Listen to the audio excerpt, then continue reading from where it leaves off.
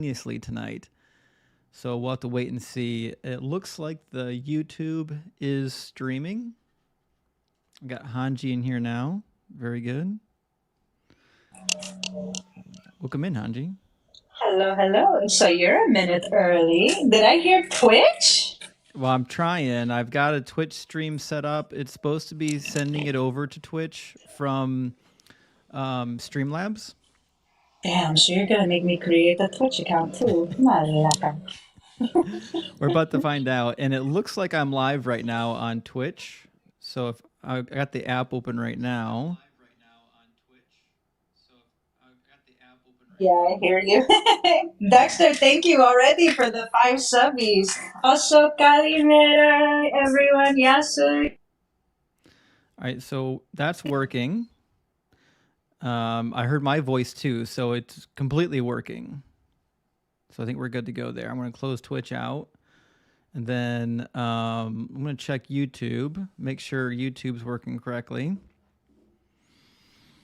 Guys, thank you for being here. We're just getting the live started. Thank you so much, Sherry, for the hand hearts, and Donnie for Doug. I appreciate that. Tiny. Hanji, it's been a little while since we did this topic, haven't it? It has been a while. All right, I got the YouTube app open. I'm going to see if the YouTube app has working audio. I'm putting my poodle hair away. It is working. All right, the YouTube app is working. Very good. So the next question then is I need to figure out how I can see the comments on YouTube so that I could. Thank you so much for the hat. I appreciate that. Good to see you, Katie and Chet. I want to make sure that on the YouTube stream I can catch the people commenting. So give me just a second. I'm going to make sure that that functionality is working. Oh, and I'm going to get the backup profile in. All right, backup profile is in. Bada bing, bada boom. I'm always bottoming for you. We need to switch that. Sorry. And it looks like we've got our first guest. We're gonna get TJ up in here. I do see the YouTube comments coming in. I do have a multi-stream comment box. It should show the Twitch and the YouTube comments. Someone said my sound was wacky. How about now, Seth? Is it better now? Oh, thank you for the hand hearts. Tiny. Fantastic. Okay, guys. So I think got everything ready to go. I tried to get TJ in here for our first guest of the night, and he dropped out. We're going to try again. Or she. I don't know if it's a he or she because the profile picture is just water. Welcome in, TJ. Hey, how you doing? Good. How are you doing? Pretty good. I just want to say, so I was a heavily devout Catholic for about 25 years. Yeah. Born into it, just like most Catholics. And within this past year, upon finishing nursing school, I've really taken a deep dive into deconstruction pretty much. And I've been a very long time listener, probably for about a year of your lives, and not giving all the credit to you, but yeah, you're the first one I've heard who's had such a strong background in Christianity that actually knows what they're talking about, whereas a lot of them don't. And I've gotten to the point now where I've left the Catholic faith for one, which has caused a lot of turmoil within my family, but it is what it is. Right, yeah. I've lost, friends, and family has estranged a bit just because how heavily devout they are. And now that I'm not, I'm looked at in a completely different light, which is unfortunate, but it's the reality. Right. No, I mean, that is the reality. And it's tough too, because, when you leave the faith, it's like a breakup, but it's not like a breakup with the individual. It's like a breakup with a whole community. And part of that community happens to be your family. That's really hard. Yeah, it's I figured it was going to happen. I didn't think it would be to the extent that it has. Right. Yeah, it's as if I've committed a crime through the eyes of my family and some of Yeah. my close friends, just because of my situation growing up in that heavily Catholic setting. It's almost taboo to leave the faith, Oh yeah, of and course it is. Yeah. here when I've made it apparent to said friends and family, immediately got the cold shoulder, and at the end of the day, though, I'm okay with it because I'm happy with my life. Right. And That's what matters. Also, Dave's, thank you for the raid. Dave's raid, everyone. Oh, W. Thank you so much, Days. I appreciate that. I see Days in the comments here now. Um, yeah, deconstructing is hard. And for me, I was just talking to someone about this recently. For me, it was really difficult because I didn't want to leave. Like it was against my will. You know what I mean? And so it was just one of those things, though. Like I had to be honest with myself because when you stop believing, you can only cover it up for so long. You can't fake. Like it's really hard to fake like you believe something.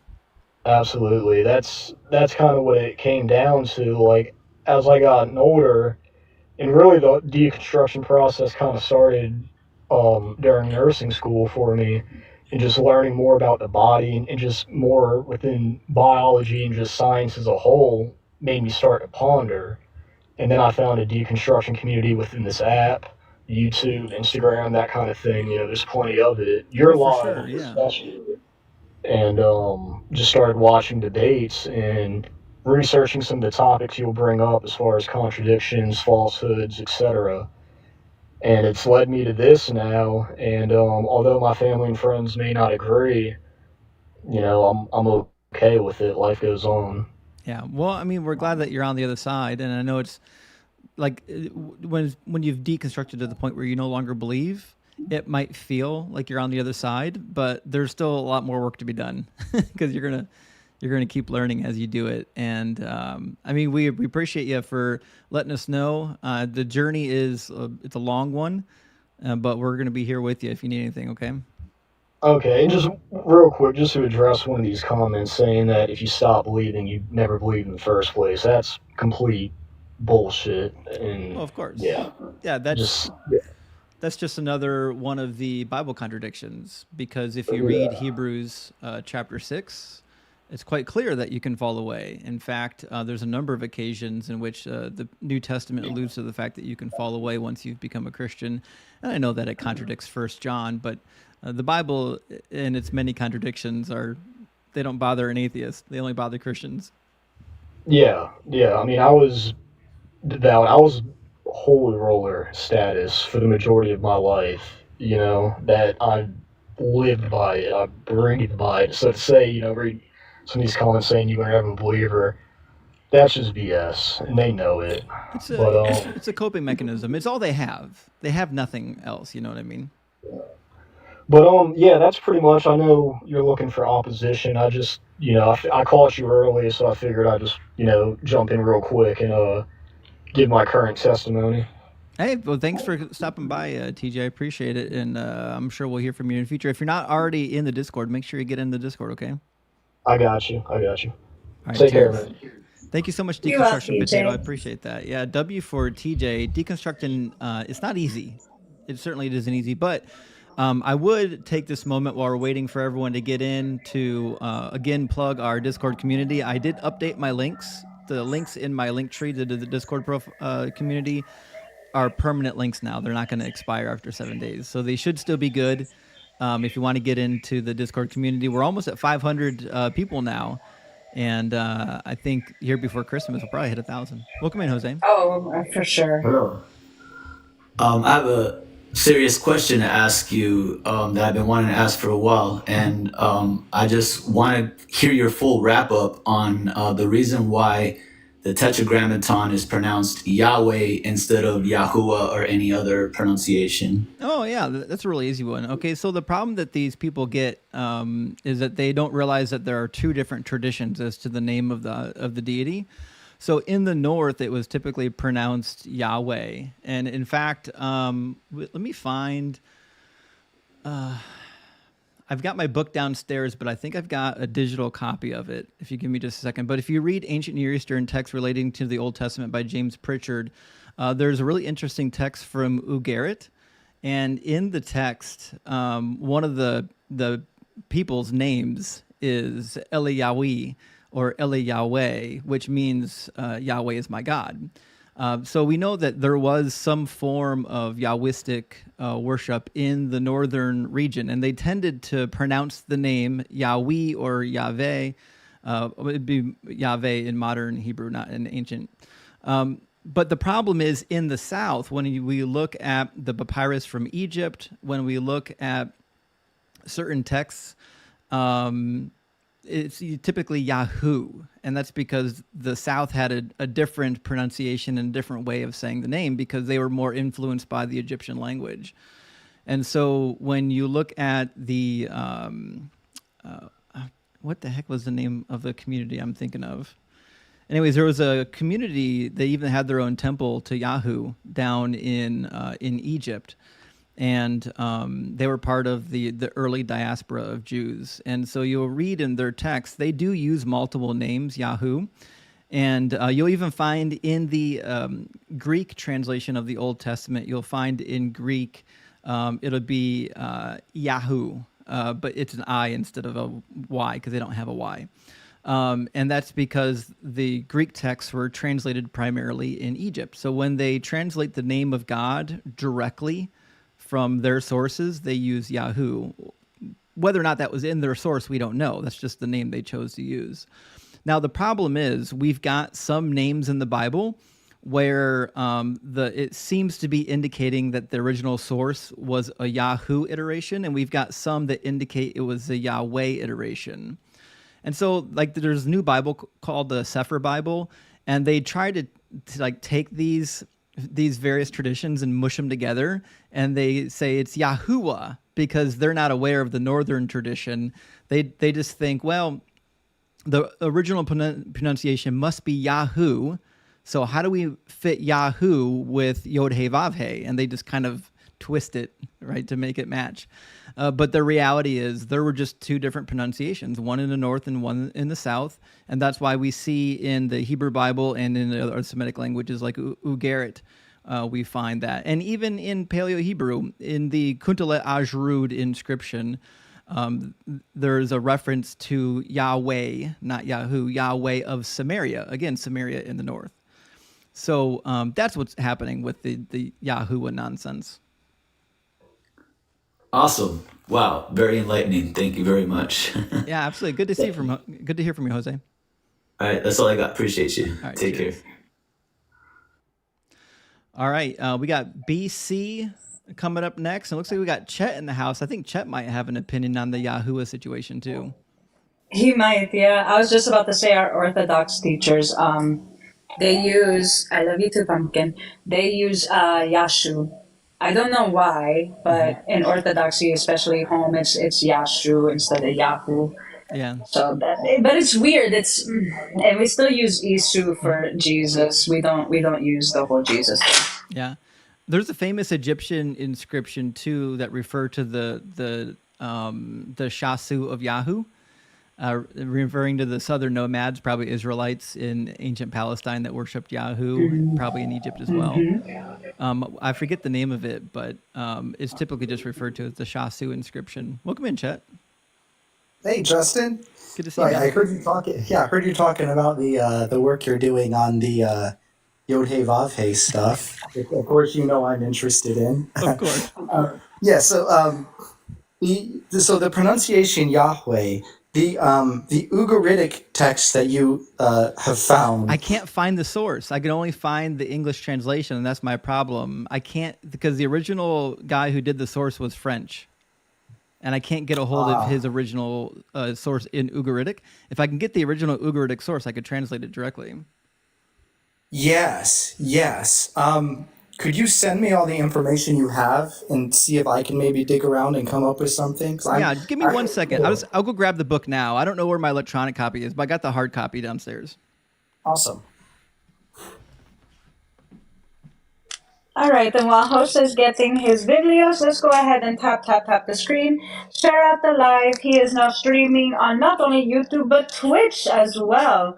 So be sure to check that out if you guys don't want to, sit on TikTok all day. We do appreciate you guys being here with us. There are 329 souls in here, so let's go ahead and get this live up to at least 75K within the first hour. I'm pretty sure we can do it, guys. I have all of the faith in you to bring those numbers up. Also, if you want to support the live stream and you don't feel like giving TikTok your monies, we do have our links in our bios, whether it is Venmo, Cash App. We also have our Amazon wish list, not only for ourselves, but for you guys in case you find some books that you are interested in and research on. Very good. So for those who just came in, and for those who aren't really familiar with the text that I'm referring to right now, I'm in the ancient Near Eastern texts related to the Old Testament by James Pritchard. I think mine was probably published in 1950 something. I think it's on page 283, 284 maybe. Dun, dun, dun, dun. Actually, I can Google it because it only shows up on so many locations. But while we're doing that, Okay, so then would this, as far as you know, what you're digging up now, would that be the only like syllabic source testifying to Yahweh as a pronunciation? well, that's the thing is, so this is originally in Ugaritic, and in the in the Ugaritic, it wouldn't have been syllabic. It would have already made the transition to consonantal.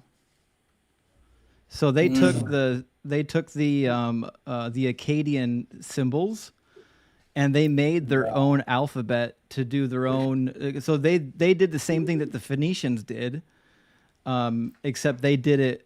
There we go. It's on page 546. They did the same thing as the Phoenicians, except they did it with the Akkadian symbology.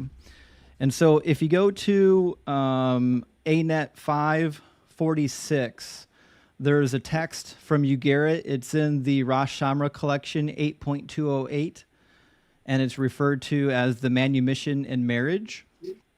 And it's just a manumission contract in the ancient world. And it says, Justin? Yep. I'm going to drop and come back because you and Bash are both in my ears right now. Bash is live apparently, so it's I'm fusing two lives in one. I'll be back. Absolutely, yeah. All right, well, we'll see in a second. So it says, as of this day before witnesses, Gilbin, chamberlain of the queen's palace, set free Eliyahu, his maidservant, from among the women of the harem, and so on and so forth. And then it gives her name at the end as well, because she's set free from the harem, and then she actually subsequently marries somebody else. So it's a marriage and a manumission. And it says, shall Buriyanu tomorrow or the following day refuse to consummate his marriage with Eliyahu?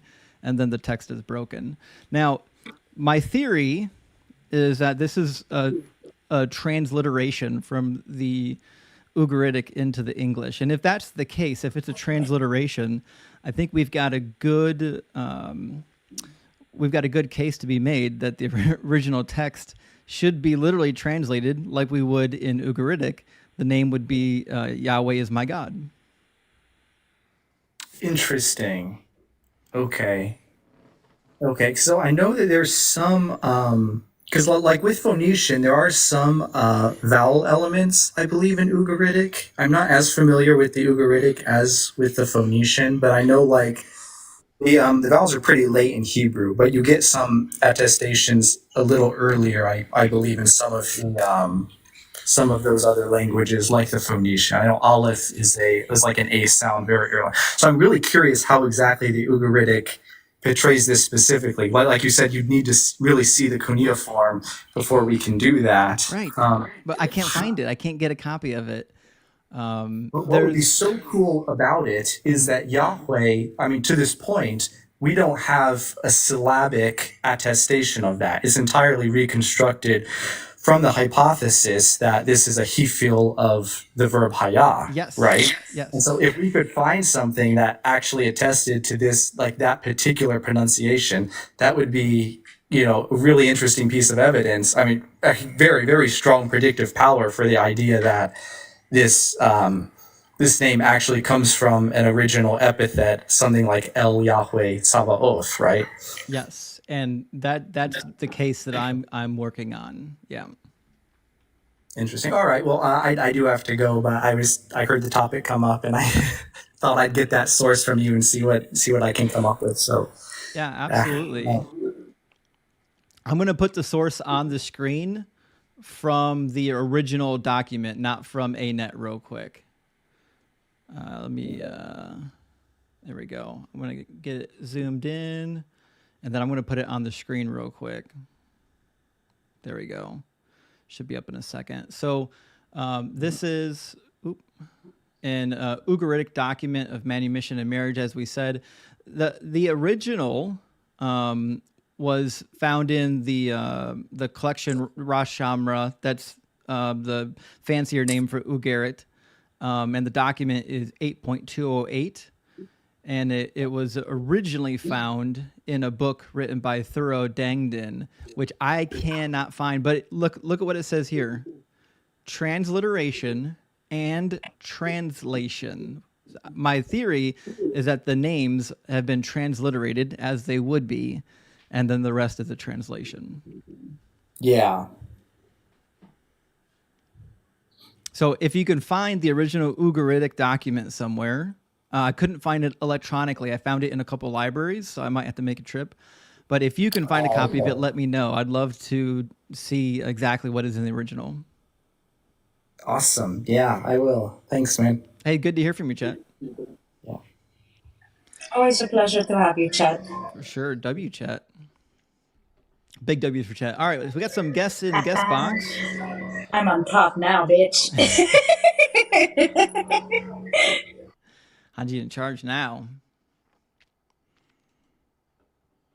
We'll try to get the next guest up in here. There we go. I think he's connected. Welcome in, Rod. Hey, hello. Rod, you've got some pretty nasty background noise. Can you get to a quiet place? I am not going to take a lot of time from you. I just wanna say thank you for your life. You're really nice. You and Hanji are amazing. Hey, thanks so much. Big W. I appreciate that. Thanks, Rod. I keep listening to you. Well, thanks for being here, Rod. We appreciate your support, man. All right, Be well, Rod. Yeah, be well. You're breaking up, though. I'm going to end the background noise pretty loud. But, Rod, thank you so much. Also, thank you for the $10 super chat on YouTube, Malcolm. I appreciate that. Actually, it's Malcolm Kemash, a fantastic name. So thank you for that. We're going to get the next guest in here. Yeah, that yes, Malcolm, that caller was at a rock concert. That's what I took from that. Welcome in, Sam. Hi, thank you. How are you? Good. How are you? Good. I've listened to your lives a few times, and I'm a big fan. I really like how you engage in discussion. And I think if I remember, you were a pastor, right, before, or you were? Yeah. I was in ministry for well over a decade, and I was a Christian for 20 years or so. And thank you, Ethan, for the hand arts. And I did Bible college and seminary. That's awesome. I grew up Christian, and then I was Mormon for a long time, and now I'm not really anything. But I've had to go through a lot of deconstructing, so I'm still in that process. Yeah. That happens. Well, I would invite you to join our Discord. There's a link in my link tree in my profile. We'd love to see you there. We do a lot of deconstruction and chit chat back and forth, and we've got resources and things like that. So love to see you. That's awesome. I have a question about your journey. You may have addressed this, but I may not have been there to hear what you had to say. But when I was learning through my deconstruction that there were, for example, some translations of the Bible that were more accurate to the actual text and the original text than others, it changed my perspective a little bit in terms of how things are interpreted in the Bible or what the message actually says. Have you found that if you've looked, at a translations backed by historians or scholars, has that made you think of it differently, or did you grow up on a historically accurate translation? So, the translation I used early on in the Catholic Church, because I grew up with 12 years of Catholic school, was the New American Standard. For a long time, that was the standard Catholic Bible. Yes, that's the one I'm reading now. Yeah, it's pretty common. The one I had included the Apocrypha. The current standard that the Catholic Church typically uses, I was about to get it.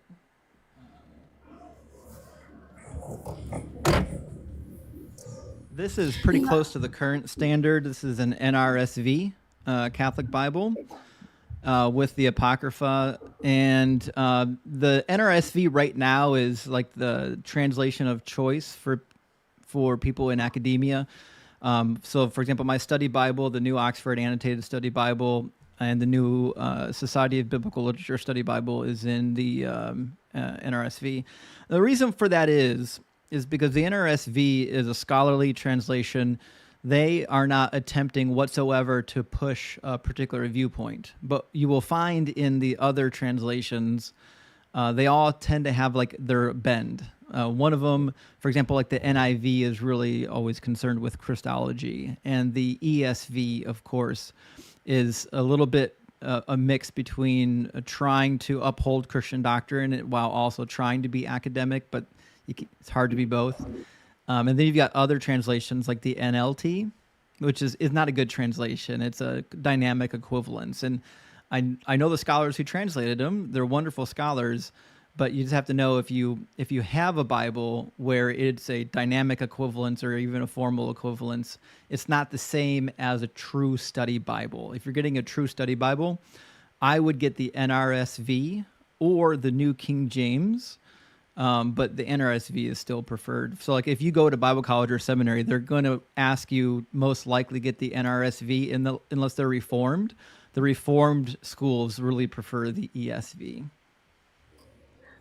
Yes, and for the King James Version, you recommended that version, which I thought was interesting because I listened to the New King James because I heard from a biblical scholar that the King James Version was considered outdated even when it was published in 1611. Yes, the King James, not the New King James. The New King James was done hundreds of years later. And it does take into account the manuscript evidence, the changes in language that we know about today that we didn't know in 1611. They do a pretty good job, the New King James does, about trying to give you a good, accurate, even word-for-word translation sometimes, although it's really not possible to ever do a strict word-for-word translation. It would be nearly unreadable for a lot of people. Right. Yeah, that gives me a lot to think about. Yeah, the King James is trash. I mean, it's very poetic, but if you're going to use the anything King James, the New King James is the one you want. Yeah, I think it's the drama. Well, would you agree that the New American Standard Bible that I have, even if it's not the RS, I'm sorry, I don't know which one you said. What is it called? The most accurate one you said? Well, the NRSV, to say that it's the most accurate is it's playing with words a little bit. Ethan and Benny, thank you for the hand hearts, by the way. Because when you say accurate, you have to ask, like, accurate to what? Is it accurate to the original Greek, Hebrew, and Aramaic text? That's what I'm saying, though, is when you say accurate, you're referring to what the text intends to convey in terms of its meaning, or is it just a word-for-word wooden translation? Because those are two different things. The NRSV rides the fence. AG, thank you for the couch potato, where they do try to do word-for-word where possible, but there are occasions in which they can't. They need to translate it into something more manageable in English. So, for example, when it talks about the hot nose of God, well, we know what that Hebrew idiom means. It's referring to an angry person. But you can't just, like, if you just wrote, God's hot nose in English, nobody knows what that means. You have to translate that into something meaningful. And so that's why, like I said, a word for word literal translation of the Hebrew and Greek would be unintelligible for a lot of people. It would cause a lot of confusion. Also, Yeah. thank you, Annabelle, for the subby. Evan, good to see you. So you also had say that on your prompt that Jesus was a liar and a fraud. Are you implying he lied about being the Son of God? What would he be if you are, why? And then what would he be a fraud? I mean, the same thing, I guess. But like, what would make him a fraud? Well, my two main points on this particular topic is that he lied about being the Messiah. He lied about his second coming, and he's a fraud because he didn't fulfill a single messianic prophecy, not even close to one. The best you can get is to say that he was born in Bethlehem, and that's even if you believe he was born in Bethlehem, which who knows if he really was. Fact of the matter is, that's worthless information for us because Micah 5:2 doesn't talk about just a dude born in Bethlehem. It talks about an actual king that's to be born in Bethlehem, and Jesus was never a king. Well, I guess the Son of God and the Messiah, nobody can really prove. So I don't really know how to ask. You said a few Well, you other could. things that you thought he lied about. If he was the Messiah, it would be easily proven. So, for example, if we go to some of the classic messianic prophecies, we can go to like Ezekiel 34, or my favorite as of late is Jeremiah 33. Although I might have overused Jeremiah 33, I might have to start using another one now that everyone has heard me say it 500 times, because there's so many good messianic prophecies in the Old Testament that Jesus doesn't touch with a 1,000,000-foot pole. And you just... Oh, go ahead. Sorry. It says, days are surely coming, says the Lord, when I will fulfill the promise that I made to the house of Israel and to the house of Judah. In those days and at that time, I will cause a righteous branch to spring up for David, and he will execute justice and righteousness in the land. In those days, Judah will be saved, and Jerusalem will live in safety. And if you read the prior chapters to this, we know what that means. Israel is going to be restored. Their city, Jerusalem, is going to be restored to their former glory, and their fortunes are going to be restored. And it So says, you wouldn't consider, taking the Israel-Palestinian war out for just a second. I know it's days that started, but you wouldn't consider the building of modern-day Israel in the last 30 years to be that, for example? no, unless you can find a way to tie Jesus to that.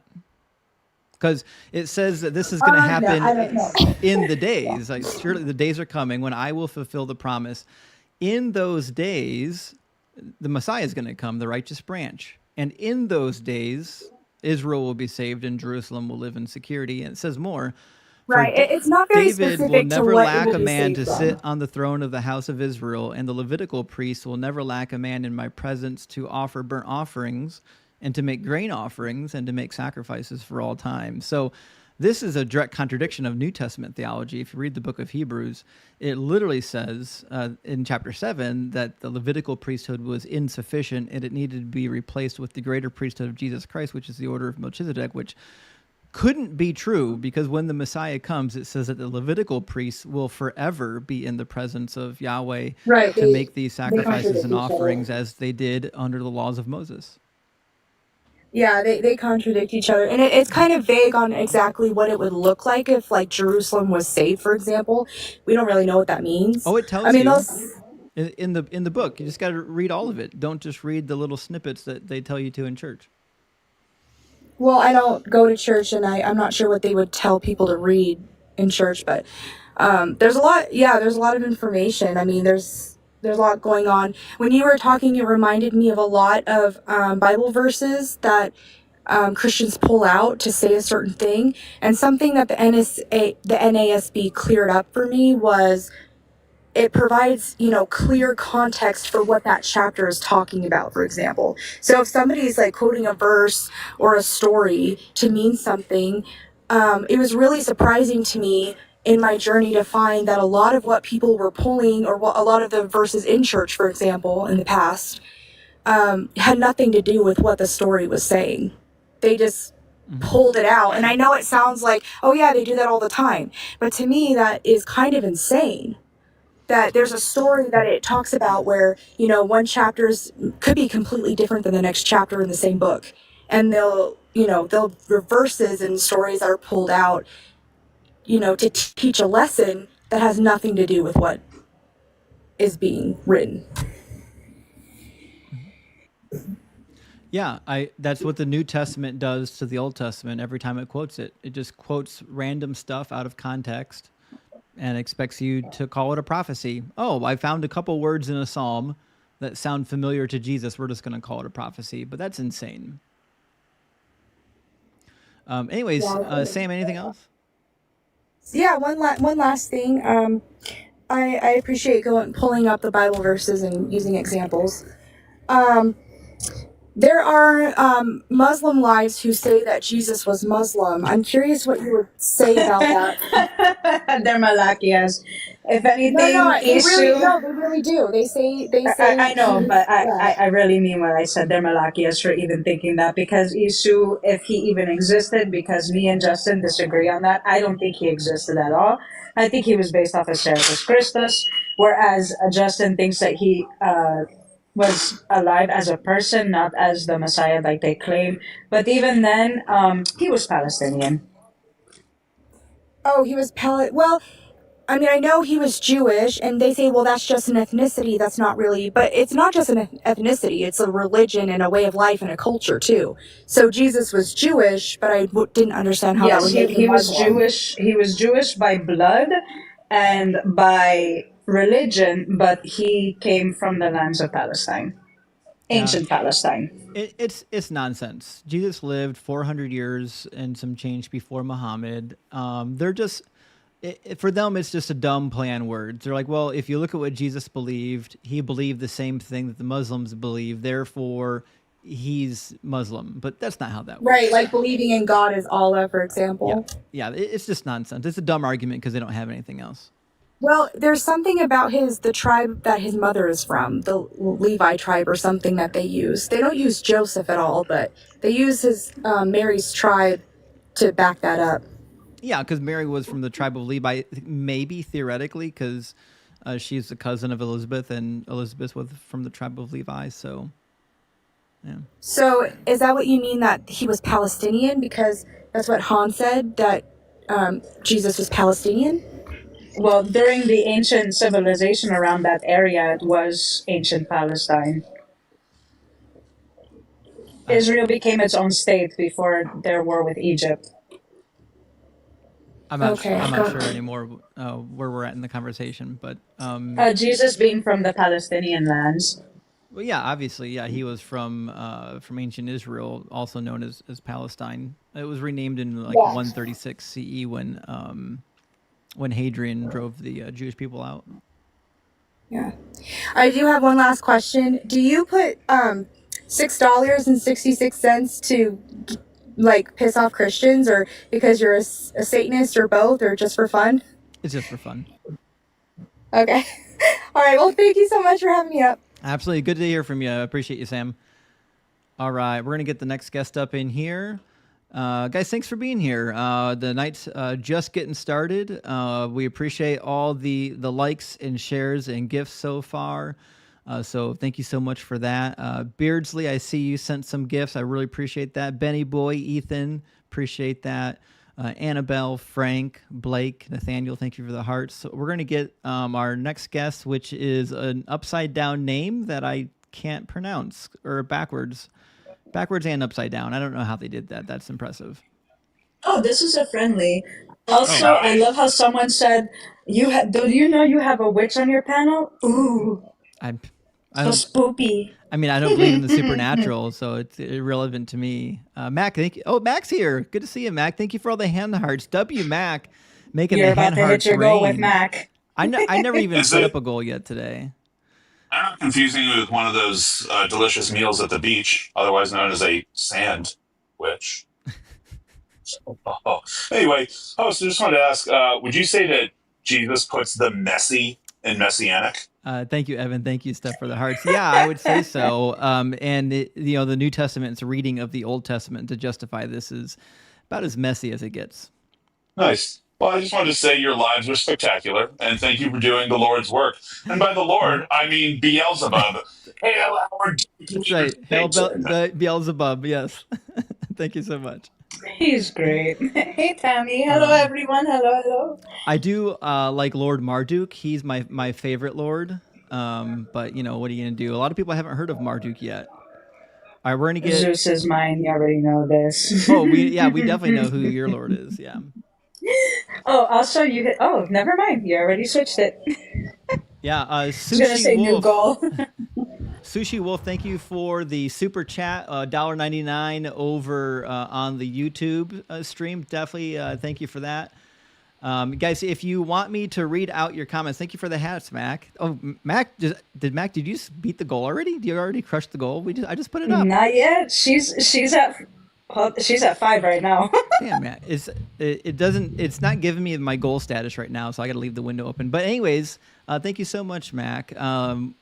We've got Good Vibes in the guest box now. How you doing, Good Vibes? Oh, I can't beat Max, so I feel like I'm coming in as a losing party already. No, you're fine. Are you a Christian, Good Vibes? I'd like to say I am, yes. Okay. I don't follow the same theology, but I'm curious, did Jesus exist in your mind? Yeah, I'm not a mythicist. I think Jesus could have quite likely existed as a real person in ancient Israel. He probably had some disciples and a little bit of a following, and I think he was a marginal Jew. I think he was an apocalyptic teacher who thought the end of the world was near and that he was the Messiah, and I think he was wrong about all of it. Do you ever feel that along comes someone, and I'm going to say by fluke because, quite frankly, that's what I believe, but along comes someone every couple thousand years that just tuning in and a little bit more, so tuning in we might have a dialect issue with, but a little more fully capable of using the full functions of their human body. I don't know if I understand your question. Can you rephrase it? Well, there's a lot of metaphysical things that we can walk through the teachings and the doings of Jesus, but quite frankly, then you look at Buddha and did some of the same stuff, and we're hearing these echoes all around the world that are irrelevant on their own, but when you put the pieces together, there's some guys that did some pretty cool stuff over a long period of time, and I just wonder if you think that every once in a while we get somebody who is at a fuller capacity of using their human mind, less than what or more so than what the average person does. I'm not talking IQ, or maybe I am, but I'm talking at a fuller capacity of their human ability. Yeah, I think obviously there are people with, we'll say, greater and lesser capabilities. For example, when you think about people, we call them savants. Mac, thank you for the hat. When you see a savant that could look at a picture of New York City and then walk away from the picture and draw it, those people are savants. So yeah, I definitely think that there are people that can unlock or access what we would call like quite exceptional levels of cognitive abilities. So I want to throw this at you physical then. My teacher, I got lucky. I was raised with a teacher that was directly from Korea in the Korean ROK. And when he was young, he saw some displays from the monks that came out of the temples. Do you believe that a man over 30 years of isolated meditation can do something like levitate? Thank you, Mac. Oh, dude, Mac just crushed the goal. Thank you so much, Mac. Just some W's in the chat for Mac. I'm Mac always absolutely losing. crushing I'm already losing. Crushing it, Mac. Thank you so much, Mac. I appreciate all the support. I really do. And also shout out to Evan for the 5 subbies. Thank you, Evan. Oh, I missed saw that. you. Thank you so much, Evan. I really appreciate that. W. Evan. Good to see you, Evan. I need to get my phone on me. Sorry, I put it over here just in case I miss any notifications. All right, I think we're good to go. So, I don't. Good vibes. Did you have? Were you here to debate, or what's the situation here? Because I'm trying to find someone to debate with. I'm bringing it from the top down then instead of a leading up to it. Okay. I just think that a fully capable human being is so much beyond what any of our what our ability is to understand. So I think if someone had the full use of their human body, they'd also be able to tap into some things that we don't know about. We can argue about metaphysical all day long, but can I just do the shortcut version of your argument because I already know what it is? Sure. Yeah. The shortcut of your argument is that if we could tap into the full power of our mind, we would realize that there's some sort of metaphysical substrate to the world that we can't normally see, but like children and savants can access it. Yes. Okay. Can you lay any groundwork to prove that that's a real thing? No, that wasn't my intention. I just wanted to go along the idea. If we could have somewhat of an agreement of that, then I think these are examples from a metaphysical point of view. I understand your claim. You're doing a Plato's cave claim. Basically, we're just all people in a cave, groping in the dark, looking at shadows, pretending like we know what's in front of us, when if we would turn around and walk out of the cave, we would see a whole new world. The problem is we've tried to exit the cave, and we can't seem to find the exit of the cave, and we certainly can't find any world outside of the cave. Now, it might be possible that one day we find access to it, and when that happens, then I would certainly love for that to be a real thing. But I have no reason to believe it just because something could be true. Like, it could be true that the universe was created by pixies.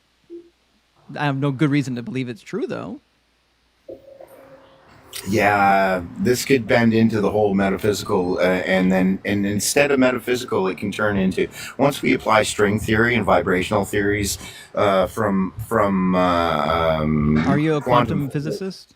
Yeah, there we go. So now when we're going to bring that into Are the you a concept, quantum physicist? Do I don't know. Where do I you get have that a background stamp? in physics? No, I don't. Okay, I'm not sure this is a good place then to talk about string theory, because I'm not a physicist either.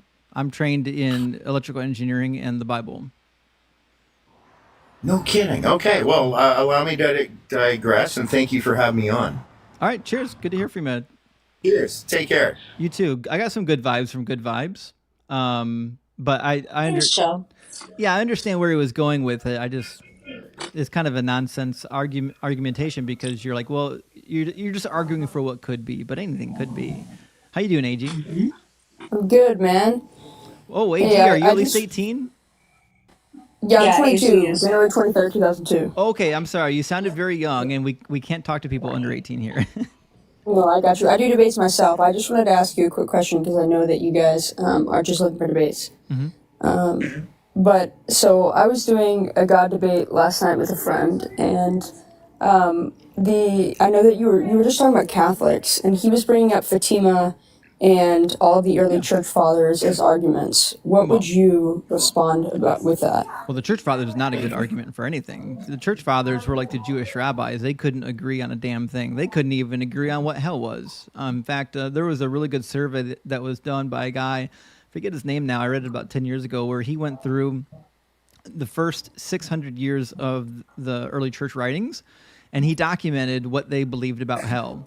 And it turned out about half of them believed that hell was eternal conscious torment, and half of them believed in something other than that, whether it was purgatory or whether it was a complete annihilation in the lake of fire. So when we talk about the church fathers, like anyone who's actually read the church fathers knows that they disagreed on a ton of stuff. So like, I don't know what the church fathers, how they could possibly validate the teachings of the Bible when they couldn't agree on what the teachings even mean. But what was your other point? Fatima, and then like the marine apparitions. Yeah. Well, the marine and apparitions then were what never happened explored by to those any secular sources. Like if you look at Guadalupe and Fatima and the other apparitions, there was one even in Egypt. when you look at these apparitions, they're all only confirmed by like diehard Catholic people. When we have some secular sources on them, the secular sources don't seem to agree that that was what was actually happening. A lot of them were done a long time ago before there was any type of legitimate evidence. And a lot of them people don't even realize weren't even approved by the Catholic Church. So like there's a lot of claims about the apparitions that are legendary. If you read what the official Catholic Church even says about them, the Catholic Church themselves sometimes downplays some of the talking points because they want to be a little bit more realistic of it. But to me, these are nonsense because these types of miracles happen in every religion. I've got a friend who was Hindu. I worked with him, who had similar apparitions with the Hindu gods. So like it, listen, if a group of people saw Mary floating in the clouds, I mean, congratulations. That's called mass hallucination, and it happens in other religions. In fact, my favorite my favorite mass hallucination is called the dancing plague. Have you heard of the dancing plague? No, I have not. So the dancing plague happened in France in the 1500s. And essentially what had happened, I'm going to pull up, this is my favorite woodcut of the dancing plague. Sweet. So in Dr. Joe, thank you for all the cranes. Good to see you, Dr. Joe. Guys, make sure you're dropping Dr. Joe a follow. She does therapy and counseling with a lot of people deconstructing in our community. And she's a real doctor, not a fake doctor, not like a televangelist. So the dancing plague in the 1500s, a woman felt the urge, a spiritual unction that she had to dance in the streets, and she did. And then other people saw it, and other people were like, I feel the spiritual urge to dance in the street. And then before you know it, there are 400 people dancing in the street for weeks. And it got so bad that some of them died from fatigue, although the narrative about how many and to what extent and to how accurate the legend is hard to tell because it's 1500s. But the fact of the matter is, these mass hallucinations are common, just like Jerusalem syndrome. Jerusalem syndrome, over 100 people are hospitalized every year in Jerusalem because they visit the Holy Land and they're so overcome with like the spiritual nature of being in the Holy Land that they start to think that they are the reincarnated Jesus Christ and they have to be hospitalized. So psychosis is a real thing. And people experience psychosis in mass very commonly. Got you. So that would just be like your best explanation when people bring up like miracles, because that's like typically the one thing that they bring up in arguments is like, well, then how do you explain miracles? And I always say like, well, mass hallucination or psychosis to me, which is to me the biggest explanations for those things. But I just wanted to see what you thought about them. Each one is individual, and that's why you can't just blanket statement and say miracles, because some of them were actually investigated and there is some data that you can engage with. But the majority of them don't have any data to engage with. And so if somebody says, well, there was a miracle, but there's no data. Oh, Mac, thank you for the cranes. W. Mac, thank you so much. If people are just presenting claims of miracles and there's no data to engage with, I would just simply tell them that claims presented without evidence can be dismissed without evidence. Thank you so much, Mac. W. Mac. Well, Mac going off tonight. Mac is going off. I appreciate y'all. Thank you so much for your time, man. I love what you guys do, and you actually helped me deconstruct. So absolutely. I appreciate y'all so much. Well, thanks for being here, AG. Absolutely. See you, AG. All right, cheers for AG. All right, we got to get a Christian in the box. Where's all the Christians at? Ian is chirping in the comments. Apparently, he's a believer. Yeah, Ian was next in line. Also, the one with the upside down name. Hold on, Ian. The one with the upside down name that was up here earlier, tiny, he sent you a DM. So after the live, if you wanted to check that out, I'm pretty sure it's some information. Yeah, I'll check that DM after. Welcome in, Ian. Hey, how's my sound? I mean, it sounds okay to me. Yeah. All right. So yeah, I actually came up just to ask one question. Hanji, are you a witch? As in practicing witchcraft? Witchcraft. Do you cast spells? Do you do rituals? Do you commune with other gods? Do you do any of that? Why is it any of your business what I do? Well, it's my business because you have 500 people up here, and you have Christians up here, and you Oh, may have them Hecate come be up, with you. and you troll them, and then you like harvest their aura. You like farm the spirit, and then you use it for your spells. This guy can't Because be you're not real. really. Oh, he's being serious. They are that This guy's delusional. real? Bro, you think No, that just she's hold on. harvesting people's souls and then No, feeding on their auras? no, it's not. It's No. witchcraft is very This simple. guy's not real. No, listen, don't kick me. There's Don't no kick way me. this guy's real. Don't kick me. Chat, Have her answer hey, the chat, check have his her answer profile. the See if this question. guy's real. I don't believe this guy's real. No, nobody Have her can believe answer the this. question. Have her answer the question. What's an aura?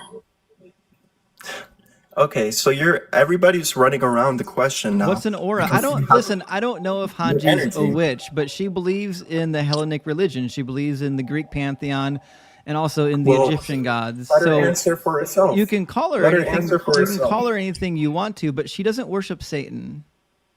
Well, let her answer for herself. If she, All right, Hanji, go ahead and she's answer worshiping this any other guy. god- Okay, he can go ahead and shut up now. What Justin said is exactly what he said. I believe in the Greek and Egyptian gods. And if you don't like it, that sounds like a you problem, not a me problem. Because unlike you guys, I know where I came from Thank you, and I man. pay homage to my ancestors. But if having Hecate as my primordial deity of necromancy and witchcraft is a problem for you, again, a you problem, darling, not mine. And also, even magic needs consent. I agree. Yeah, Mac, thank you so much for the love painting. I appreciate that. She's not a devil worshiper. She's not casting spells on you and feeding on your aura. But we got a super chat in from Kay. Super chat from Kay says, "Hey, could you give some background context to that one verse in Corinthians that says women can't be leaders in the church? Was that just at the time or forever, and why?" It was technically forever. Paul thought the world was ending, and not in Romans. In Thessalonians chapter 4, he says the world's about to end while they're still alive. Same thing in 1 Corinthians chapter 7, he says the world's about to end. And so I gotta drop off and rejoin. I'm hearing both lives at once. no worries. So the Apostle Paul, for as far as he knew, whatever instructions he was giving was for the imminent future, which was about to end, and the world was going to be renewed, like it says in 2 Peter. Michael Thorne, thank you for the 5 subbies. I appreciate that, Michael.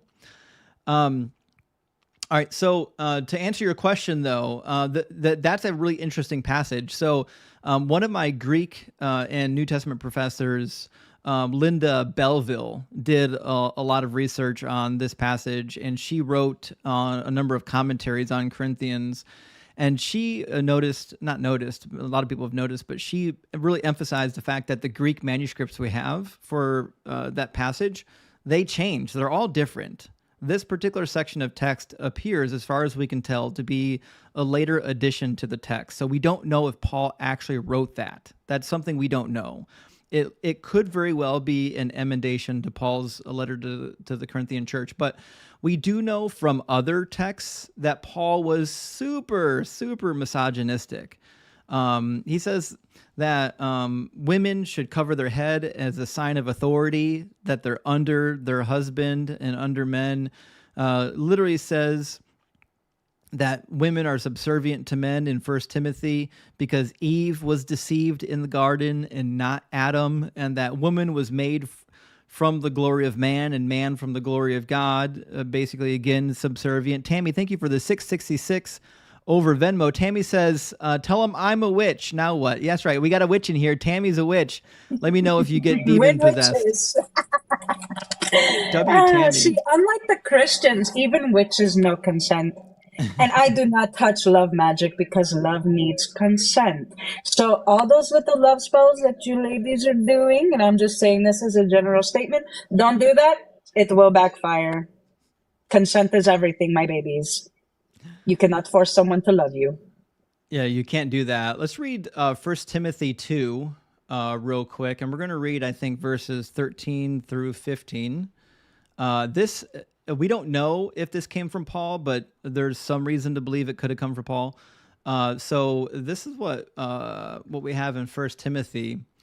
Says, let a woman learn in silence with full submission. I do not permit a woman to teach or have authority over a man. She is to keep silent, for Adam was formed first, and then Eve, and Adam was not deceived, but the woman was deceived and became a transgressor. Yet she will be saved through childbearing, provided that they continue in faith and love and holiness and self-control. And you find a little bit more of that kind of nonsense in Ephesians chapter 5, where Paul lays out the household code, where women, of course, are to be subject to their husbands as their husbands would be subject to Christ.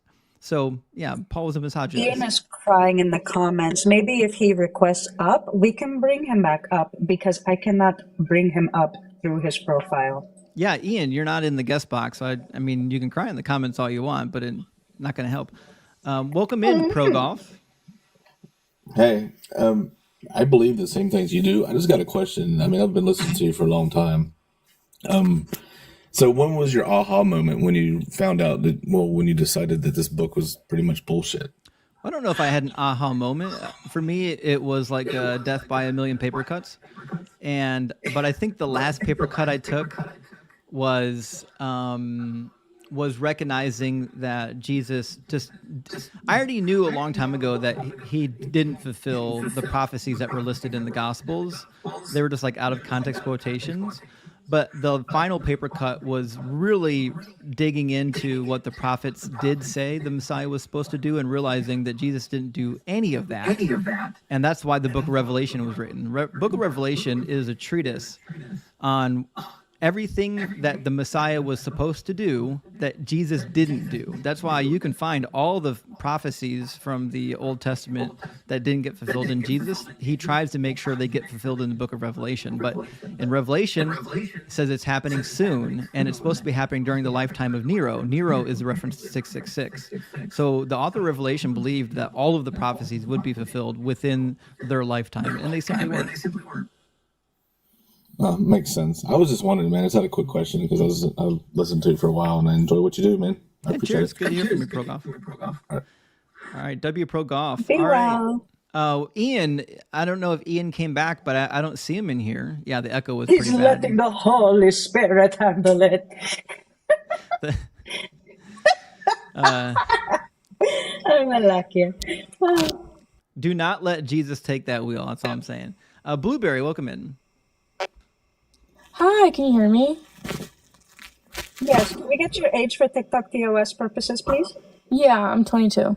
Okay, thank you. Yeah, are you a Christian, Blueberry? That's a great question. I would say I'm very confused. I'm a confused Christian. Fair enough. What are you confused about? Oh my gosh, I mean everything. So Thank you, Mike T, for sending out subbies. Sorry. Oh, I missed that. Thank you so much. Thank you, Mike. So basically I just have so many questions, and like are you in our Discord yet? No, I have I'm like a boomer when it comes to that. No idea how Discord works. In my profile, if you click on the link tree, also follow my YouTube, but click on my link tree in my profile, there'll be a permanent link to our Discord community, and we do active deconstruction in the Discord community.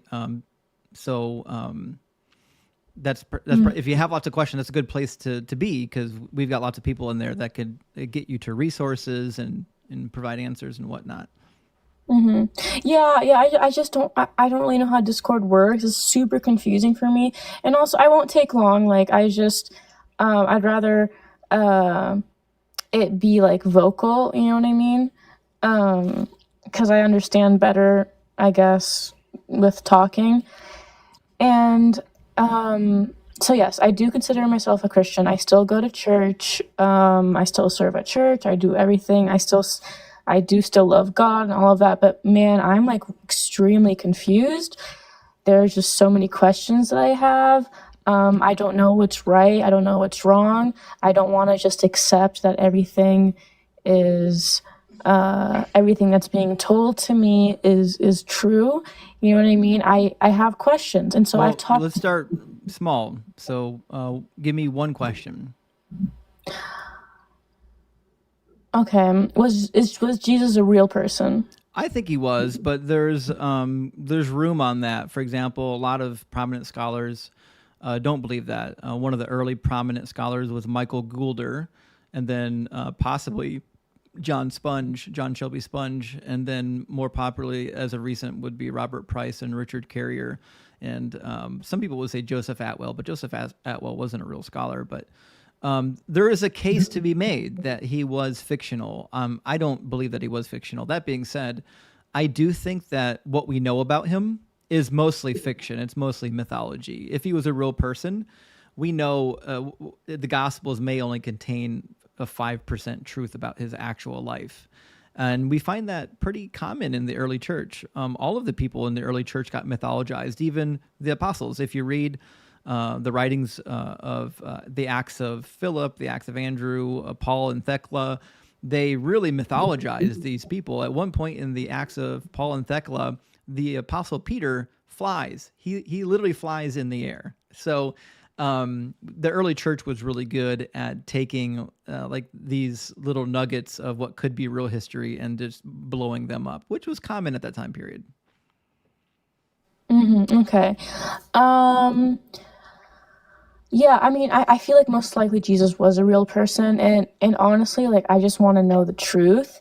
Like, if Christianity is the truth, I believe, in my opinion, yes, there's many religions, but I do believe if there would be one religion that would be true, it'd be Christianity. Why? And Your face. I'm sorry. well, just because I feel like there's a lot of evidence Can you elaborate? with miracles, and I'm Orthodox, so, and I'm also Egyptian, and so So the miracles? yeah, I grew up surrounded by crazy, Yeah. supernatural, unexplainable things. That's the Egyptian side. I'm Greek and Egyptian too. Girl, you do not know your Egyptian history?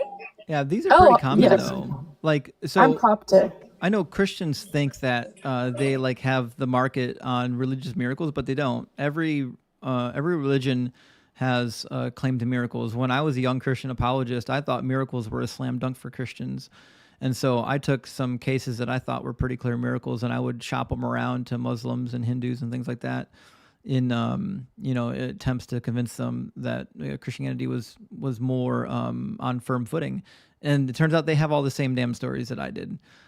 So I don't think claims of miracles are unique. And in fact, most of them I don't think even are miracles. They're typically quite literally explained by natural phenomenon to begin with. But all the supposed miracles I've ever heard of are repeated in the other religions. And the other issue with miracles that I have is what we don't find are miracles of impossibility. For example, we don't find people that's like missing a leg and the leg grows back. What we do find is like nonsense stuff, like somebody had cancer and it spontaneously went into remission, but it's actually pretty common. Overall, cancer, anywhere between 5% to 10% of cancer cases spontaneously go into remission with or without prayer. And also, Blueberry, I would encourage you, especially being a fellow Egyptian sister here, definitely look up the stories of Osiris, Seth, Anpu, Anubis, and Hathor, because they did a lot of miracles too in the Kemetic system. Yeah.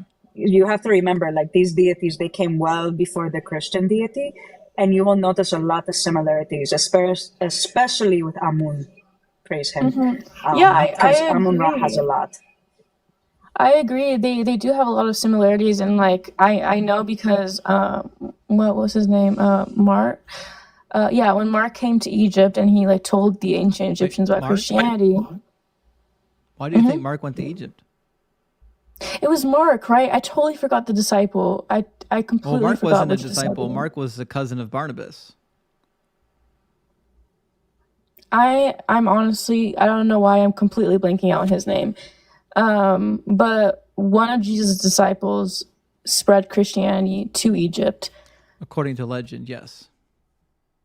According to 4th and 5th century documents. So the documents that tell us about the life of the disciples, those all date from the 4th and the 5th century, hundreds of years after the fact. They're just legends.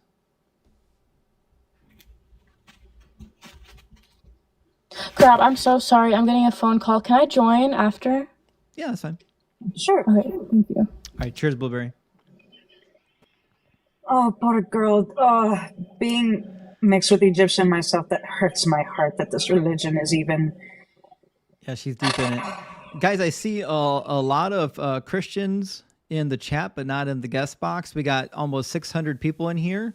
I'm surprised that there's no Christians that are willing to come up and defend their God, but, you know, it being what it is, what it is. Welcome in, Sunset. Hello.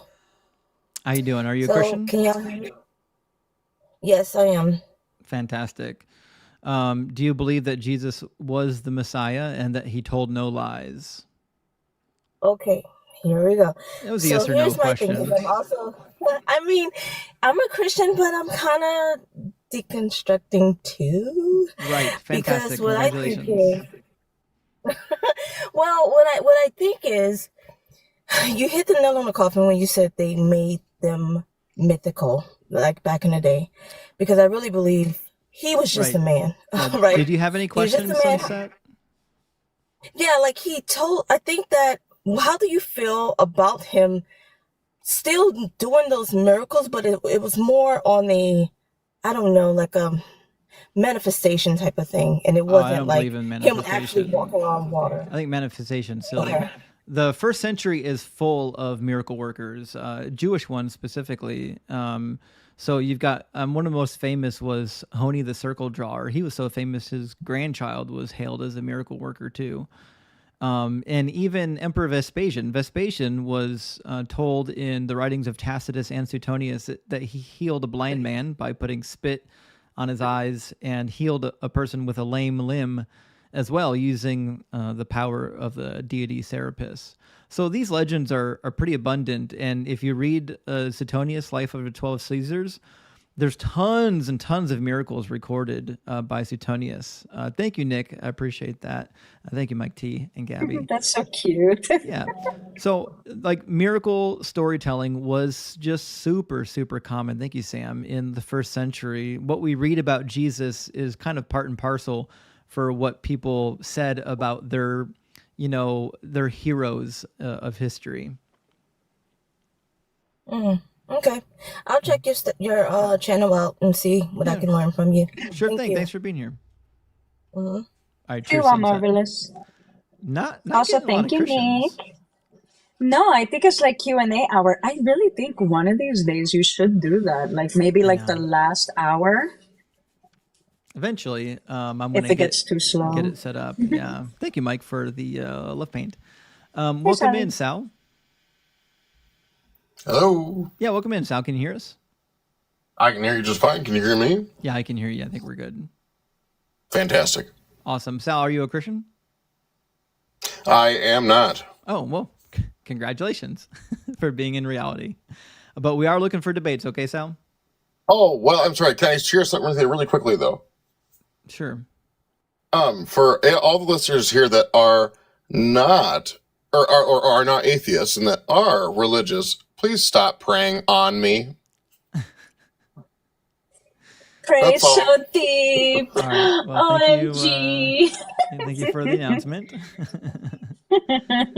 Eventually, we're going to get a Christian in the box. I don't know why it's so hard tonight. Maybe is our topic too aggressive? Should we go back to the normal topic? I mean, we could. We do have, hold on, let me see how many people we have. We have 5 people in the request. So if you want, you can change the background, but we'll still take up those people if We'll they run still it. want to We'll run it. talk on this topic. So, Jamie, I can hear you, but I can't see your picture. I assume you're here, though, right? Oh, there you are. Welcome in, Jamie. Oh, I totally clicked by accident. I'm sorry. Oh, no worries. No worries. Don't worry, Jamie. All right, we're going to get the next guest in here. We're going to keep cycling through. Eventually, we're going to get someone to talk to. How you doing, Em? Hey, how are you? Good. How are you? Are you a Christian, Em? Doing good. I think maybe sometimes. Okay. I know. I wanted to bring up this idea to see if you've ever heard this angle. We're trying to find someone to debate with tonight. Yeah, no, this is a debate about what the Bible even is. Fantastic. Let's have it.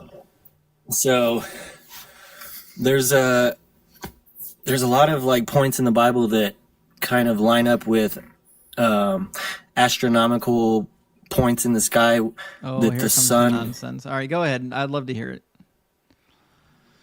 What points line up with the Bible? There's quite a few actually. So the one start with one. It's like the phases that the sun goes through the different constellations. Like depending on where we're at, well, like you're gonna see Aquarius, Sagittarius. Thank you, Evan, for the paint. Appreciate that. W. Evan, thank you. Team Sagittarius. I don't. Right. So, do you believe in constellations? No. You don't believe that stars like mean anything? No, stars are meaningless. People draw stuff in the skies the same way they find shapes in the clouds when they lay on their back and look at the clouds. Well, from my understanding, going back to what your other guest was talking about being an Egyptian and going back to Hermeticism, that's where astrology actually came from and was the original religion. That everybody in the ancient world studied the skies. That's all they had. Exactly. So the ancient Babylonians were studying the skies. The ancient Sumerians were studying the skies. The ancient Turkish people were studying the skies. The ancient Egyptians, everybody was. We've got tons of astrological texts from the ancient Akkadian writings from Babylon and Assyria. So is basically what you're saying that anything that these people thought was real is bullshit? Like you're just looking at the sky and it's like, no, it doesn't mean anything. Like just big old burning balls of gas in the sky. There's no like metaphors that could be translated. Lots of gas. So, like, what do you even believe, dude? It seems like you don't believe in anything. I don't believe in anything. He doesn't. That's the point. I'm a materialist. I believe in things that have evidence and can be tested and examined and observed. So, tell me, where do you think your thoughts come from? My brain.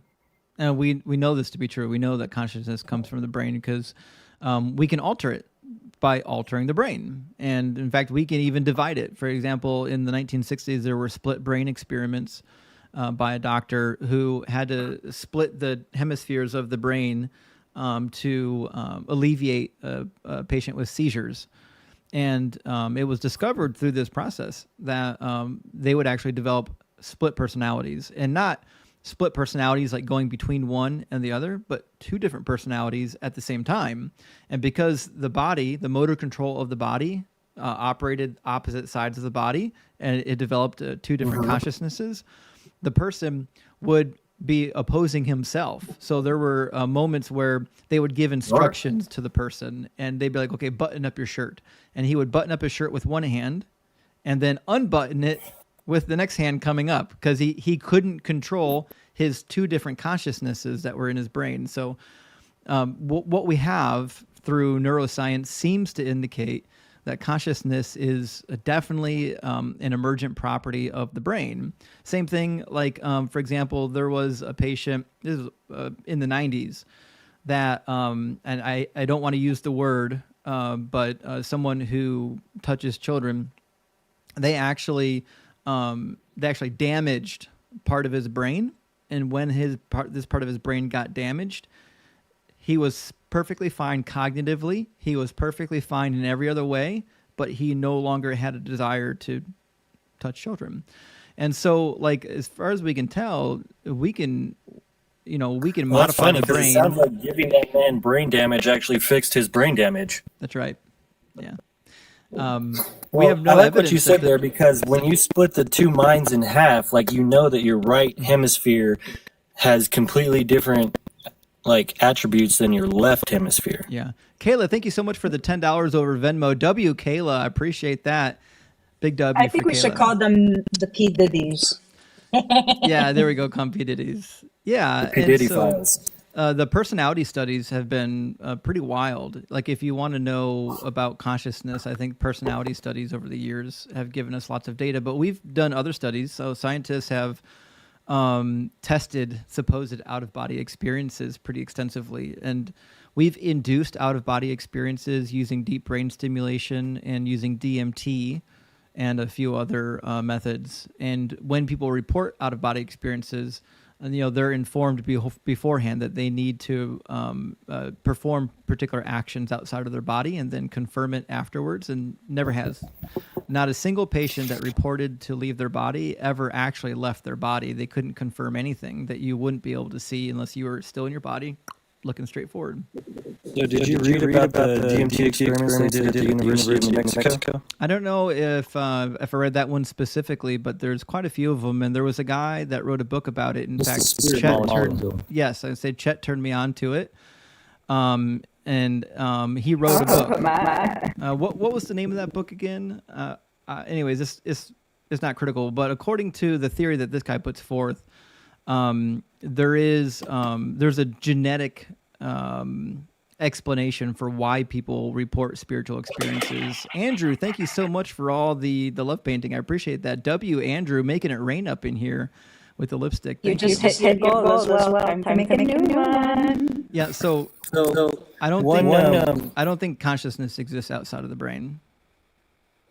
Cool. Yeah, one thing I just want to mention before I jump off about the DMT experiments in New Mexico were he had intravenous drip on I think it was like 15 different patients, DMT drip, and they all were reporting like the same things in their mind. Like they were all reporting that they believe that there are metallic beings that live underneath the earth that are going to rise up and like take over the planet. And that's when he ended the experiment because he was like, this is fucked up. This is too weird. They're all saying the same thing. I don't know where they got this information, but I'm going to end this experiment right now. And you can read all about that in the spirit molecule.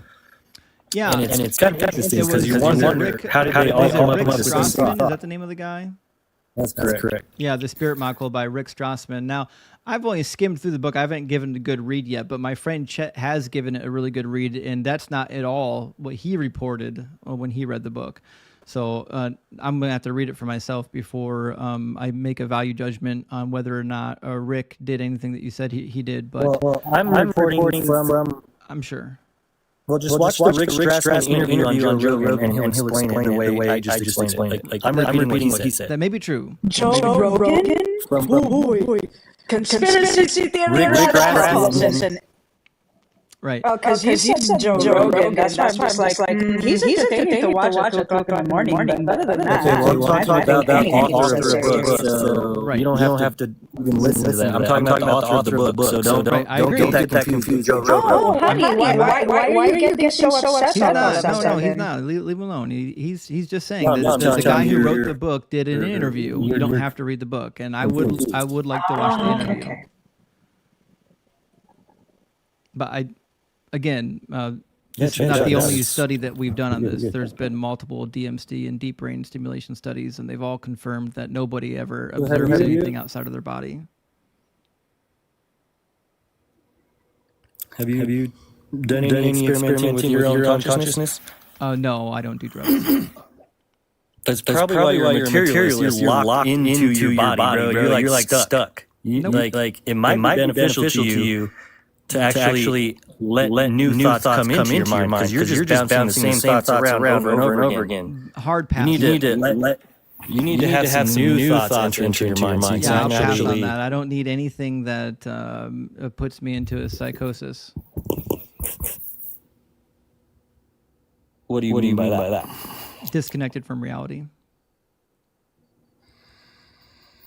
So how are you going to explore your own consciousness if you won't let go of like what you're holding on to? It's hallucinations. Drugs make you hallucinate.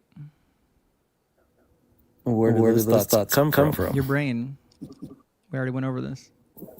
from the chemical compositions that are being introduced to your brain, because yes, all of your thoughts are derived from your brain. So when you eat different kinds of food, you may get different molecule like structures of serotonin from different types of food. Thank you, Ethan. Thank you, Melanie, for the confetti. Yeah, but that's irrelevant. Your thoughts are derived from your brain, and the chemical compounds in your body can get used in the operation of your various brain states, but they don't produce any sort of metaphysical effects. So let's for example, if you eat a bunch of chocolate, you will like you didn't experience a serotonin boost. Are you going to talk on the topic, or can we just move on? Yeah, he's not going to be on topic. Benny Boy, thank you for the super chat. Benny Boy says there's an echo on Twitch only for guests. That's weird. I got the Twitch chat open. Y'all, if there's anybody on Twitch watching that hears an echo, let me know. I'll see if I can get it corrected. But it's not on the YouTube as far as I can tell. So just to be clear, like you've never even smoked weed before? Yeah. You can't say that on the live stream or get it taken down. Yeah. Okay. I apologize. So when you did experience that, did you have any thoughts that were not normal to your sober thinking? Nope, because I don't consume enough to be psychoactive. So you still consume it, or you just did it like once or whatever? I've done it a couple times. So it doesn't like change any way the way you think. You're just like, why do you use it if it doesn't do anything for you? Or what does it do for you? It's relaxing. It's for mellowing out. It's not for hallucinating.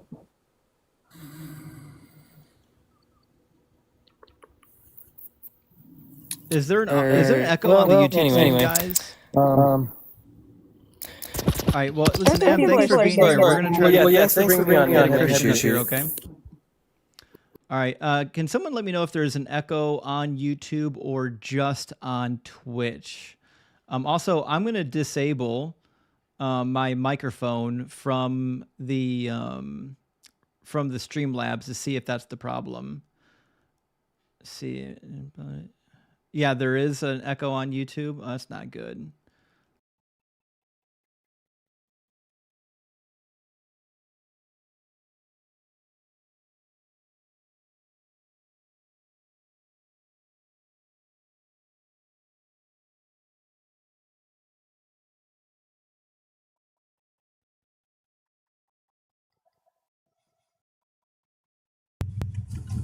Hey. Change any way the way you think. Just like why do you use it if it doesn't do anything?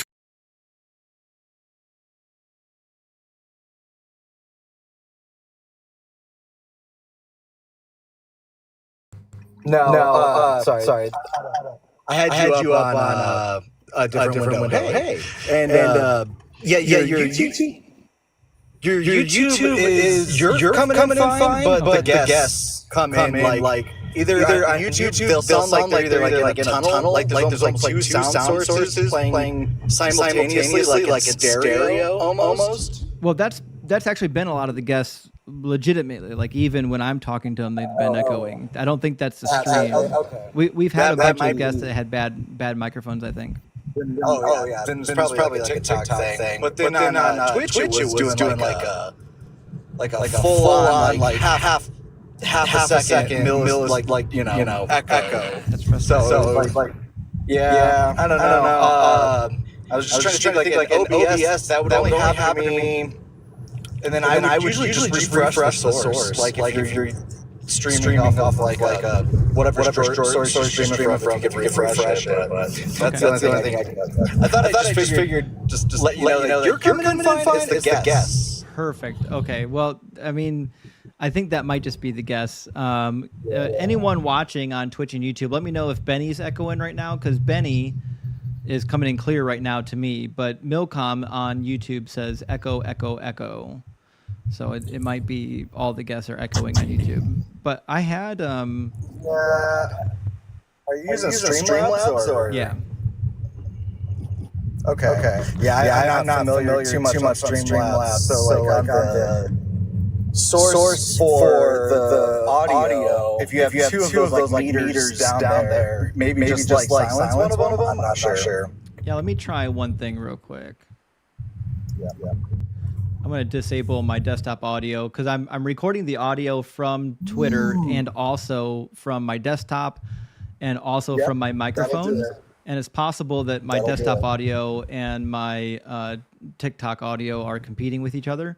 But I was only doing that so I can use my sound effects because I've got a sound effects board. What? Like a new one or from what you've been?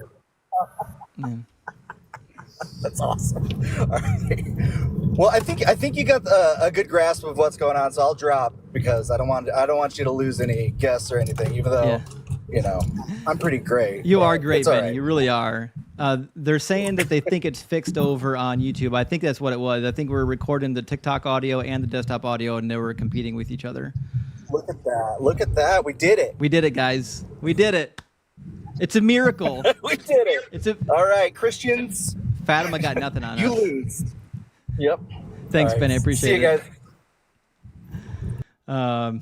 Checkmate Christians. We just defeated the Checkmate Christians. I love it. We defeated the spiritual entities trying to take our stream down. Welcome in, Louise. Hey, how's it going? Good. How you doing? Pretty good. I'd like to ask, do you believe the Bible is true, or do you think I'm confused? Is it just made up, like written from, Well, parts of it's true. Like, so for example, the Old Testament records the siege of Jerusalem, and it's a little bit embellished, but you can go, in fact, I've got some of it right here. You can go and read the siege of Samaria and Jerusalem from the Assyrian and the Babylonian sources, and it says pretty much the same thing. In fact, Hezekiah is even mentioned. The king, was it Sennacherib, says that he shut Hezekiah up in his city like a bird in a cage, and he says his radiance, though, overcame Hezekiah, and he was so scared that he defecated in his chariot. So obviously some of it's a little bit embellished. I don't think Hezekiah defecated in his chariot. But you can see that there are some events in the Bible that are also recorded in history. It's just that, like all other ancient histories, there's always a twist. There's always like a particular viewpoint that they're trying to push. Truth within lies. Yeah. So parts of it is true, parts of it is not. Yeah, like, right? So when it says that, Sennacherib came down, or even later on Nebuchadnezzar came down and besieged their territories, that may be true, but it doesn't mean that their God is real. I mean, for example, the ancient Babylonians attributed their war success to Lord Marduk, but just because they were successful in war doesn't mean that Lord Marduk granted them success. It's just how they interpreted it. And how do you pronounce like God's from the his name? Like, is it Yahweh? What I can't. There's Yahshua. There's Yahweh. There's two pronunciations. I don't know what to call them. In the southern Levant and in Egypt, it was Yahu. In the north, it was Yahweh, and people have tried to combine the two into nonsensical names like Yahuwah for a long time. That's silly. There's no evidence to believe that anyone ever used the name Yahuwah.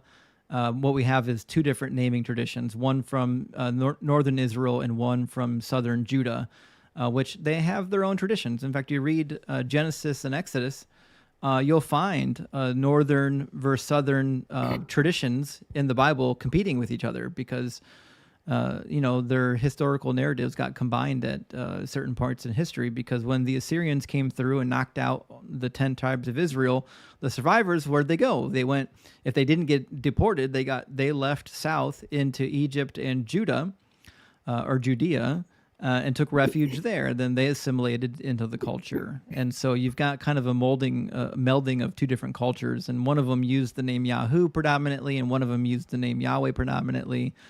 And Yahuwah, though, that's not real. There's no Yahuwah. Well, I heard from what's the name? Thinker, like Yahweh is like a demigod, right? Yeah, well, theoretically. So it's possible that Yahweh is part of a pantheon of gods underneath El, the supreme deity in the ancient Ugaritic or Israelite pantheon. If you go to Deuteronomy 32, there's a passage, I think, in verse 8 that kind of hints at this.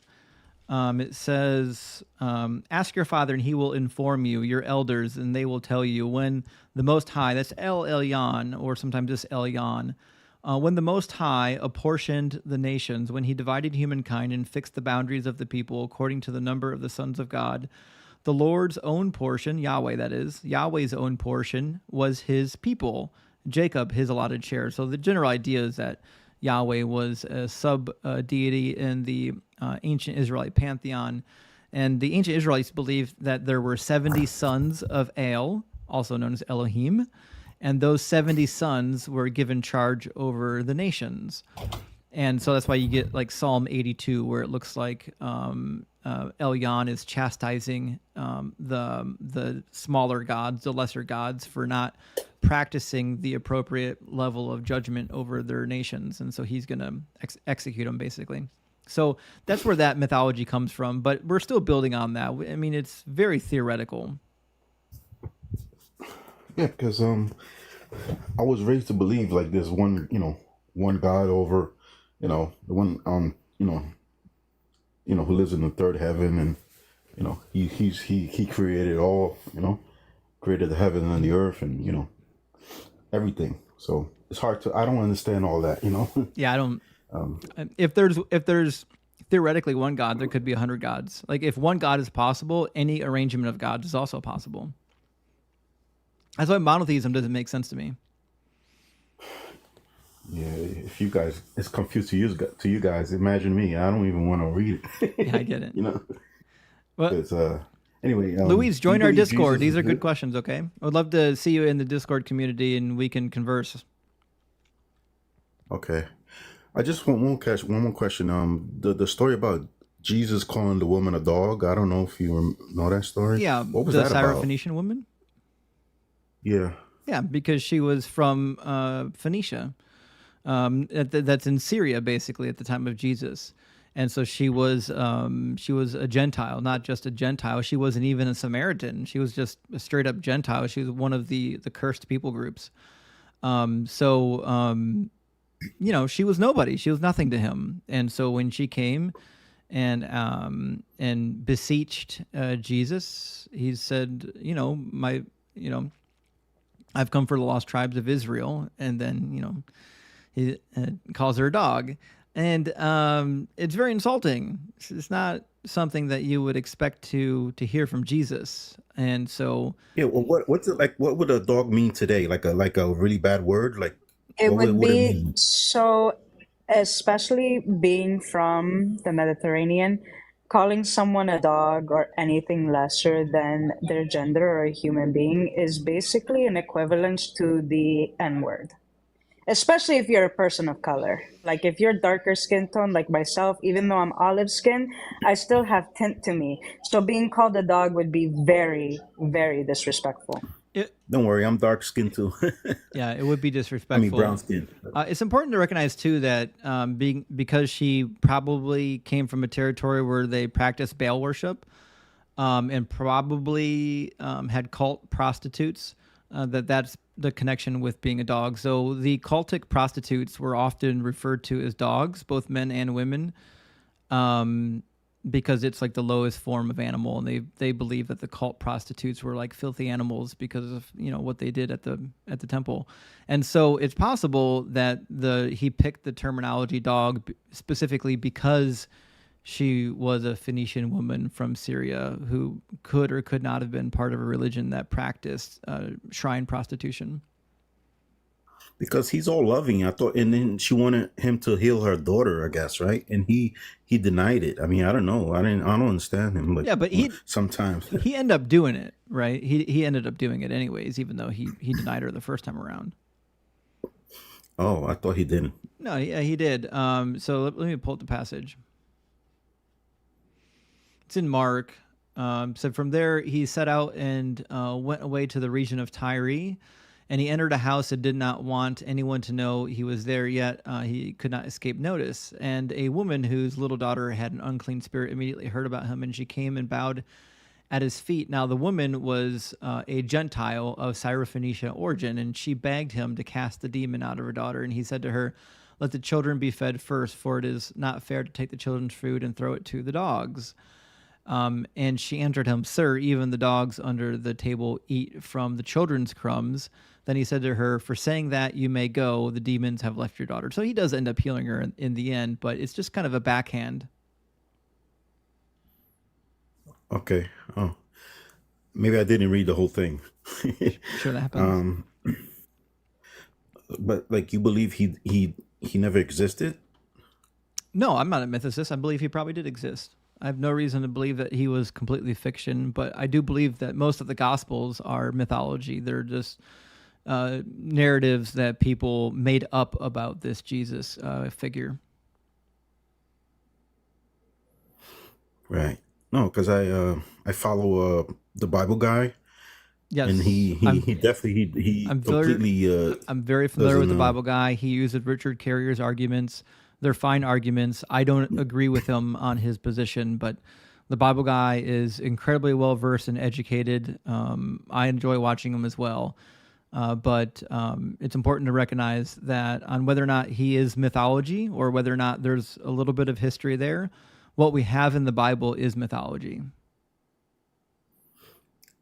So you think I should stop following him? No, he's perfectly intelligent. He's got a rational position. Okay. He's really smart. All right, that's all. Yeah, I know he's very smart. Dalton, wasn't he? Was it Dalton? I think his name is. Yeah, Dalton. Yes, Yeah, his name is Dalton. he's super smart. It just happens to be that he's a mythicist and I'm not. What is that, mythicist? What does it mean? It means you believe Jesus is a 100% mythology. Oh, okay. And he follows the lady Ashley. I don't know if you Ashland, that's his co-host. Ashland? And they both are mythicists as far as I can tell. And his primary go-to text for demonstrating the mythicist position is the book by Richard Carrier on the historicity of Jesus, or whatever he called it. I forget the name of his book now. But yeah, so he's a mythicist. I have nothing wrong with that. I don't think like that he's got a lesser position than I have. I just think that he and I are interpreting the data slightly differently. The only reason I ask, I want to like deconstruct, trying to understand. Like, I follow Thinker, I follow Rhea. I don't want something else to come in and, I don't want to get confused, with all that information. You understand? Yeah, there's a lot of information. A lot of intelligent people come to different conclusions. The important part is that you're hearing the information. At the end of the day, you still have to make your own conclusion. The biggest argument at the end of the day is whether Jesus existed or not. This is where me and Justin clash, not just because I'm a believer in a religion, but I too am one of the people that believes Jesus was a myth. I go as far as to say he's based off of Serapis, which predates him.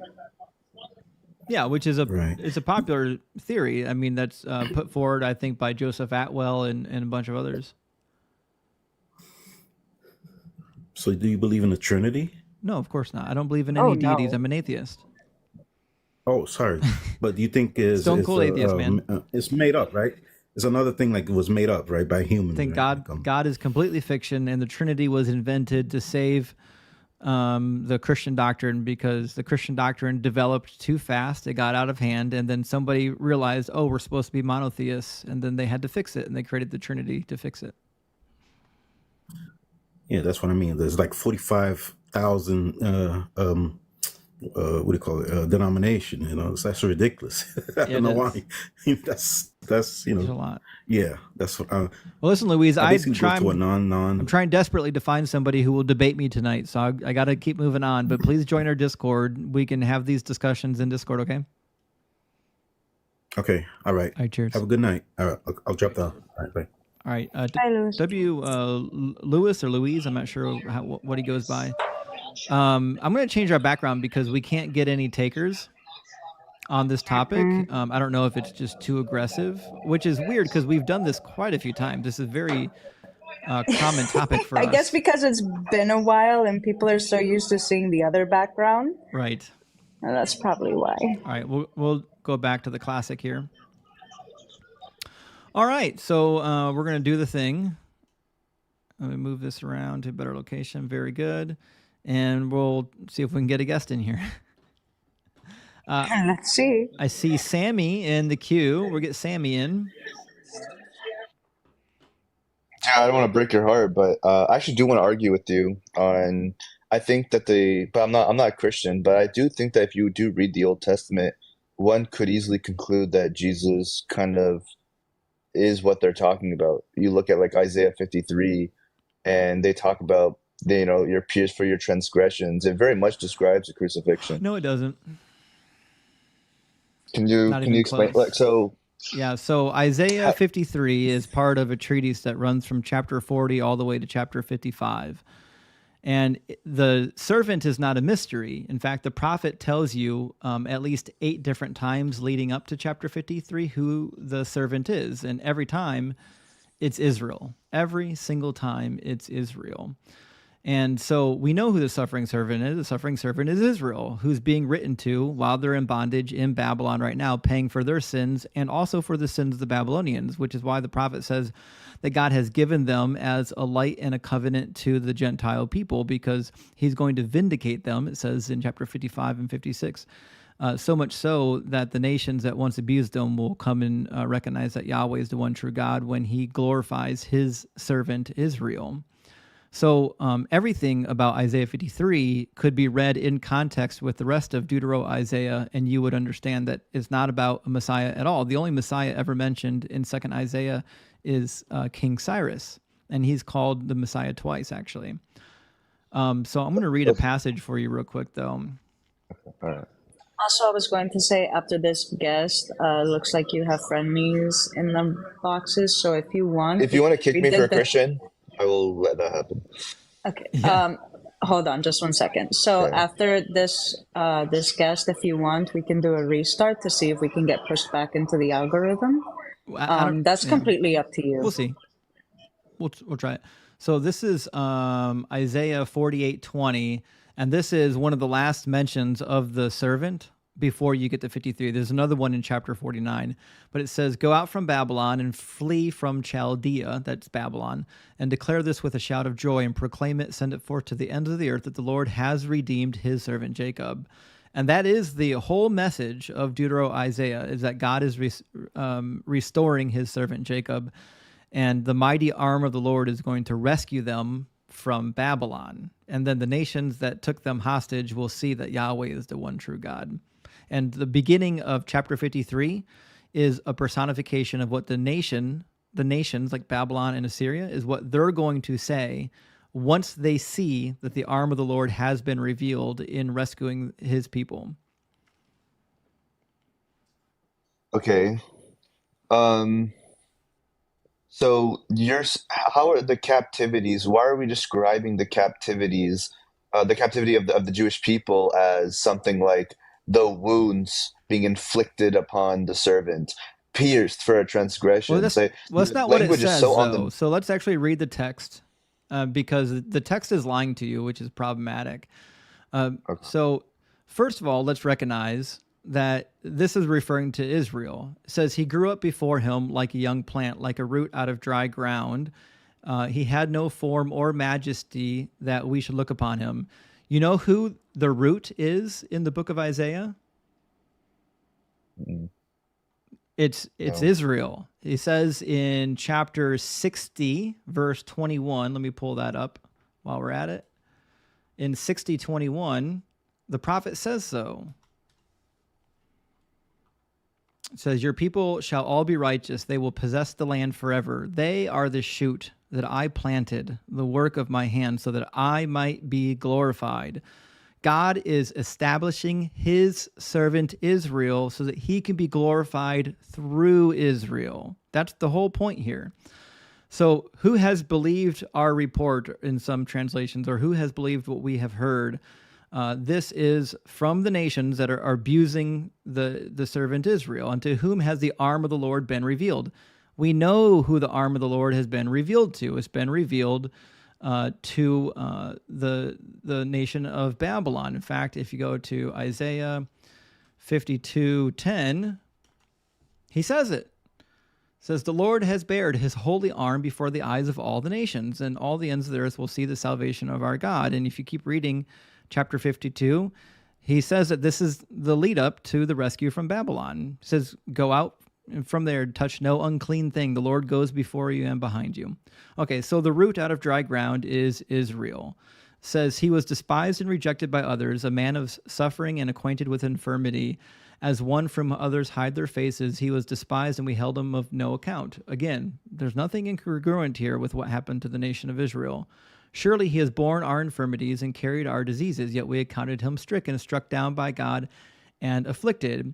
For he was wounded, and this is where the English translations do you a disservice, because it doesn't say in the Hebrew, it doesn't say wounded for our transgressions. It says wounded by our transgressions, because that's what happens when somebody transgresses you, when they abuse you, you are wounded by them. It says he was wounded by our transgressions and crushed by our iniquities. Upon him was the punishment that made us whole, which would make sense if you read all of Deutero-Isaiah, because in Deutero-Isaiah, God says that he's going to rescue Israel, and in rescuing Israel, he's going to restore the nations, and the nations will run to Israel. I think in Isaiah 55, he says, nations that don't even know you will run to you. That's the vision here, is that when God rescues his people, all the rest of the nations are going to recognize that God has restored his people. But look at what he says about the servant still yet. It says, there you go.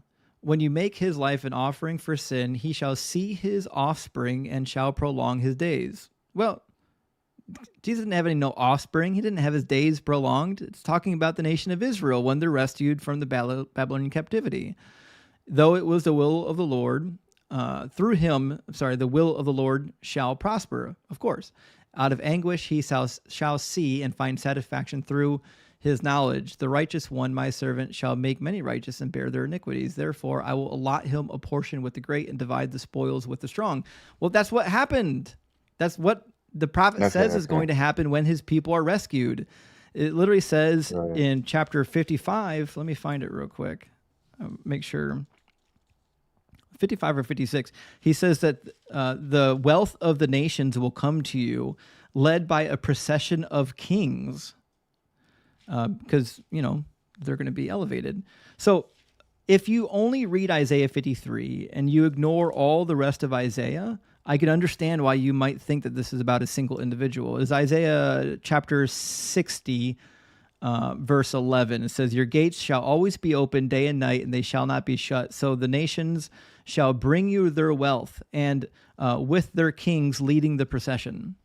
So the whole theme of Isaiah here is the rescue of his people from the Babylonian captivity. Every bit of it. And if you read all of it and not just the one chapter, that's very clear. Yeah. Okay, that makes sense. All right. So it's a long-winded explanation. No. I understand. I guess I got to do more reading on it. And then same thing when you think about, I think it's David writes something very similar. Again, kind of describing the crucifixion. Psalm 22. They have surrounded me. Psalms 22, absolutely, yeah. Yeah, but Psalm 22 is not a prophecy, and it doesn't say anything about a crucifixion, which is the other thing, is the passage in Isaiah 53 doesn't say anything about crucifixion either. People they see the word pierce, which I didn't even look to see if that's actually in the Hebrew text. I don't know if Dakar is even in that text. But they see the word pierce, and they're like, oh, crucifixion, but No, you got pierced when you were impaled. You got pierced when you went to war and someone got you with a bow, or with a spear, or with a sword, or if like Psalm 22, if dogs are attacking your hands and your feet, they're going to pierce your skin. So you can't just see the word pierce and be like, oh, it's a prophecy, because that's not how prophecies work. So a prophecy has to be testable, has to be a prediction, a revealing of information that is testable according to Deuteronomy chapter 18.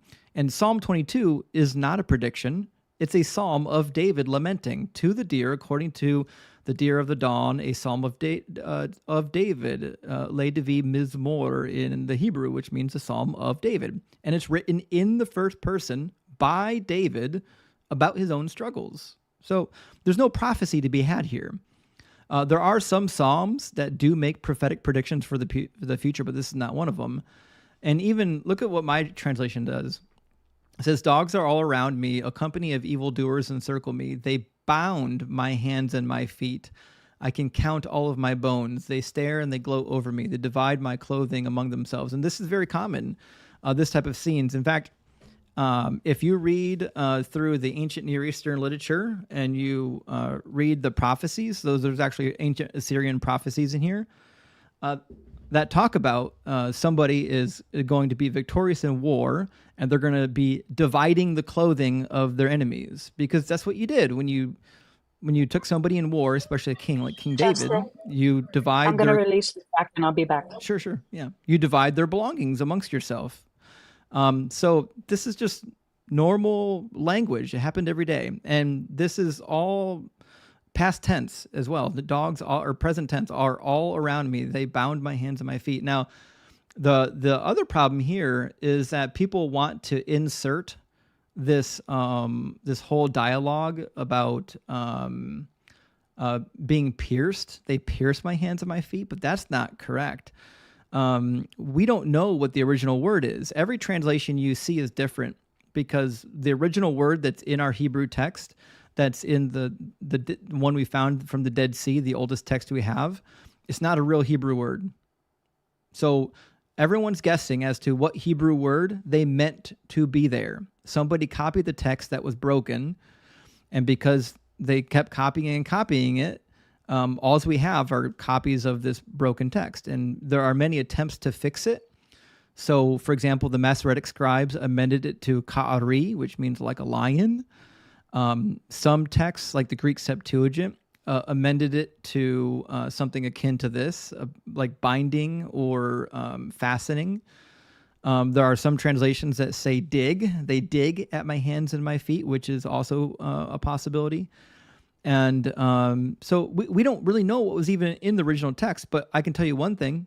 The only thing about this passage that Christians think they for sure have in the bag that it's about Jesus is because it says pierced, but the text doesn't say pierced. Yeah, it does. Okay. Yeah, I think they kind of, okay, all right. I see how this, okay, I understand where you're coming from. Even with the Israel, like, I think they take the suffering of an entire nation, and like, just because Jesus is suffering too, they kind of just shoehorn it into the text, perhaps.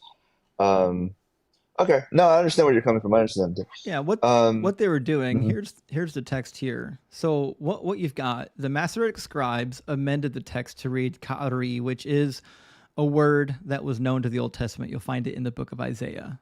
It means like a lion. And it also fits Psalm 22 because his enemies are personified as being like animals. And then guess what? The Aramaic Targums, which are really old, I forget if this is from Jonathan or Onkelos, but it amends or translate the text as like a lion as well in Aramaic. So there's a solid tradition out there that it could literally just say like a lion at my hands and my feet. The oldest Hebrew text we have here doesn't mean anything. Aru is not a Hebrew word. It's not. So everyone's guessing as to what was supposed to be in the text. The proper word for pierce would be dakar, and that is not what you have here. This does not say dakar. Now, it's possible that maybe a long time ago it said dakar, and then it got mistranslated, or it got miscopied, or a scribe didn't look, good enough. But also, you've got writings from the Talmud, from the rabbinic period, where it says karu, which is a real word, but that means to deface. So we've got all these ancient texts that are just trying to either one, guess as to what was in the original, or they claim to have the original. Like the Aramaic Targum very could have been they could have been translating from the original. The Aramaic Targums are very ancient. Okay. You know, one last question, and I'll let it go. In the beginning, when you brought up Psalms, that very first line is very, it's, and I know it's used in apologetics. It akins it to what Jesus said as his last words. What do you think when the authorship of it? There's clearly, when the author writes that about Jesus, they're linking it to the Old Testament. Yeah. So, what do you think so on that? Well, obviously that's the goal. Whoever wrote that passage about Jesus was trying to link it to the Old Testament. In fact, the book of Matthew does it religiously. Matthew's got like 22 or 23 different prophecies that he tries to link to Jesus, but none of them are actually prophecies about Jesus. Half of them aren't even prophecies, and the ones that are don't get fulfilled. Like Zechariah 9:9 from Matthew 21 talks about a king. Jesus was never a king. Micah 5:2 shows up in Matthew chapter 2, talks about a king as well. Jesus was never a king. So like they had this narrative about Jesus, and people who weren't really familiar with the Old Testament said, okay, he didn't fulfill any prophecies, but we've got to go through this Old Testament now. We've got to find anything in here that we can apply to him to give him legitimacy.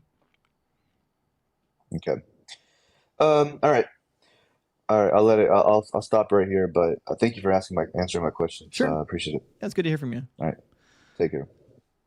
All right. Well, we've got one or two people in the guest box. I don't know if any of them are Christians. We just got a new one in here that looks like a Christian. We'll see. Guys, thanks for being here. I know it's been kind of a slow night. We're going to try to get things going. Thank you. I think the questioning is what pushed people back. Yeah, nobody wants to like get in here and just hear people ask me questions. As fun as that might be for some people, everyone's here to see a debate. So I think from this point forward, I'm going to disallow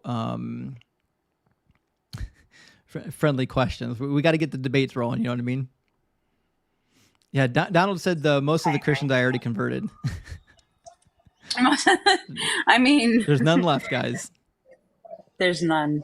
So that's why I'm just like, Hello. Yeah, welcome in. How you doing, Payne? Doing pretty well. Fantastic. I assume you're a Christian since you have a cross in your profile? Yes, sir. Fantastic. Do you believe that the Christian God is demonstrable? Demonstrable. Do you have what do you mean? an argument or evidence for the Christian God being real, or is he only imaginary? I think there would be a few arguments that God is real. Sure. What would be your best argument?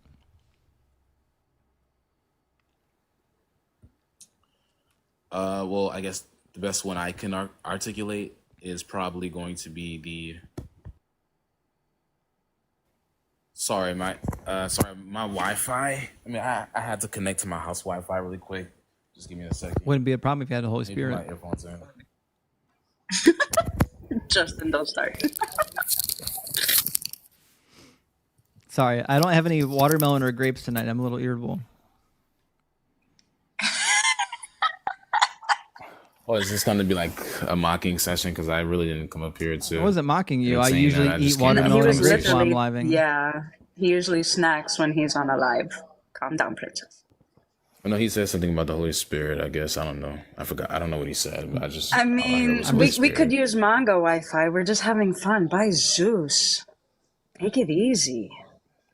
All right. So, what's your best I argument just for would why like the to- Christian God is real?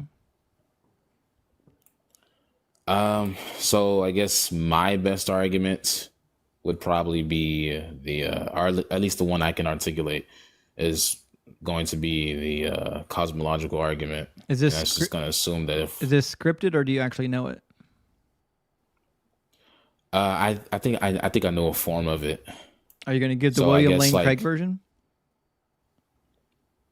William Lane Craig. No, I haven't looked at his version. No. All right, go for it. What are the premises? I guess like if the universe did start, like it wasn't eternal. Oh, I disagree with then I premise would number one then. premise number one. Yep. Yeah, we got off to a pretty slow start. Premise number one, I disagree with. Can you demonstrate why that do you disagree with the Earth had a beginning? Or I'm sorry, not the Earth, but that the cosmos, that all of existence, that it had a beginning?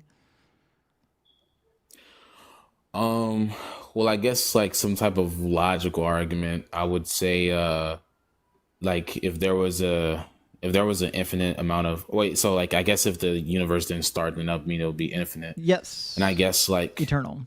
So my idea is that if the universe if the universe was infinite or eternal, then I don't see how we would get to the point where we are now. Because if there was like if there's infinite numbers between 0 and 1, then we would never get to 1. Yeah. We started from 0. What does that have to do with getting here right now? There's not an infinite amount of time between this moment and the moment that's about to happen 5 moments from now. So just because there's an infinite sequence in the past doesn't mean that there's an infinite sequence between 2 points on the path. Well, I guess like it would be the idea that there would be an infinite number of time between certain events. Nope. There would be a finite amount of time between events. But there would be like infinite events happening. Yep. So then how would that correlate? Like how are we then able to reconcile the fact that like if we started from 0 and we went, like how would we get to There's 1 no 0. then if like We are 0. Time is relative. All time is tracked from the observer. Well, I mean, I agree that time is like somewhat relative, but like I'm talking about like the change of events. Like if there were an infinite number of change of events between 2 events, like But there's we would not. get to That's what I keep saying. There's not an infinite number of things between 2 events. There's a finite number of things between 2 events. Thank you, Kim, for subscribing. Thank you, Kim. Thank you. A finite number between 2 events, but it's just these events are eternally happening. Yeah, there's an eternal sequence of events, which you would have to believe for your hypothesis as well. The God hypothesis is an infinite regress. So if infinite regresses are logically possible, I can use them just as much as you can. Okay. So, I mean, the only way I could like probably demonstrate that the universe did start is that, I mean, we have like the Big Bang theory that like, I guess says that space and time started at a like singular point. Nope. It's not what it says at all. It says that there was a point in our history in which space and time was in a very condensed, compact state, and then it began to expand. But it doesn't suggest that there was nothing before the Big Bang. In fact, even like pseudo spiritual people like Lawrence Krauss went through great lengths in his book Something from Nothing to explain that nothing isn't technically nothing. I don't know of any cosmologists outside of Stephen Hawking, and even Stephen Hawking retracted his position, stating that there was ever absolute nothing. All right, that's fine. So as far as we can tell, there has to always be something, and there's a good logical syllogism for it. So premise number one is that something cannot come from nothing. Can we agree on that? Something cannot come from nothing. I agree. Right. And there is something. Premise number two. Can we agree on that? Yeah. So the conclusion then is that there was never nothing. I agree. Thank you, Genesis, for the subby. I would agree with that argument, but I guess the something in question is whether or not I guess there was like some beginning cause to what we know now, or if this what we know now always existed. Well, it's possible that there was a cause, but why would you think that the cause is anything but natural? Natural, and like, what do you mean? Why does the cause have to be supernatural? I guess like when we say like supernatural, I guess that means like in some sense, this cause would be like something that's not of nature. not something that we don't know of nature.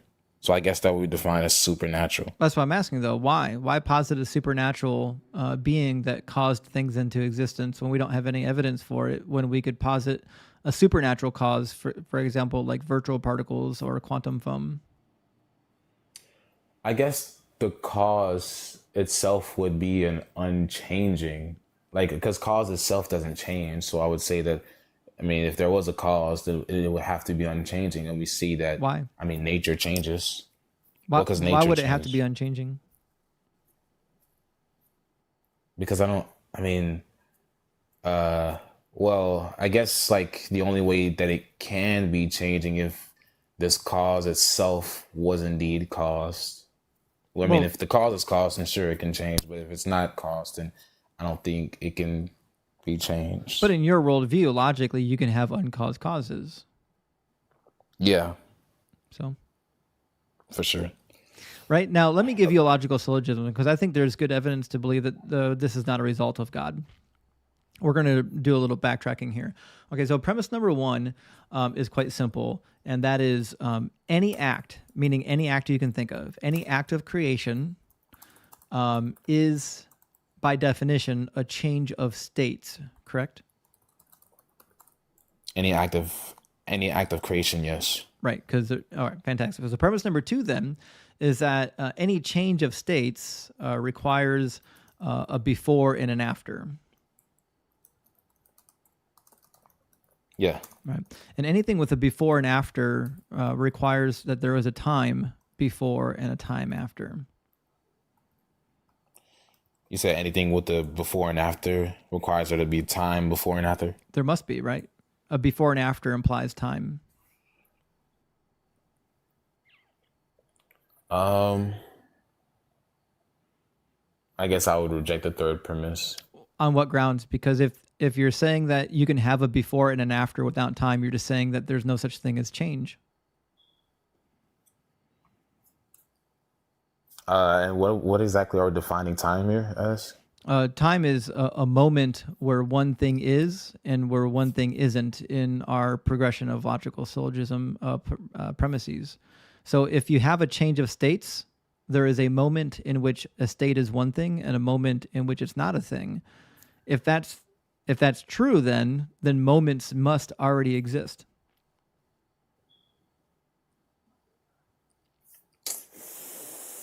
I don't know. Yeah, no, I would disagree with that. I don't. Can you find because- anything that has a before and an after but doesn't have time affiliated with it? Well, no. Because before and after, by definition, implies time. That's how before and after work.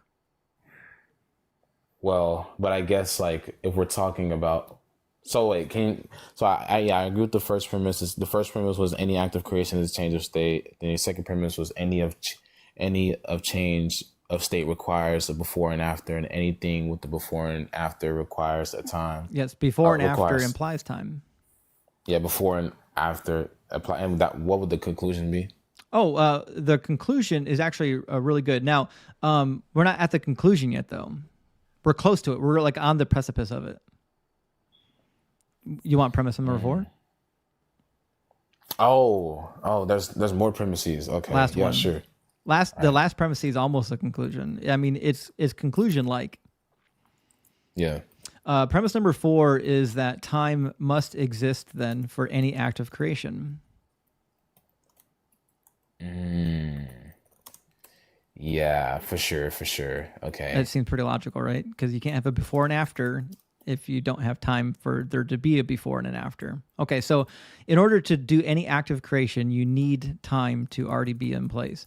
And if that's the case, then time itself cannot be created, because you can't have a before and an after the creation of time, because you wouldn't be able to create time. So time must be eternal. And time, you say the change between events, right? Well, in what we're talking about, we're specifically referencing the change of states. Yes. Change of states. Okay, change of states. Yeah, nah. I would say, I guess like time in a sense of change in the states. Okay. Well, not because I mean, what other change like would be happening before, I guess, the creation of the universe? I don't believe it was created. In my worldview, time always existed. Okay. And that's because you can't create time. Time itself cannot be created because you need time for any act of creation. Well, I mean, I would agree with the definition of time. But I guess when we say that time is created, thanks, BB. We don't mean like that time is this thing that like exists like ontologically, but it's like a description of it's like a description. No, I mean, according to physics, time is real. It's part of the space-time fabric. So space and time are interwoven. You can even manipulate it.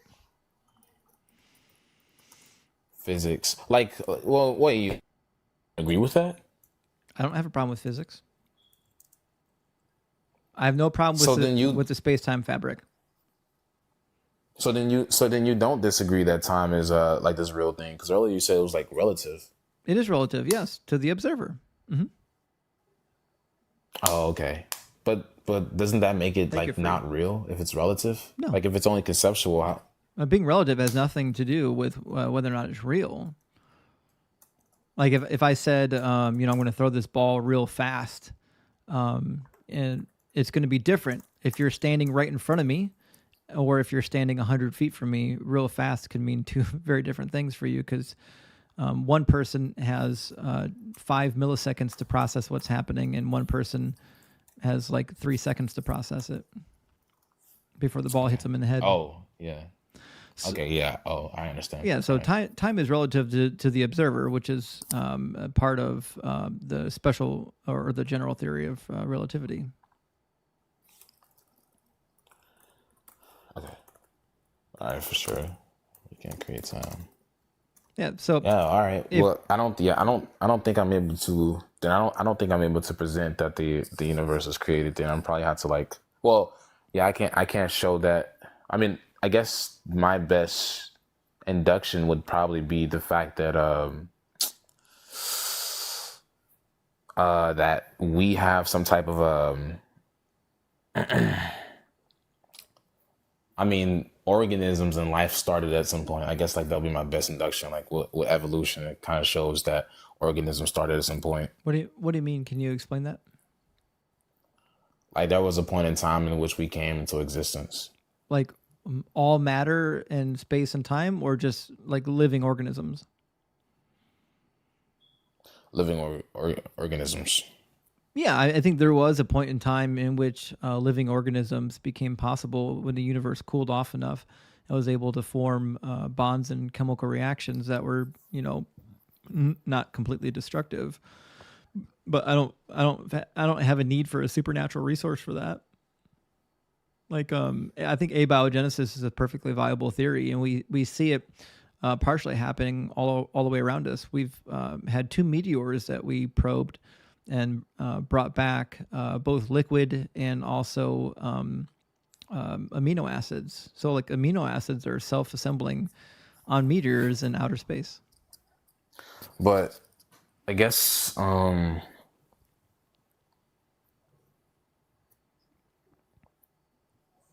of with the same point that I don't want to be too hung up, and I don't want to like kind of hold up the live, because I know the conversation could get kind of boring.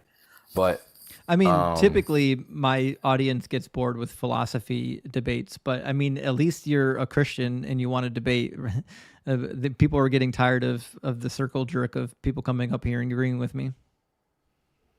Yeah, I mean, because I know like usually these, I guess, lives or debates get kind of crazy, and I know that's kind of like what's going. Yeah, like I guess kind of like the mood for this type of live. But I really just came up here just to kind of, I don't know, just try to present some type of argument and see if what I know is coherent enough. Well, that's the goal. We have no problems with cordial guests. In fact, we prefer them. It just happens to be that a lot of Christians get bent out of shape when you question their beliefs, so it's hard for them to remain cordial.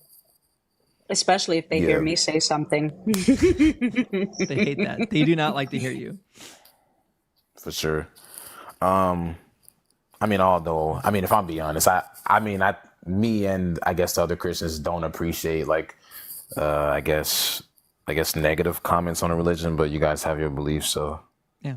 But well, Payne, listen, I mean, come on back, do some thinking on the arguments that we had, and maybe you'll find a resolution that we didn't think of, and you'll come back and you'll have an argument that defeats my position. Yeah, I appreciate you for bringing me up. Absolutely, good to hear from you, Payne. You too, man. Thank you. Let's get some W's for Payne. The council likes him. Yeah, that's the type of Christian that we're typically looking for, someone who wants to have an intellectual conversation and not just throw mud. I mean, not that we're against throwing mud. We've dealt with a lot of that. But listen, I like to wrestle in mud. Don't threaten me with a good time. Oh man. All right. Well, we got a new guest in here, Breen. Welcome in. Are you a Christian? Yeah. Fantastic. Can you get a little bit closer to your microphone? I can barely hear you. Yes, I am. Oh, there you go. I can hear you now. Thank you. So what would be your best evidence? Leo, thank you for the hat. Kim, thank you for the hat. And Free from Faith, thank you for the hat, by the way. What would be your best evidence or your best argument for why the Christian God is real? Civilization around you right now that built this whole platform, everything, technology-wise. It was Christians that went through the world. Christians built TikTok? It built society. It built slavery. It built the whole society. Yeah, it built slavery. Oh, yeah. I mean, you could pick and choose and everything, So who built the Nazis? What about Christians existing makes the Christian God real? Because as it turns out, Hindus did a lot. As it turns out, they're still doing a lot. In fact, India is one of the most rapidly growing and industrializing country, and they're predominantly Hindu. So does that mean that the Hindu gods are real? Hindus also burn people over there, too, so... Who? I don't know what you're talking about. No, they don't. You're referring to self-burnings that some of the monks have engaged in as an act of protest, but they don't go around burning each other.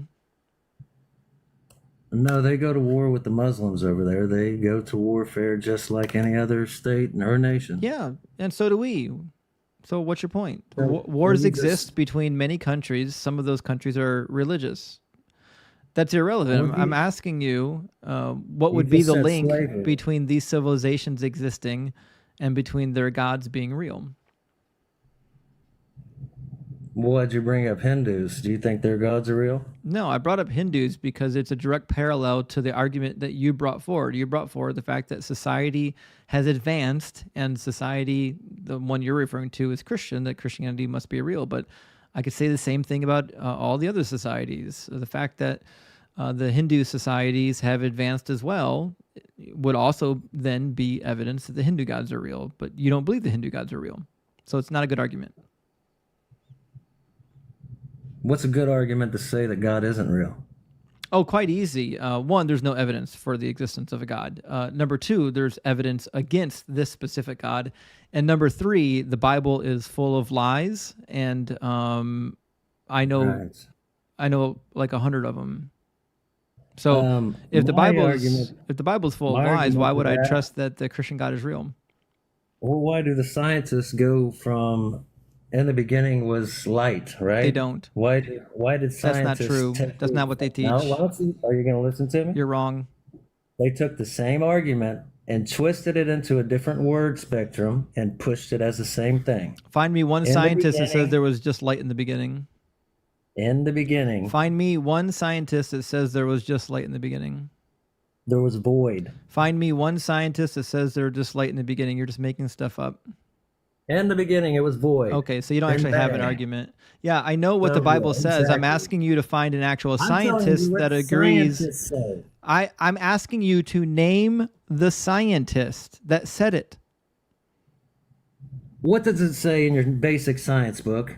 It doesn't say anything about that. It says void and expands. It doesn't say that. It says that the universe expanded from a much smaller universe billions of years ago. Doesn't say anything about there being just light at the beginning of it. I don't think that's what it says. Okay, then find me a science book that says what you says it says. Okay, give me a second. Find me a sign. It's in every science It's not. book. It was all without form and void, and then None the Big Bang. None of that's in a science book. Not one word of that. That is exactly what we were all taught. Nope. No, it's not. Okay. I went to a real school. Are you in like Alabama or something? Did you not go to school? This is what everybody was taught in elementary. Nope, that's not what I was taught. And you should have learned something better in junior high and high school. Did you not complete high school? It sounds like you completed everything in the city. I have a graduate degree. That's why you're arrogant. I'm not arrogant. You're just making claims that are How dare foolish. you be more intelligent And than him? you're upset that I don't accept your claims that are foolish. I'm telling you what they say. Okay, then find me one that actually said it. Hold on. They don't even teach us this nonsense. Like, what? What is he on? I'm going to bet you $1 million that he's going to bring up Kent Hovind. Tinker! Probably. Also, I love how someone in the comment section said roll tide. What is that? That's like a southern thing for football. I think the University of Alabama, that's like their slogan. But I honestly don't know what it means. They know what it means. Oh, I didn't. I feel dumb. I didn't know that because I keep hearing people saying roll tide, and I'm like, what does that even mean? Like, what? I don't really know what it means, to be honest. People are saying Alabama. Google it. It says. Okay. It says yes. What says it? The idea that nothing existed before the Big Bang is a major theory. It's not. Well, it's a major hypothesis. It and that's one that is not. No modern cosmologist holds to that. Everybody on here, go ahead and Google it. Please. You're welcome to go ahead and Google it. It's also irrelevant. It also doesn't have anything to do with there being light at the beginning of the universe, which is what the claim that you made. I am telling you that So scientists the earliest part, took form in gases. So that what we had was a universe that was too hot to form mechanical bonds. So it was mostly just gases, not light. I don't know if you knew this, but light is made from photons. Yeah, and you can see them. The human eye can see them. Yes. So Yeah, the I early know universe about was not science. made from photons. The early universe was made from gases, which are obviously made from even more fundamental particles, atoms, and then quarks and gluons and other subatomic particles that are Big old necessary. theoretical cosmic soup. Okay, that no so one knows. there's no scientist that says there was once absolutely nothing, completely nothing, and then there was light, just like the Bible said, and then the earth magically formed. Big Bang is equal to then there was light. No, there's Period. not. The Big Bang has Period. nothing to do with light. I'm telling you, they got it from the Bible. No, they didn't. Every major scholar. This is that- delusional, is what it is. Newton, and all of them. Isaac Newton lived in the 1700s. He didn't even know doesn't matter. He didn't even know what germs were. Where does gravity come from? From gravitational waves. So Newton lived before Those we are the even knew any of the modern physics and cosmology that we know today. Why would I accept Newton's belief in the Bible just because he was really good at math? And Leonardo da Vinci. Yes, again, 1700s. Can you name one scientist in the modern era that believes that, or do you only have people that lived hundreds of years ago before modern science? No, that's because they're going to supercomputers now because everybody's come dumbed down. No, it's because we've learned. No. Society is not up climbing. It is downhill. Yes, you're on the You can't- downhill portion, I can tell. Right. There's no argument. So do you have an argument other than fictional scientists agree with me? I only believe you're a troll and arrogant. All right. Well, you can go cry later. I want to get a real guest in here. We got Michael coming up next. By Zeus, what the fuck I is thought about going keeping him on for entertainment purposes because our numbers were going up. We could have just, harassed each other for another 45 minutes, but I like to believe that we can get some real conversation going. Welcome in, Michael. Michael, you can unmute. I'm here. Yeah, welcome in, Michael. Are you a Christian? Yes. Fantastic. I'm Orthodox Christian. Fantastic. What would be your best evidence or your best argument for why the Christian God is real? My best argument is science does not have a clue about where what science is talking about. What? Are you a scientist? No. Okay, I'm so not a you're a scientist. scientist, but you think you're not a scientist, but you think all the scientists are clueless. Great. What's your scientific No, background that I would want to no. believe your opinion about science, but not the actual scientists? Don't make a straw man fallacy. I didn't say every scientist don't have a clue, but science by itself doesn't have a clue. Cool. Adorable claim. Where and Demonstrate how- that. Where and how we existed. Demonstrate it's it. just a guess. Listen, No here's what we one- don't do, Michael. We don't just make dumb claims. I'm going to ask you to bring evidence for all of your dumb claims. Yes, I'm going to. No. I'm the one asking you if you believe in science. Can you prove me Big Bang theory is real? I don't have to. So let me help you understand The here. early 90 So billion even years if it old? turned out that the Big Bang cosmological model wasn't an appropriate model and it needed to be adjusted, it still wouldn't mean that your God is real. And that's where you guys keep falling apart, is you think that if you attack science, then by default, your God is real. But that's not how that works. In order for your God to be real, you need to present evidence for why your God is real. It's like if I debunked the Hindu gods, it wouldn't make the Babylonian gods real. If I debunked Egyptian cosmology, it wouldn't make the Assyrian gods real. In order for your God to be real, you need to present evidence for why your specific God is real. So to make my God Thank you, very Ewell. real, to make my God very real is that the prophecy. Which one? Every prophecy. Which every one? prophecy. Name one. For example, Isaiah predicted the birth of Jesus. No, he didn't. He said he would be born from a virgin. That's Isaiah 7. That's not what he said, though. Have you What did- read all of Isaiah, or do you only read one verse in Isaiah? Yeah. Today you're I gonna read it. learn. What's your argument? So Isaiah chapter 7 starts out with the context, and it's very clear. It says, the days of Ahaz, son of Jotham, son of Uzziah, the king of Judah, King Rezin of Aram, and King Pekah, son of Remaliah of Israel, went up to attack Jerusalem. So this is very simple. The background is that the king of Judah, who is Ahaz, is under attack by an alliance with the Arameans and the northern Israelite people. And he's afraid that his kingdom is going to fall. That's why it says, when the house of David heard that Aram had allied itself with Ephraim, the heart of Ahaz and the heart of all of his people shook as the trees of the forest shake before the wind. So that's the setting. And the prophet Isaiah gets sent by God 3 different times to provide a message of hope and strength for the king. The second time is the part of the prophecy you're interested in. Starts in verse 10. It says, again, the Lord spoke to Ahaz, saying, ask a sign of the Lord your God, and let it be as deep as Sheol or as high as heaven. But Ahaz said, I will not ask, and I will not put the Lord to the test. Then Isaiah said, hear then, O house of David, is it too little for you to weary mortals, that you weary my God also?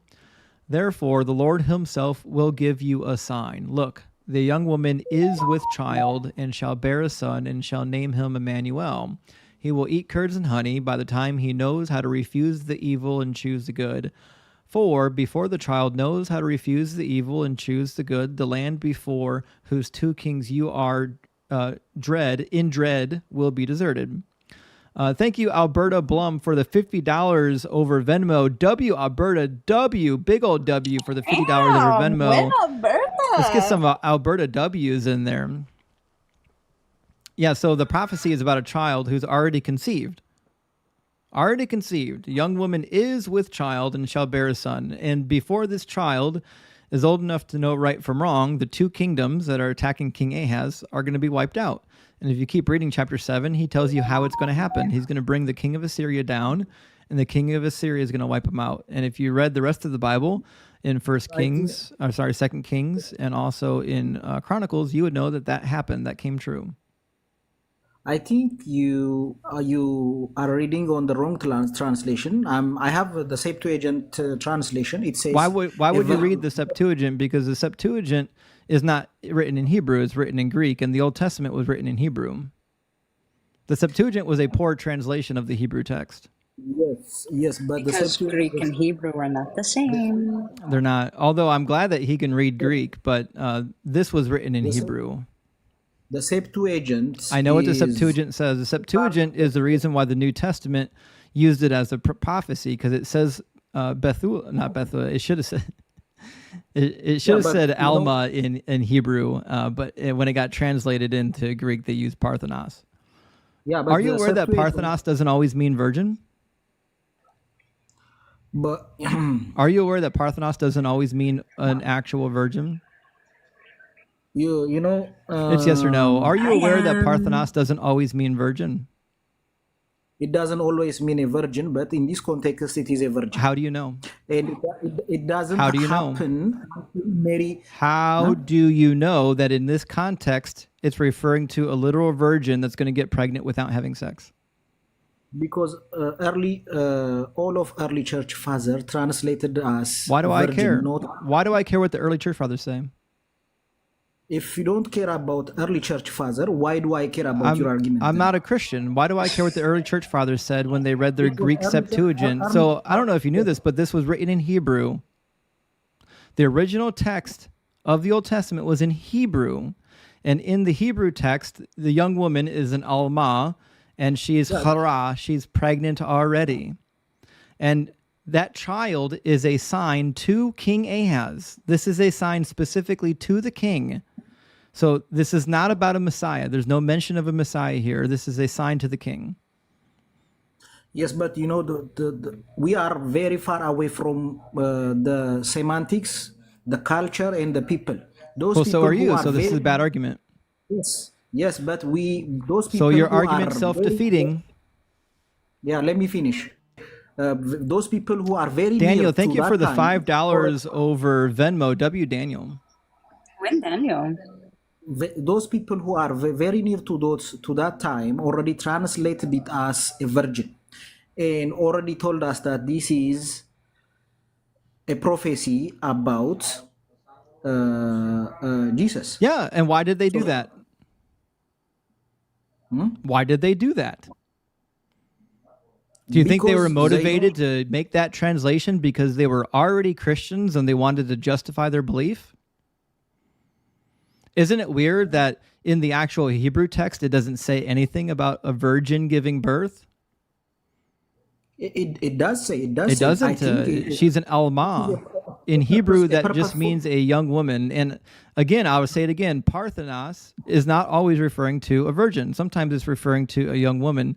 In fact, Dinah is described in Genesis after she's raped as a Parthenos. And we've got other texts from this time period, from the Greek poets who use Parthenos to refer to women that are married. Yeah, Parthenos means an unwed maiden. There's many different analogies for Parthenos. It's not just a virgin. So the New Testament authors knew that Jesus didn't fulfill any actual messianic prophecies. So they went through their Greek Bible because they couldn't read Hebrew, and they just looked for anything that they could apply to Jesus. And quite often it was nonsense, out of context quotations like this, because again, this is not even a prophecy about a Messiah. This is a prophecy about a child who's going to act as a timeline for the king. What is your evidence to claim this? Claim what? That the early writers of the New Testament purposely connected this prophecy with Jesus. Matthew chapter 2. Matthew chapter 2. No. I'm saying, is there any evidence for you that supports your claim other than you? Any other literature review or any other claim? Matthew chapter 2 already says that Jesus was the fulfillment of this particular prophecy. And if you're a Christian, then you must believe that to be true, or else you believe that Matthew was lying. So the Christians who came after the writing of the Gospels had to interpret it this way, or they wouldn't be Christians.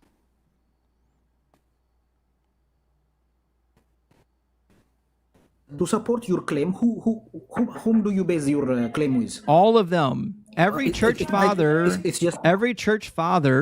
that wrote on this topic that was a Christian had to interpret it in a Christological manner, or else they would be calling the gospel writer a liar. And they're not going to do that because they're Christians. My question for you is, is there any evidence, even atheists or any other historical writers at that time, that translated this verse to any other time, or that tied it with the king that you mentioned before? Yeah, you can quite literally just read the writings of the Jews. You can read the Talmudic writers. You can read the Mishnah. You can even read some of the early dialogues between the Jewish people and the Christian people. And in those dialogues, the Christian people are responding to the Jewish claim that this isn't about a virgin. You can read from Celsus as well. But can you, because I have the same argument like you, because the Jewish people purposely changed the meaning of this prophecy. Because they don't accept Jesus Christ. How'd they change it? Huh? How did they change it? Because they changed it to a young woman, not no. The lady. Hebrew text says young woman. It says Alma. So I have a lot of. I don't know why you can't understand this. The Hebrew text is the original text. It was written in Hebrew, and then it was subsequently later translated into Greek. And the book of Isaiah, of all the books that got translated into Greek, was a poor translation. That's why almost all of the scholars that translated it said the same thing. It's very difficult to understand why some words are inconsistent in Isaiah. It gets translated one way in the early chapters and translated a completely different way in some of the later chapters. And if you read, for example, I've got a copy of the Septuagint. Here, this is the Sir Lancelot Brenton edition with the Greek parallel. Sir Lancelot Brenton said himself that the translation of the Hebrew text into Greek for the book of Isaiah is among the worst of all of the Old Testament translations into Greek. Who said this? Sir Lancelot Brenton, the guy that did the English translation that was standard for about 200 years. And if you go to anyone else after that, like David de Silva, they say the same thing. David de Silva did a more recent translation of the Septuagint in English for Lexham, the people who own the Logos Bible software. Is that the lexicon, by the way? This one doesn't have a lexicon, I don't think. Hold on. Because I have one similar in my wish list, but I don't know if I got the right one. What is his commentary on this verse? Can you read it, please? Read what? If he has a commentary on this specific verse, the one, Sir... His commentary is that he said it. He was one of my New Testament professors, and I own the book. So does he have any say on this verse? Does he specifically mention that verse is... You can go and read all of David de Silva's work. He's a New Testament professor. He writes on the apocryphal books and also on the Septuagintal texts.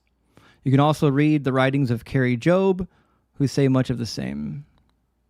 Speaking of Carrie, thank you, Carrie, for the study. Yeah. So here's your problem. None of this is helpful because the Old Testament was written in Hebrew. I do not care what your favorite Greek text says. I don't. It means nothing to me. How can you bring... So, for example... The Septuagint translated as a virgin. Again, I'm going to try this for like the 15th time, Michael. I don't care what is in the Greek text. The Old Testament was written in Hebrew. Yes, but the Septuagints are much more... It's not. Closer to that time than Wrong. us. The Dead Sea Scrolls are the closest. They know the semantics Wrong. of that time. They said a virgin. The Dead Sea Scrolls are earlier. We have multiple scrolls from the Dead Sea that predate the Septuagintal texts. So the Hebrew language, the Hebrew word, I think. If you don't know Hebrew, it's not a good place to pretend. No, it's not, I'm not pretending to know Greek and Hebrew, but I know my Bible. and I know the history. So here is a direct rendering of the Hebrew from the Dead Sea Scrolls right here by 3 different editors. Oh, thank you for whatever that, what was that thing? It was a That was cute cool. little rocking out emoji. It was so cute. From the Dead Sea Scrolls, this is from 1Q Isaiah A, which is the Great Scroll. It says exactly what my translation says. Therefore, the Lord himself will give you a sign. Look, the young woman has conceived and is bearing a son. Of course, this makes sense because the Hebrew word hara could mean an adjective. It could mean is pregnant, but it can also be translated as a verb. But when it's translated as a verb, guess what? It's past tense. So either way you slice it, it's about a young woman who's already pregnant. Yeah, but this what you call the documents they found in Egypt. Which ones? Is, the Nag Hammadi documents? No, the one that you raised now. The Dead Sea Scrolls. They're not in Egypt. They're from the Dead Sea. Yes, the Dead Sea Scrolls document are found in Hebrew. Yes, I know. The Dead Sea Scrolls, which are older than the Septuagint, are in Hebrew. I've got a copy of them. But you cannot bring it as an evidence. I can. Because the let Old me Testament was written in Hebrew, and we've got documents in Hebrew, and many of them predate the Greek translation that you're appealing to. Yes, but those people who are very near to that time translated the Hebrew text into Greek and mention it as a virgin. Yes, and as I've already told you, at the time that this was translated, a virgin didn't always refer to a woman who never had sex. It was used in other Greek writings of its time period to refer to women who clearly had sex, even once in the Septuagint itself. So again, the gospel author, Matthew, was the one who screwed the pooch. He read it and assumed that it must be about a miraculous birth, but it's not about a miraculous birth. Because as you know, what does he mean by new? A woman, a virgin, can still have sex and become pregnant, which is actually the way it reads in the Septuagint. It reads in the future tense, which means she was a virgin, which means she could just be a young woman. But even if you translate it as not having sex, you can still include the part where she has the sex to become pregnant. You don't have to make it a miraculous birth. That's just something that the Christian did because they couldn't read. No, the text says a virgin. The text says a virgin will give birth. That's right, yeah. And do you know that before women gave birth and had sex, they were virgins? A virgin. Hey, Hanji, before you had sex and gave birth, were you a virgin? No. Oh, the answer is yes. You weren't born a non-virgin. You cannot debunk my argument. I actually can, and I've already done it, and you're too slow to understand it. So even if you rely on your bad Greek translation, virgin doesn't mean somebody who doesn't have sex. Even if you did translate I was a Parthenos though, because I wasn't married at the time. Even if you do translate it as somebody who never had sex, you can easily understand the passage is referring to a young woman who's going to engage in sexual activity. How can a writer He didn't say listen to anything I said. He was just waiting to talk. No, I'm listening to you. I'm questioning. All right, your I want you to argument. respond to any of the points that I just made for the second time.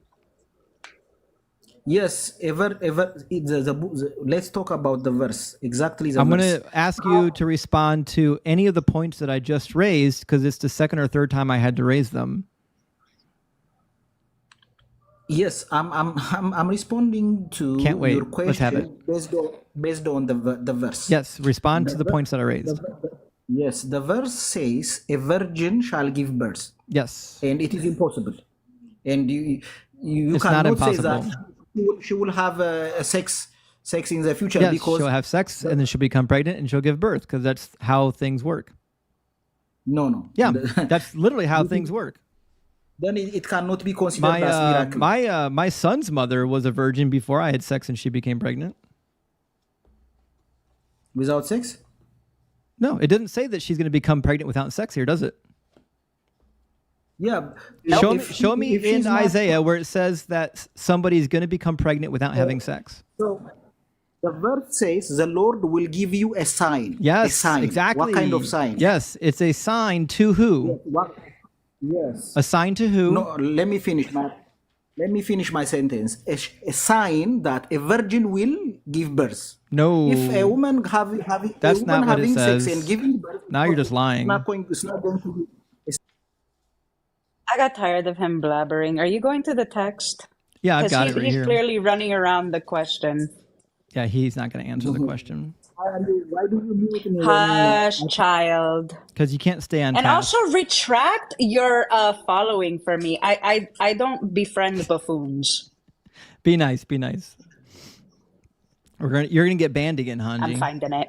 You're gonna get banned. I'm finding it.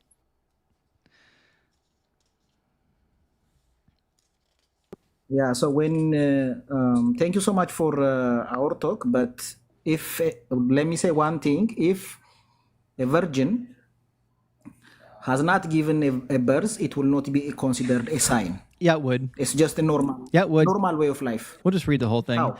So I've got the Brenton Septuagint here, and it says, "Therefore the Lord himself shall give you a sign. Behold, a virgin shall conceive in the womb, and shall bring forth a son, and you shall call his name Emmanuel.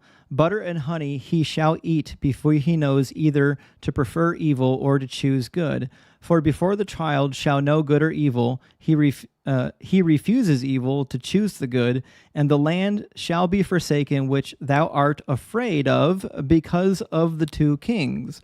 So the prophecy is still about a child that must be born during the time of King Ahaz, because that child is a timeline for when those lands are going to be wiped out, and the promise that God gave to Ahaz would prove to be true. So again, the problem that you have is you read one paragraph out of isolation, and you haven't read the entire chapter. Yeah, because according to the Bible, this is how prophecy works. No, that's not how prophecy works. Prophecy has a clear context. Who said that? I'm going to prove it to you right now. You want me to prove it to you? Yeah. All right. I'm going to read you a prophecy from Isaiah. This is Isaiah 65:9. It says, "I will bring forth descendants. I fulfilled that prophecy. I have a child." Did I fulfill that prophecy? No. Why? Because what you said is not a prophecy. No, "I will bring forth descendants" is a declaration for the future. I'm sorry? It says, "I will bring forth descendants." It's a declaration for the future. I fulfilled it. Isn't it funny how all of a sudden context matters when I tried to apply it out of context to anybody but Jesus? Gets me tickled every time. It's always about Jesus as long as you ignore the context, except when I try to do the same hermeneutic, they hate it. He knows he's caught. I just heard the giggle. A nervous giggle. No. So did I fulfill it or not?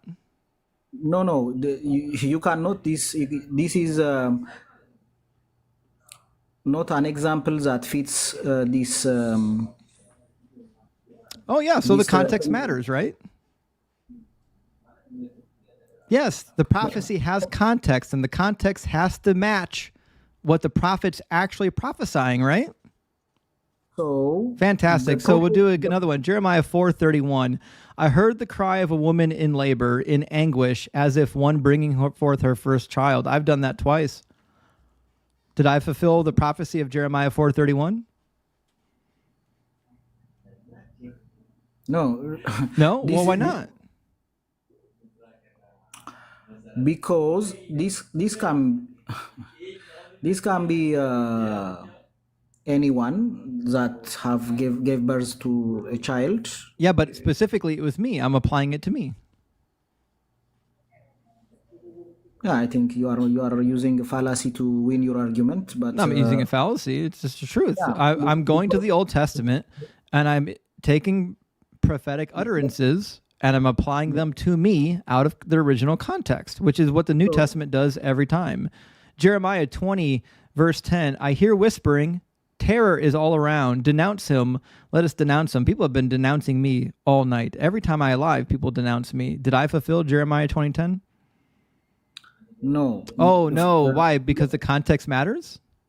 Yes. Oh, fantastic. Great. So the context of Isaiah is about a child who's going to provide a sign for King King Ahaz, that his kingdom's not going to fall.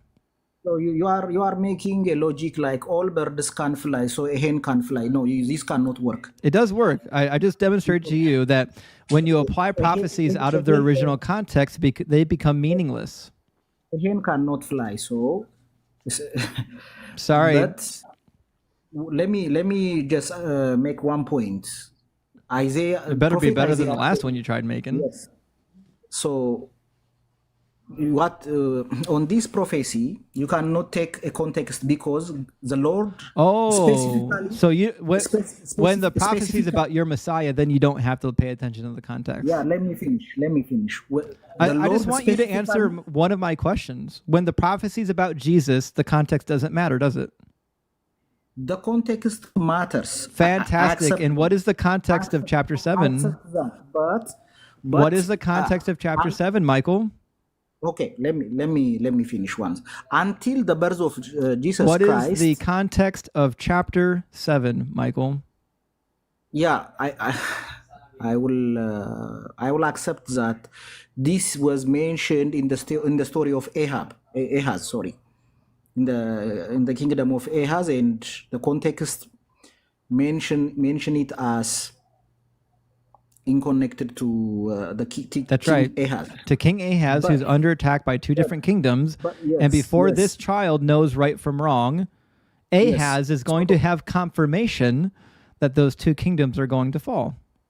Can you let me finish? My argument is there has never been in history of the Bible there is no mention of a virgin giving birth. I know, because it's written in Hebrew, and in Hebrew it doesn't say virgin.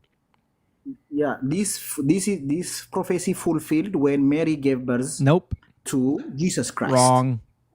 That's the end of the story. That's not the end of the story. The real story is that she had sex with a Roman centurion. All the church been fathers saying that for years. Yeah, the real story is that she was messing around on Joseph, and rather than coming clean and getting stoned, she lied and said it came from God. So the four witness of the apostles is not valid for you? No, the apostles lie all the time. They contradict each other. They lie. Every prophecy that they say is a prophecy is not a prophecy. Like this Isaiah chapter 7 is like not even an outlier. Every prophecy that is quoted in the Gospels are just out of context quotations, like Jeremiah 31:15, and also Hosea 11 verse 1. Just random out of context quotations having nothing to do with the Messiah. But that is just you. That's what you feel. No, that's the truth. That's the truth. That's a feeling. You cannot support it on. I can. I want to demonstrate it to you right now since you've never read the book. It's okay. I'm used to this. This is Hosea. Says, when Israel was a child, I loved him, and out of Egypt I called my son, hearkening back to Exodus 22, when God says Israel is my firstborn son, and he calls him out of Egypt. It says, the more that I called them, the more that they went from me, and they kept sacrificing to the Baals and offering incense to the idols, which is precisely what they did when they left Egypt. They abandoned their God pretty damn quick and started making idols. Okay, so this is not even a prophecy. This is just the prophet talking about what happened in the past. But Matthew said that this prophecy was fulfilled when Jesus was taken into Egypt and brought back out. My question for you here is, who told you that this is not a prophecy? I can tell with my own two eyes that it's not a prophecy, because prophecies have to reveal information about the future or about the present that would be of a miraculous nature. Deuteronomy 18 says that you need to test the words of the prophet to see if they come true. So, you as an individual, sitting 2,000 years apart. Apart from what? apart from the history, the culture, the semantics. Just like and you. Yes, just like you. Just like me. But I have the support of the church, the church I father have the and support Matthew, of all the Matthew Jews. himself. I have the support of the Jews. So you can't claim that you have the support of anybody special, because my authority, I'm not Jewish, but my authority that I would appeal to, I would imagine, is much more informed about the Hebrew text than your people. My people that I'm appealing to wrote the Hebrew text. Yes, but this makes us even. You have the support of the Jew. I have the support of the Christian early church fathers. Because the Jews are the origination of the text. They would be much more important than the people that came through later. What you're suggesting is that if I said the same thing about the Mormons, if I said the Mormons, their understanding of Scripture is just as valid as the church fathers, would you accept it? No way. Oh, no way. Fantastic. So I would apply the same logic to the Christians. I think the Christians' understanding of the Hebrew Old Testament is inferior to the understanding of the people who wrote it. Yes, but this is a different scenario. There's always a yes, but. Because you're right, but I'm not going to accept it because I'm dishonest. They don't accept Jesus as. I don't care. You missed my point. You missed my point completely. No, stop talking. I don't care. I know that the Mormons and the Christians don't agree on everything. That's not my point. My point is that the Mormons invented their own interpretation of the New Testament, and I'm using it to demonstrate that just because an authoritative group interprets a text a particular way doesn't make it authoritative. If you wish that I take the Christian church as authority on the Hebrew Old Testament, then by the same virtue, you have to accept the interpretation of the Mormons on the New Testament.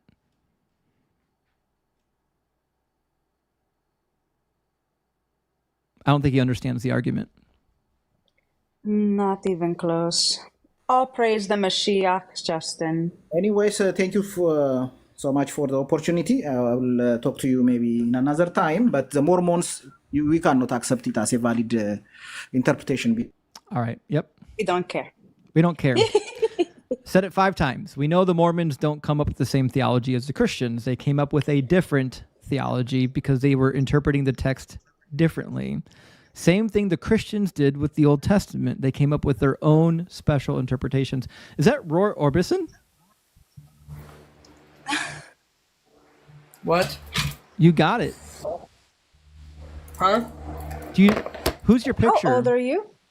Who's my picture? Ronnie Millsap. Oh, it's Ronnie. Oh, that is Ronnie. That's Fat Ronnie. That's not Fat Ronnie. That's Fat Skinny Ronnie. No. All right. Anyways, I forgot Fat Ronnie looked a little bit like Fat Roy Orbison back in the day. But either way, what should we address you as? And are you at least 18? Somewhat like that, yeah. So you're not 18. I thought you were a child. Cool. All right. So yeah, he sounded 12. But I'm impressed that he knew who Ronnie Millsap was. I mean, you know Ronnie Millsap, Smoky Mountain Rain? Yep. It's a classic from the 80s. I love the 80s. All right, we're going to get Abram blessings. Guys, thanks for being here. The YouTube stream is still streaming, and I think Twitch is still streaming. So unfortunately, I can't see my YouTube and my Twitch comments at the same time. I have to go back and forth. But I do see some comments from Saladin that are informative. Guest, you've got some really bad background, and he's gone. Okay, then. I was going to say, before we bring the next guest up, I see 685 people in here. Let's go ahead and tap the screen. Let's get host up to 300K likes. Remember to share out the live. You're more than welcome to subscribe. It is $2.99 a month. You can do it one time to test out the waters, or you can do it reoccurringly. He does have a gift goal of the cowboy hats and mustache, although I can't which see I think it. looks adorable on him. It's okay. I think it's like the computer thing. And also, we do have link trees in our bios if you want to support us any other way aside from TikTok monies, because TikTok does take 60%. Our Cash Apps, our Venmos, also our Amazon wish lists are up there as well. We appreciate each and every one of you for being here, and we're riding it out until midnight, my darlings. Remember, do not feed Gizmo after midnight. So I don't know if I told you this, but the last time that I unalived, I guess I was 6. But it was watching the Gremlins that did it to me. There was a moment where one of the little furry guys popped up on the screen and it startled me, and my heart locked up, and I went unconscious for a good time. Oh no! I haven't watched it ever since. It's been a long time since I've seen it. But classic movie. Welcome in, Easy. Hey, Justin, how's it going? Good. How are you doing? Long time listener, first time caller. Welcome in. So I was wondering if you knew the sort of historical name of that centurion you were referring to earlier. And yeah, I can get it. In Monty Python. Give me in Monty Python's movie. Well, I don't think it was mentioned in the Monty Python movie, but I know I'm trying to remember that it was an early Jew who popularized the theory. And I want to say part of it even made it into the Talmud. It could have been Celsus. Let me see. I'm trying to remember who it was. I've got some of the writings of Celsus and Julian with me. But I think that's where it got happened. Yeah, it was in the writings of Celsus, which technically are writings of somebody else that got copied in. It says this. He adds that she was abandoned by her husband, who was a carpenter, because she had been found by him to have committed adultery. Hence, in consequence of being expelled by her husband, becoming an ignominious vagabond, she was secretly delivered. She secretly delivered of Jesus, who, through poverty, being obliged to serve as a hireling in Egypt, learnt that there are certain arts for which the Egyptians are famous. Afterwards, returning from thence, he thought so highly of himself on account of the possession of these magical arts as to proclaim himself to be a god. And then Celsus also adds that the mother of Jesus became pregnant with him through a soldier whose name was Panthera. And you can find this. This is one of the dialogues between Celsus and one of the Christians. I forget which Christian, but you can just find it on the internet. It's pretty searchable. I just happen to have a hard copy in my collection, but that's where it came from. Panthera. Not just a good band. Yeah, definitely. Dimebag Darrell, 100%. Nope. R.I.P. Dimebag. R.I.P. Yeah, I was coming up here to make a Monty Python joke and it totally collapsed. Sorry, I love a good Monty Python joke. Do you have any others? Yeah. I do not. This is my one trick hat. Sorry. That's right. Sorry, folks. But if you do look up famous Monty Python centurions, it's top of the list. I don't want to get Justin banned. But yes. Okay. You guys have a good night. Yep, Thank have a you, good one. Too easy. Listen, Monty Python, Robin Hood, Men in Tights, The Princess Bride, along with Matt TV and SNL are the reason for my humor. Yeah, I do love some Monty Python. Well, we ran out of guests, which is surprising. We got 628 people here. We got a new guest in. I mean, we got Dan Brown in the guest queue, but I think he's an atheist, isn't he? Hold on, let me see. I thought he was an atheist. I could be wrong. Anyways, welcome in, Summer Vibes. Hey, Justin. I just want to tell you that I appreciate everything you do in this live. And Hanji, I love you. I just recently started following you, and you're awesome as well. That's all I wanted to say. Thank you, Summer. Thank you, You're so sweet. I'll follow you back. Have Hold a on, good don't one. drop it Thank yet. you. Cheers. You as well, dear. W Summer. Got it. All right, guys. So this is what we need to do. We got 600 people in here. We got to tap the screen like crazy. We've got to share it. And we've got to get this thing pushed back into the algorithm, because right now we're not in the algorithm. While we're waiting for a guest to come through, I'm going to pull my boy Joyful up in here. Joyful has been out here cooking Christians all week. How you doing, Yes, Joyful? he has. Doing all right. Good to hear from you. I was actually just coming up here to call you a liar. I was in this guy. Listen, no, this is legitimate, Justin. Now, you can laugh all you want. It's really gross how much you laugh about this. I was in Pastor's Live, and he cast the demon out of me. Oh. And ever since then, I've been praising the Lord. I've been on both knees, and just taking it. Which orifice did it come out of? All of them. It's been every single hole has been filled, and I'm ready to accept even more. It's hard to know if you're coming or going. It is. It seems like a lot of coming and not a lot of going, but Jesus never comes. He's been promising Where's it my for a fan? long time. He is the edgelord. He is the edgelord. He's always coming but never finishes. Yes, It's edging, for sure. the audacity. I just wanted to come and say, hey, well, you didn't have a guest, man. Guys, make sure you're following Joyful. Also, follow his backup. He's got a backup, one or two backups in his link tree, right? Yep. All right. I've got Good to hear two from you, back buddy. there, yeah. Yep. Have a good one, Justin. Thank you. W Joyful. Loves you, Joyful. I love watching Joyful's live. So entertaining.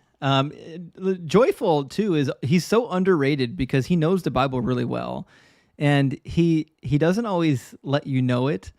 And then like he'll be in the middle of conversation and he'll just be like, "Bam! What about this verse that nobody was thinking about?" I love that tactic really that he good. does. He's really good. We got Rod back. Rod, we scared everybody away. Yeah, I know, because you're too right, man. You put them on blast, man. Welcome back. No, I just wanted to say, thank you for everything, taking your time, which I know you don't have to. I know you spend a lot of time on here, Hanji, you too. So I just want to say thank you guys, and I'm always going to be listening. Good to hear from you, Rod. But now I'm a free agent, like I told you. Yeah, Rod broke free from the dogma. We're proud of you. Yeah. Well, y'all have a good night, but I'll keep listening. Thanks. Cheers, Rod. That's hard to do when you've grown up believing something, to break yourself off of it, because it almost becomes part of you. You know what I mean? Break those chains. I will say this though, when it comes to the conspiracy side of things, like the whole the videos of like underneath the river with like the holes and like you hear chains and moaning, I'm just like, that would be fucking awesome. See, knowing my luck, I would fall in that motherfucker and be so curious and be like, oh, what does this about them do? It's ancient. I press it, boom, apocalypse. Oopsie, sorry. The accidental apocalypse. We don't want that. Right? Just like, but if not friend, why friend shaped? I know. But you know what? Necro, thank you for the hats. If there's going to be an apocalypse, it's going to be by accident. That's for sure. W Necro, thank you for the cowboy hats. We've got the satirical polemicist, also what looks to be a follower of the flying spaghetti monster with us. Oh, God, I pressed the button by mistake. Hello, guys. Hello, Hanji. Hello. You guys are the best. You know it. Hello, my I'm outta dear. here. I'm sorry. My bad. Cheers. Good to hear from you, buddy. Thank you. Taylor Tom, good to see you. Thank you for the hat. Taylor Tom in the house. I've seen Taylor Tom in a number of lives lately. I love to see him around. We got. He also resubscribed too. So shout out to him for the subby. Thank you, Taylor Tom, for the resub.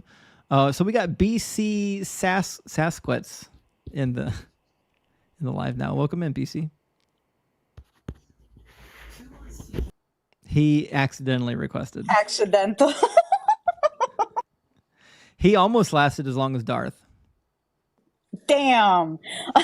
Damn. Fucking hell. All right, guys, let's go ahead and tap the screen. Tap that screen like the Romans tapped Jesus to that cross. I know we can do it. Let's go ahead and get these likes up and get some opposition up in here. I'm going to take a restroom break then while we're waiting on the queue to fill back up again. If we can't get some guests here in the next couple of minutes, I'll just do a restart. It'll kick us back out there. We'll be fine. Sounds good. I'm sorry, guys. Was that too much? Well, you heard our Mashiach. Let's go ahead and tap the screen. Let's keep sharing out the live. Keep supporting. Keep streaming not only on YouTube, but also on Twitch now. So I have to get the Twitchies. Be sure to subscribe. You could do it as a one-time or you could do it as a reoccurring. That is completely up to you. Remember, it is only $2.99 a month. We also have Discord channel, which is the Deconstruction. junction. I love the wordplay. And also, if it wasn't for you guys, we wouldn't even be able to be doing this right now. And being able to continuously do this, having constant support, having you guys, constantly coming out, showing love, supporting us in the best way possible, because in reality, I know things can get repetitive, but the fact that you guys are even continuously doing this and continuously joining shows us that we seem to be doing the right thing. And also to the people who are newly deconstructing, just know you are not alone. There is a community behind you. I know a lot of people wish they had this years ago, but it's never too late. We are making the change. And even if you want to be spiritual, that's perfectly fine. Just, don't force it on others and, kumbaya. And also thank you, Joyful Robin, for the 5 subscriptions. Yeah, big W, Joyful Robin. Thank you for that. Thank you for the 5 subbies. I see Cyber came in and gifted while I was gone. Good to see you, Cyber. Thank you so much for the gifts. I appreciate that. We're waiting for some guests to turn up. I'm going to give it just maybe one more minute. If we don't get anybody, we'll restart. I think all the Christians cleared out. I think they're all gone. We defeated all the Christians. I think Taylor Tom's got something to say. Hey. Good to see you, Taylor Tom. What are you, Fat Albert? Hey. Exactly. No, my card got hacked, so I had to I've been playing catch up with what things that were on that card. I was stupid. I pulled a boomer move. I should know better than what I did, but so I had to get a new card. Yep, that happens. The reason I've been there. I'm not even a boomer. The reason I asked for an up, though, is if you guys know who Sacred Scars is, Dave, he's going through a really tough time. I think I reposted a video recently from someone who's got a GoFundMe set up. And for those of you who don't know, Dave lost his daughter recently after a long battle with an illness, and then he wrecked his car. So he was living out of his car. He at wrecked one his point, car? apparently. Yeah, he totaled it. Oh, Dave, no. So find a way to, if you can, find a way to get Dave some moolah, because he definitely could. That's the big aid he needs right now, is that. He didn't post anything about it, but one of his other friends did, which is why I reposted the video. I didn't realize that. Yeah, I didn't either until I saw the other video, and I was like, oh no. Oh my gosh, that's terrible. Just a fucking Job move. Well, so I mean, that's all I got, man. We'll do what we can to support him. Sacred Scars is Dave's account, and Sacred Scars, also known as Dave the Agnostic Evangelist. If you're not already friends with him, pop into his profile, check his link tree. If he has, I think he's got a PayPal in there, and he's probably got a Cash App or a Venmo in there. Let's send him some help. I mean, gosh, I can't imagine losing your daughter and then also wrecking your car on top of it. Like, my understanding is he was on his way back to wherever he lives, and then the car wrecked. So it was just like right one after the other. Oh my I may be wrong, but that was my impression. So either way, it's terrible, the poor guy. That's terrible. Well, I appreciate the update, Taylor Tom. I'm going to send him a text and see what's going on with that. I mean, because those of us who, I mean, if you spent any time in a Christian community, it's still, those things are still wired deep in you, and you want to help each other out in the community. I think this is like one of the best functions of the best part of what church could be, is a community like this where we can help each other out. Actually, I agree with that. I think that's one thing that we're kind of missing from atheism, is that communal aspect. And I think, yeah, totally. As much as I hate to say it, things like TikTok, pretty helpful for that. Yeah, I completely agree. But yeah, that's all I got. Thank you very much. Thanks, Tom. Good to hear from you. Good to hear from you. So I think what You're we'll do, welcome. yeah, Taylor Tom's awesome. I think what we'll do then, we'll just do a restart on our TikTok and see if we can get pushed back into the algorithm, and we'll try to get it going. Let's do it. All right, see you in just a couple minutes, guys.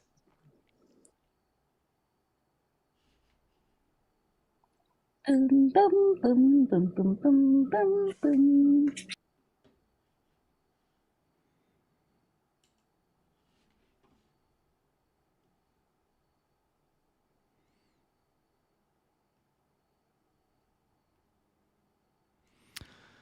Okay.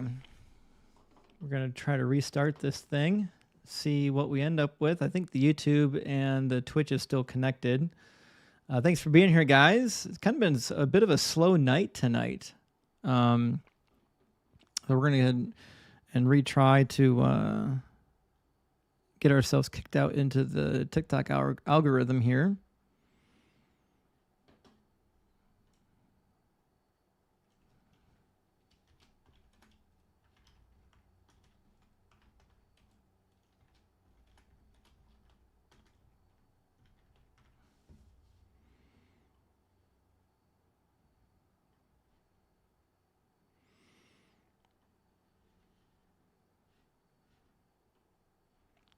All right, we got it restarted. Got it restarted. We're going to try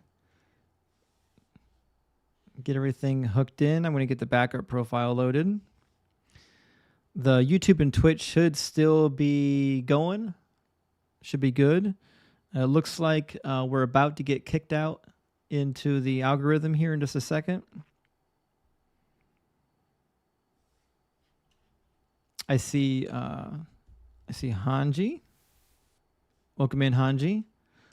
She's coming up. All right. Ooh. We're live again. And we'll see what we can get. Welcome back. Good to see you, Hugh. Good to see you, Break. Miss Bouquet, Freddie, Morrow. Good to see you guys. Welcome back. This is still my favorite soundboard. That's the best one.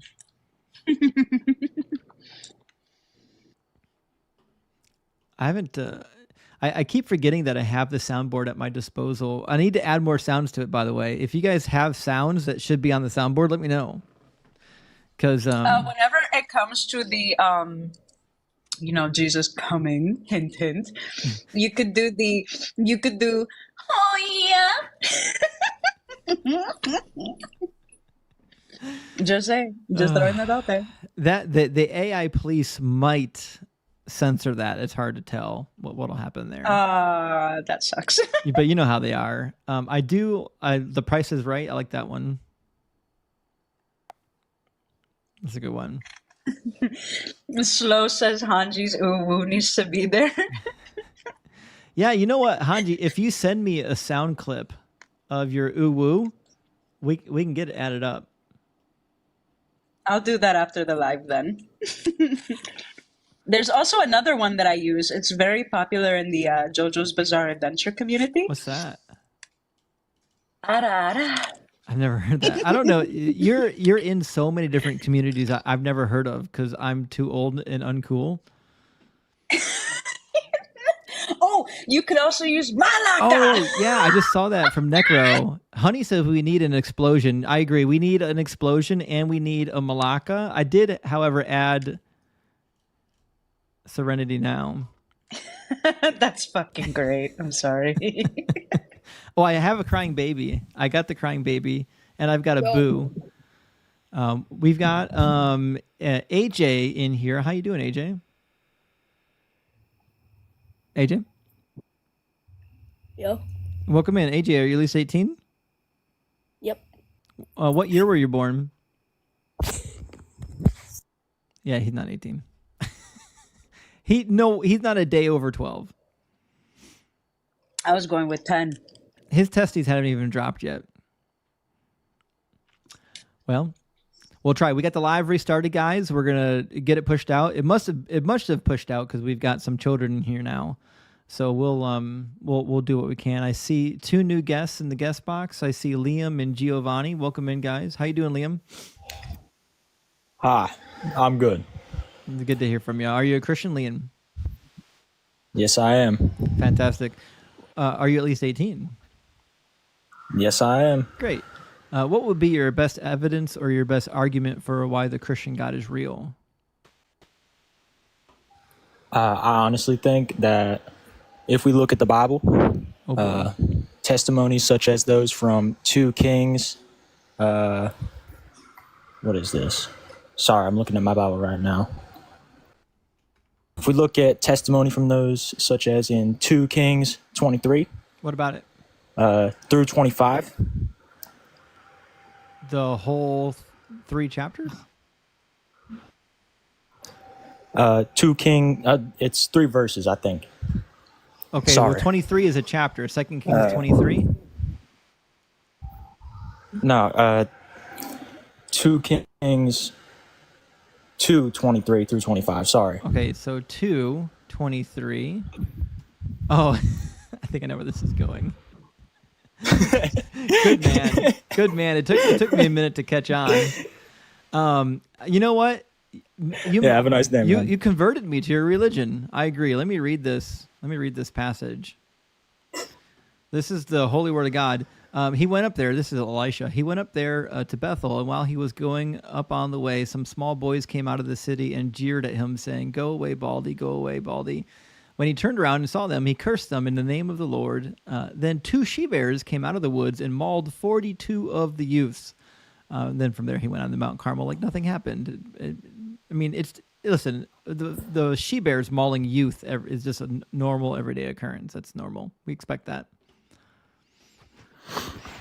Welcome in, Giovanni. What's up, dude? Giovanni, are you at least 18? Yeah, I'm 28. Fantastic. And are you a Christian? I am. Well, I just wanted to come here and say, I think it was like 3 weeks ago. Remember that guest you had on? And the guest was just like, she started like speaking in tongues, and she said that she was making a prophecy. Okay. Yeah. I just wanted to know whatever happened. Did anything come true, or did you? No, in fact, we joked about it on the Discord quite a bit. She prophesied that my all of my listeners were going to receive a revelation that night, and that they were all going to convert. That was. See, I'm a Christian, but that was crazy to me. I was like, oh, don't say that. There's so many of them. Don't say it.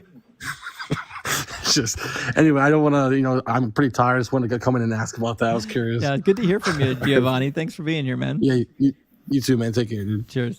We do actually have some Christians that come through with good sense of humor. You have to. Mm-hmm. Yeah, Lenny, welcome in. Hey, Justin, what's going on? Not too much. How you doing? Pretty good. Listen, I was in the queue right before you made that rule earlier today, and I've been waiting weeks to ask you this. Sorry, go ahead. Go ahead. All right. So I heard that in order for Mary to give birth to Jesus, God had to forgive her. Like, in other words, had to forgive her of all her sins, and so that she was like forgiven. So, yeah, yes and no. Okay, so the Catholic Church had a way to deal with this. Are you familiar with the Immaculate Conception of Mary? No. Okay. I didn't even know that was a thing. That was a possibility. So what you're alluding to is the fact that she still would have been a sinful human being. So how do you get Jesus from Mary through childbirth, which itself would have been unclean and sinful? Because David said, I was shaped in sin and formed in iniquity, referring to his birth. Conceived in sin and shapen in iniquity. But so the general consensus is then that there must be something unclean. Well, that's where the Immaculate Conception of Jesus comes into play, because there's two ways there were some Catholics early on that conjured up this idea that Mary was also immaculately conceived, but that's very convoluted and not accepted as dogma. But the idea behind Jesus being free from sin is that because the sin, the uncleanliness, is not from being birthed, it's from doing the deed. And since Mary didn't do the deed, then she still would have been pure. And that was the motif that the early church ran with for many centuries, and they still do. So that's how they fixed that whole nonsense about being unclean.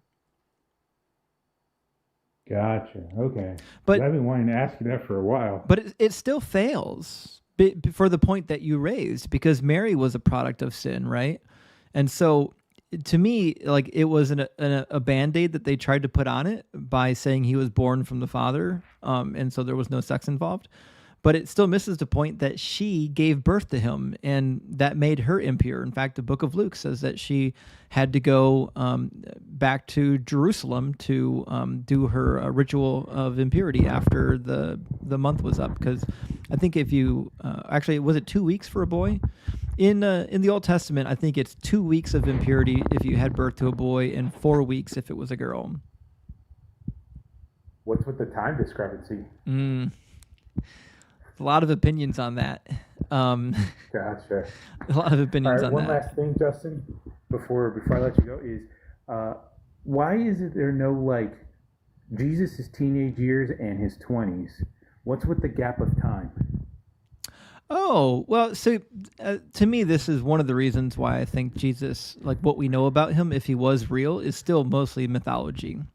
Because most histories about people that really existed, especially very, very important people, we actually know quite a bit about their younger years. And so to me, it's baffling. Now, Celsus or Celsus, an early person of quasi-Jewish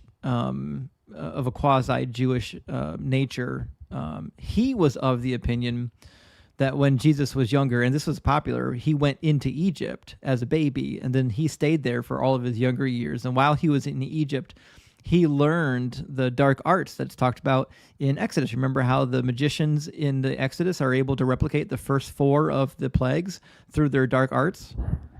So Yep. a lot of people during the time of the early church believed that Jesus, as a child, must have went into Egypt and learned the dark arts of the Egyptian magicians, and then that's what he was practicing when he was an itinerant rabbi in Israel. The Magi. Mm-hmm. That is super interesting. That's pretty wild. All right, well, thank you for answering those questions, dude. I didn't want to ask you that for a Sorry about while. the wait. I apologize, bud. All right, man. Take care, and I'm going to be listening for the rest of the night. Cheers. Good to hear from you, Lenny. Absolutely. All right, we've got another guest in here. We got Allender coming in. How you doing? Al Nader? Alan Nader, yeah, correct. Alan Nader. How are you doing? Good. How are you doing? Yeah, I'm good. So I'm from the same club. I'm just like you, but the Arabic version. You know, like I'm an atheist, and Thank you, I Matt. challenge I challenge a guy, you know, to come over to your channel without telling you. But now I'm telling you, if ever, you know, I bring people to challenge you, you know, feel free. Bring them in. All right, brother. Thank you very much. All right, good to hear from you, Allender. Mac, thank you for the hat and mustache. Mac, I appreciate that. Mac's been really making it rain here tonight. My goodness, thank you so much, Mac. Let's get some W's in the chat for Mac. Mac is definitely supportive. We love that. Oh, she really is. She supports everybody in the community. She's active in a lot of different lives. Mac's a powerhouse. Guys, 1000%. Yeah, 1000%. So, guys, we are still waiting for opposition. You know, it's just I don't know if it's a slow night on TikTok or if we already cooked them all. Or, anyways, Necro, thank you for the hat. I still, even after I restarted TikTok, I still can't see my live goals. I have no clue what my live goal is set to right now. So you have 12 out of 20 cowboy hats. Oh, thank you. So yeah, you're right, honey. I cooked them all. They're all roasted. It might just be. Sherry, thank you for the hat. I appreciate that. Nurse, thank you for the hat. Great Path, thank you so much for the hat. I appreciate that. You guys are awesome. Thank you so much, guys. Bezos wants to know, can you have Justin read the first half of Revelation 3:11? It's why I believe in the Father. Revelation 3:11? About being spit out of the... Is that the verse adjacent to being spit out of the mouth? That sounds kinky. Corgi butts! I love the corgis. Revelation 3 is where that passage shows up. I thought either 3 or 4, but let's read it. Actually, I'm going to... Yeah, it is. It's in chapter 3, verse 16. That's the one I was thinking of. I was off by about the power of 10. Don't be lukewarm. Don't be lukewarm, because God will spit you out of his mouth. Yeah, Terry says me versus Sam Shamoon. That would be a matchup for the ages. Sam Shamoon is the real deal. He's the only Christian apologist that comes up with halfway decent arguments, although I think obviously they're not good arguments, or I would be a Christian. So Revelation 3:4, is that what they said? Or 3:11? 311. Also, you need to set up a new goal because Mac helped you complete that one. Oh, damn. Thank you so much, Mac. Thank you. I really appreciate that. Jesus says, I am coming soon. Hold fast to what you have and so that no one takes away your crown. And this is actually one of the passages that Paul says something very similar. I think it was in either Colossians or Ephesians that matches up with Hebrews chapter 6, verse 4. Where it talks about being able to lose your salvation. That's why Paul says you need to walk out your salvation with fear and trembling, because there will be many people in the last days that say to me, Lord, Lord, and Jesus is going to say, I do not know you. So, and of course, James, the entire second chapter of James is about, listen, just merely believing doesn't make you a Christian. You actually have to do stuff. There seems to be, there's not a clear consensus as to what makes you saved and whether or not you're permanently slave. But I think most of the New Testament would rather point you towards the fact that you could actually lose your salvation. But the one thing Yahweh stresses a lot is removing the turtlenecks of the children. Oh, yeah, definitely. Listen, God is all about just tips. He doesn't like them. He wants to get rid of them. Just the tip. Just the tip. Wants to keep the main thing the main thing. Looked beyond. Welcome in. Hey, how you doing? Good. How are you? Are you at least 18? I'm 43. That's affirmative. Fantastic. Are you a Christian? I would call myself at this point a red letter Jew. Oh, that's fun. So you're a Messianic. So I subscribe to the red letters of the Gospels. But not Paul. But not Paul, exactly. Yeah, because you it's hard to be Messianic if you have Paul included. Right, absolutely. Yeah. I was just scrolling by and just wanted to see where the conversation would go. Sure. Well, I'm an atheist. I'm an ex-Christian. And it's my position that I don't believe in any God at all, actually, not just the Christian God. But I discuss primarily the Christian God because that's my background, and I live in a country where most people are Christian.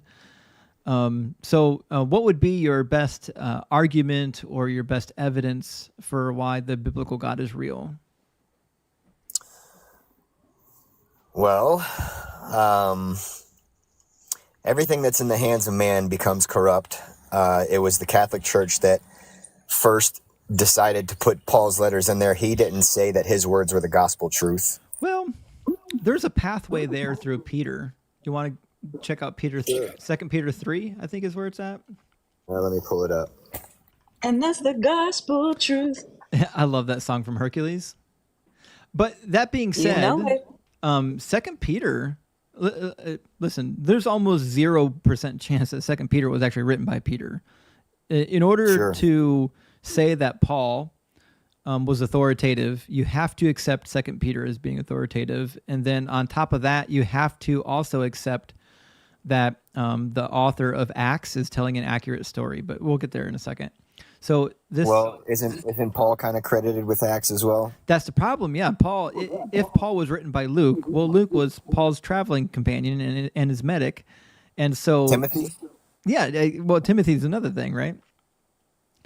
So let's grab the verse. Okay. And thank you, Megs, for the subby. Oh yeah, thank you so much. I didn't see that. Thank you, Megs, for the subby. I appreciate that. Also, guys, for anyone who's a new subscriber, the very first video, or maybe the second pinned video on my profile, is for subs only, and there's an access to a really fun spreadsheet that I keep that's got a lot of my documentation and arguments on it. So the passage here. Which chapter? Oh, I'm sorry. I'm in 2 Peter chapter 3. Okay. All right, I'm there. Yeah. So, therefore, beloved, while you're awaiting for these things, the end of the world, that is, while you're waiting for these things, strive to be found by him at peace and without spot or blemish, and regard the patience of our Lord as salvation. So also our beloved brother Paul wrote to you according to the wisdom given him, speaking of this as he does in all of his letters. There are some things in them that are hard to understand, which the ignorant and unstable twist to their own destruction, as they do the other scriptures. And so most Christians that hold the Pauline theology would say, well, we can conclude that Paul was writing scripture because 2 Peter said so. But that argument rests on the fact that you think Peter actually wrote Peter, and most scholars don't think that he did. Right. Well, yeah, I wasn't going to argue against that either. Yeah, I think we agree on that one, right? Right, absolutely. So here's my position. If you're going to be a Christian, it's more rational to throw Paul out. I think Paul contradicts a lot of the New Testament, and it's nonsense. But he lost me when he said, God is not a God of confusion, but a God of peace. Yeah. Jesus said that I did not come to bring peace, but a sword. And then in Genesis 6, I believe, or 11, I might be getting those mixed up. But in the Tower of Babel story, God said, let us go down there and confuse them. There's nothing more confusing than to not be able to understand somebody. Right. So I think if we wipe out Paul, we've got a more tenable position. Jesus' teaching seems to make a little bit more sense as a Jewish rabbi, or at least somebody who was of Jewish descent that taught Jewish teaching of his time period, and that still adhered to the law and taught that others should adhere to the law as well because he's Jewish. But I have two issues, even if you throw Paul out. The first issue is I don't think that Jesus fulfilled any prophecies, not even the ones listed in the Gospels. And then the second problem is the God of the Old Testament he's really barbaric. I'm not inclined to believe that God is real. He sounds like something that mankind made up to justify their legal system. Well, I hear a lot of people ask, is your God good? I have a hard time contrasting good from evil if it was only good. So I believe that the author and the finisher wrote the story. I believe that I am simply an avatar, so to say, that I'm a character in his story, that even the words I'm speaking to you right now were formed before the foundation of the earth. I can borrow a little bit of Paul. He had some things right, but again, he was a flesh. He was not God. He was not Christ. Well, that gets repeated in Revelation. So you quoted Ephesians chapter 1, verse 4, but that also gets picked up in the book of Revelation. So you can take it. You can just say you got it from Revelation. Sure. Okay. So yeah, I mean, and there's a lot of I see contradiction, but I also contemplate what actually the relationship between God and Satan is often. Yeah, like the book of Job is, to me, a very difficult book because God essentially tortures an innocent person just to win a bet. To me, that doesn't sound like a real God. So God makes deals with the devil on our behalf, absolutely. On his behalf. Well, yeah, but so he's saying that he knows us so well that he knows every decision that we will make because he designed us. So we don't have free will. We don't. Absolutely, we don't. That's fitting. That's said multiple times. I mean, when Jesus said, I agree with you. When Jesus said, go to the next town over and get the donkey and the colt, and say to the person that the Lord has need of it, that's predestination. Go and throw a hook in and bring the fish out and it'll have a coin in its mouth. Predestination. Multiple times, so many stories talk about that we are just characters and we are just fulfilling the words that were already written on our behalf. We're playing out the movie. And so, yes, we do not have free will. We're simply finding out as we go. We turn the page and then there's the next page of the story in our life.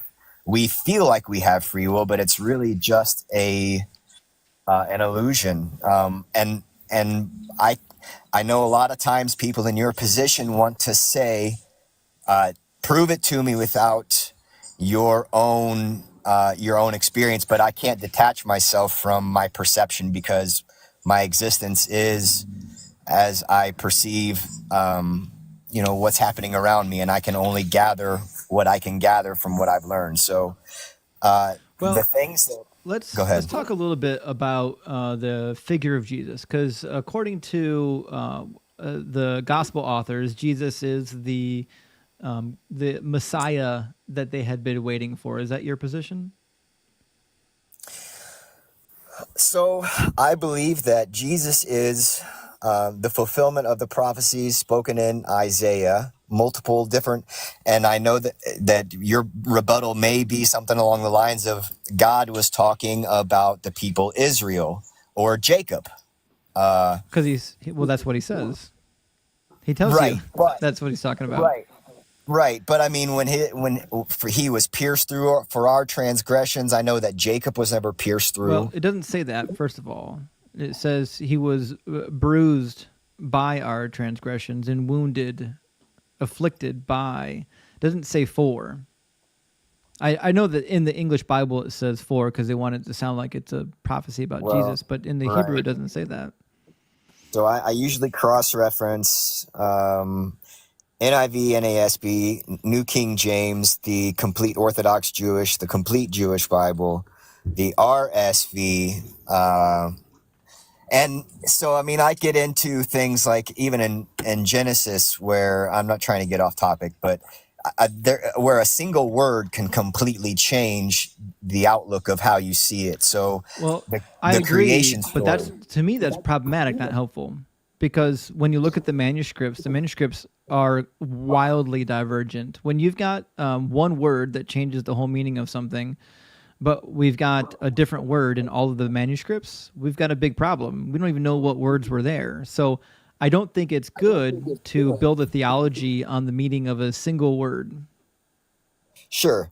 So, for example, if I was gonna give you a contradiction in Genesis 1 and 2, where the creation story talks about man coming before animal and then animal before man.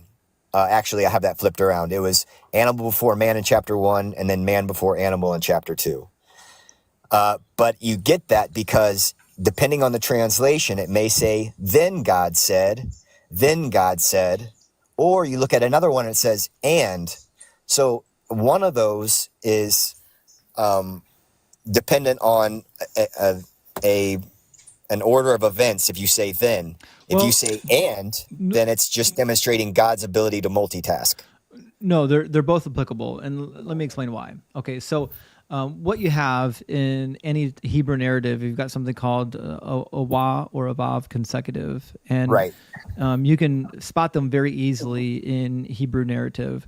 And it's a sequential telling of the story, and then this, and then this, and then this, and then this. Now, a lot of translations will just say "and," because it's kind of implied that these are sequential. But there are some English renderings where the translator's like, we need to make it clear that this is a sequential thing, because in Hebrew you can say "and," you can say "but," and then you can also say "and then."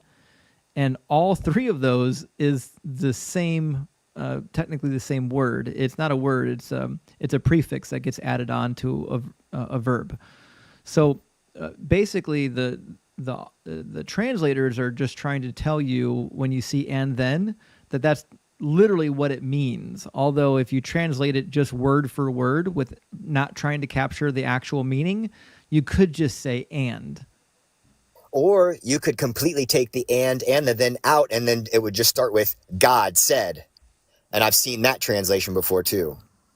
Yeah, I don't know any translations that take the ands and the buts out. That'd be new to me. They're out there. Let me see. I know I just recently saw this version, and it goes straight to God said.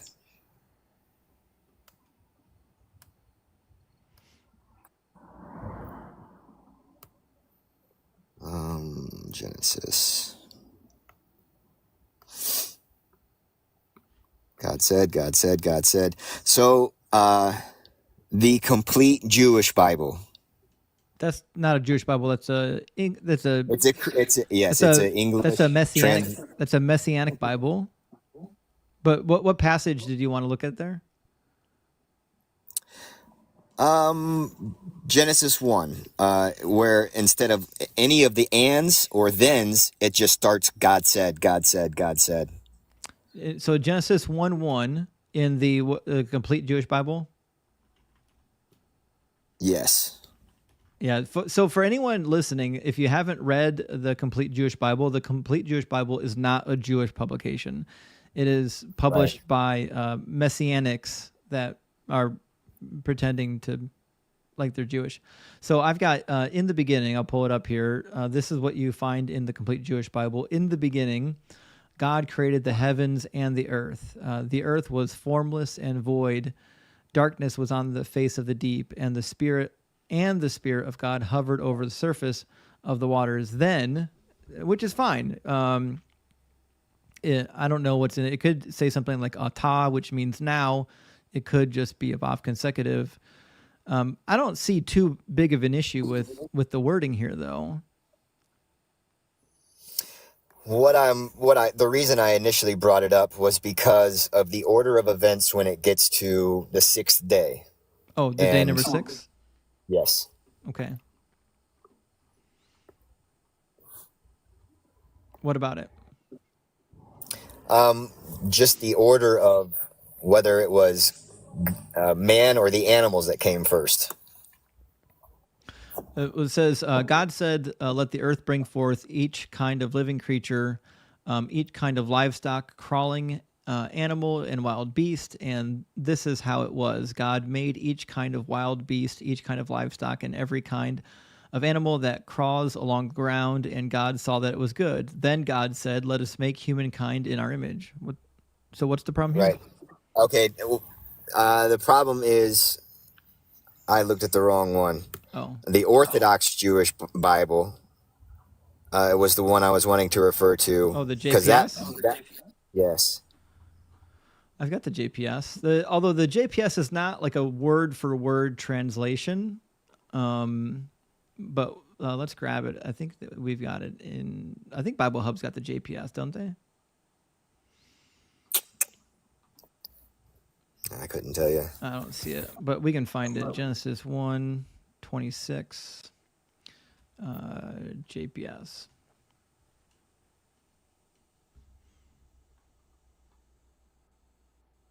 Oh, it's so small. Let me zoom in so everyone can see it. There we go. It says, and God said, let us make man in our image after our likeness, and let them have dominion over the fish of the sea, and so on and so forth, right? Mm-hmm. So what's the problem here? So in chapter 1, it says that it gives the creation story saying that animals came first. And then in chapter 2, it's saying that man came first. Oh, you mean the contradiction between the first account and the second account? Correct. Yeah, I mean, I thank you for the hat. I appreciate that, Gunslinger. Yeah, I mean, I'm aware of that contradiction. Okay. But what about it? So I'm basically, the whole reason I brought it up was just simply the fact that a simple word of and then can make that contradiction null and void just because the word and has a completely different implication than then. I'm not sure it contradicts. I've been told about this contradiction a lot, but I'm not sure it does. These are the generations of the heaven and the earth when they were created in the day that the Lord God made the heaven and earth. So it's just a quick summary. Hey, God made everything. Right. Then no shrub of the field was on the earth and no herb of the field. This is actually kind of important because this is not a contradiction saying that Adam was created after the plants. These are actually very specific Hebrew words. It's not referring to, thank you, Lydia, for the hats. It's not referring to generic shrubs or generic plants. It's actually referring to crops of the field.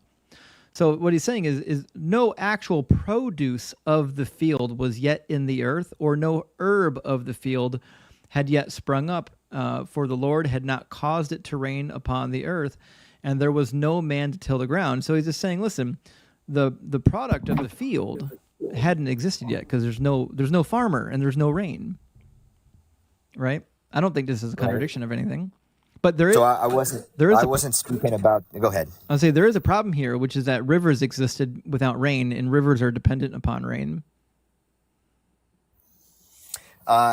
the first thing it says about how they were, how the flowers or the vegetation was watered was from a mist, correct? Yeah. So if something sprang forth as a spring does, then wouldn't that be able to create a river? No. So specifically the rivers that are mentioned here are derived from high elevation rainfall. So yes, you're right. Rain didn't happen until after the flood. Right, which means some of these rivers couldn't have existed. But because the very first thing in the beginning, the Elohim hovered over the face of the deep, which indicates that there was water before there was anything. Yes, there was water, already but water existed. The rivers are formed after the dry ground is formed. The dry ground is brought up from the deep, from the waters that were separated from the waters. And so if I was going to assume that God created an expanse, that's not what it says, sky, though. It says that the dry ground gathered, the water gathered into one place to reveal dry ground. So in the beginning, God hovered over the face of the deep. How do you over the face of the waters? And this is in the beginning, the very first. Yeah, we know. We've all read it. Every kindergartner right. has read Genesis 1:1. We know the story. Right. So the face of the deep is in Hebrew is water. Is panei tahom, which is a very specific word. It doesn't just mean water. It means the chaotic abyss. It's the waters of chaos. It's what happened before God formed things from the water of chaos, and it happens to be in Assyrian and Babylonian mythology as well.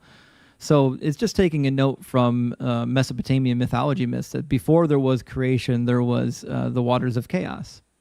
Sure. So water was already here before the dry ground came about. And God separated the waters from the waters. The waters above the firmament were called heaven. So if I look up and see a blue sky, I can assume that there is an ocean above us. Yeah, according to Genesis, there was a hard, firm dome called a rakia in Hebrew, and it divided the atmosphere. There was waters above and waters below, which is why it says that the windows of the rakia open up. And if you read the other Jewish writings, like if you read the Haggadah or any of the Talmudic writings on the creation account of Genesis, they'll just tell you straight up, these are what these words mean. Well, I mean, actually, you're helping me with the argument that I had in the first place about the Genesis 1 and 2 contradictions. So thank you for that. So my point now is these rivers here are dependent on mountain rainfall, right there. So these two rivers couldn't have existed unless God did a miracle. But I mean, you could say that about anything in the Bible. Anything that doesn't make sense, you can just say it's a miracle. But I think a rational person would just say no. They didn't know how rivers worked. All right, so over the face of the deep, waters were already here, but let's just pretend for a second that those rivers may not have existed until after the flood, because that much water pressure where God opened up the floodgates of heaven and let the waters that were above No, they existed before the flood. It says so in Genesis. There's 4 main rivers listed in the creation kind of Genesis. Right. And if I went onto a map and looked right now where the only 2 that I know of meet, the Euphrates and the Tigris, it's over in Iraq. Mm-hmm. Yeah, they meet in the Gulf. There's not a place where I can find on Earth where the 4 rivers meet. So they were renamed. Yes, they do. They actually connect in the Persian Gulf, which is covered in water, which is why you can't see it. But if you went back in time before the Persian Gulf was covered in water and there were civilizations there was a thriving city that used to exist there, and there were 4 rivers that met there. Specifically the ones in the Bible. In fact, there have been archaeology teams that have dove into the water of the Persian Gulf and done archaeological exploration on these villages that used to be there that are now completely submerged and buried in sand. So it's just a coincidence that the Tigris and Euphrates meet up again in Iraq. I don't think it's a coincidence. I think it's just the fact of the matter is we got these 2 rivers. that go down to, we'll say, where the Garden of Eden is, that are fed by two mountains. Now, if you know anything, thank you, Bethers, for that. If you know anything about ancient Near Eastern mythology, people knew that waters came from mountains, but they didn't know why. They didn't realize it was rainfall. And so if you read the Ugaritic myth, like the Baal cycle, they seem to indicate that the water coming off the mountain is from underwater springs. That's what they think is feeding it. And then, you know, they didn't know because they couldn't scale the mountain to find out, you know? Sure.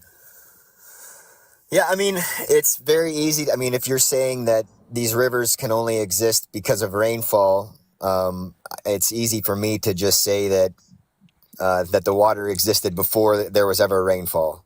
Yeah, but the water wasn't in the form of a river. A river is a specific form of water that is on top of land. So where did the water come from to begin with that rained down? It didn't. It's anachronistic.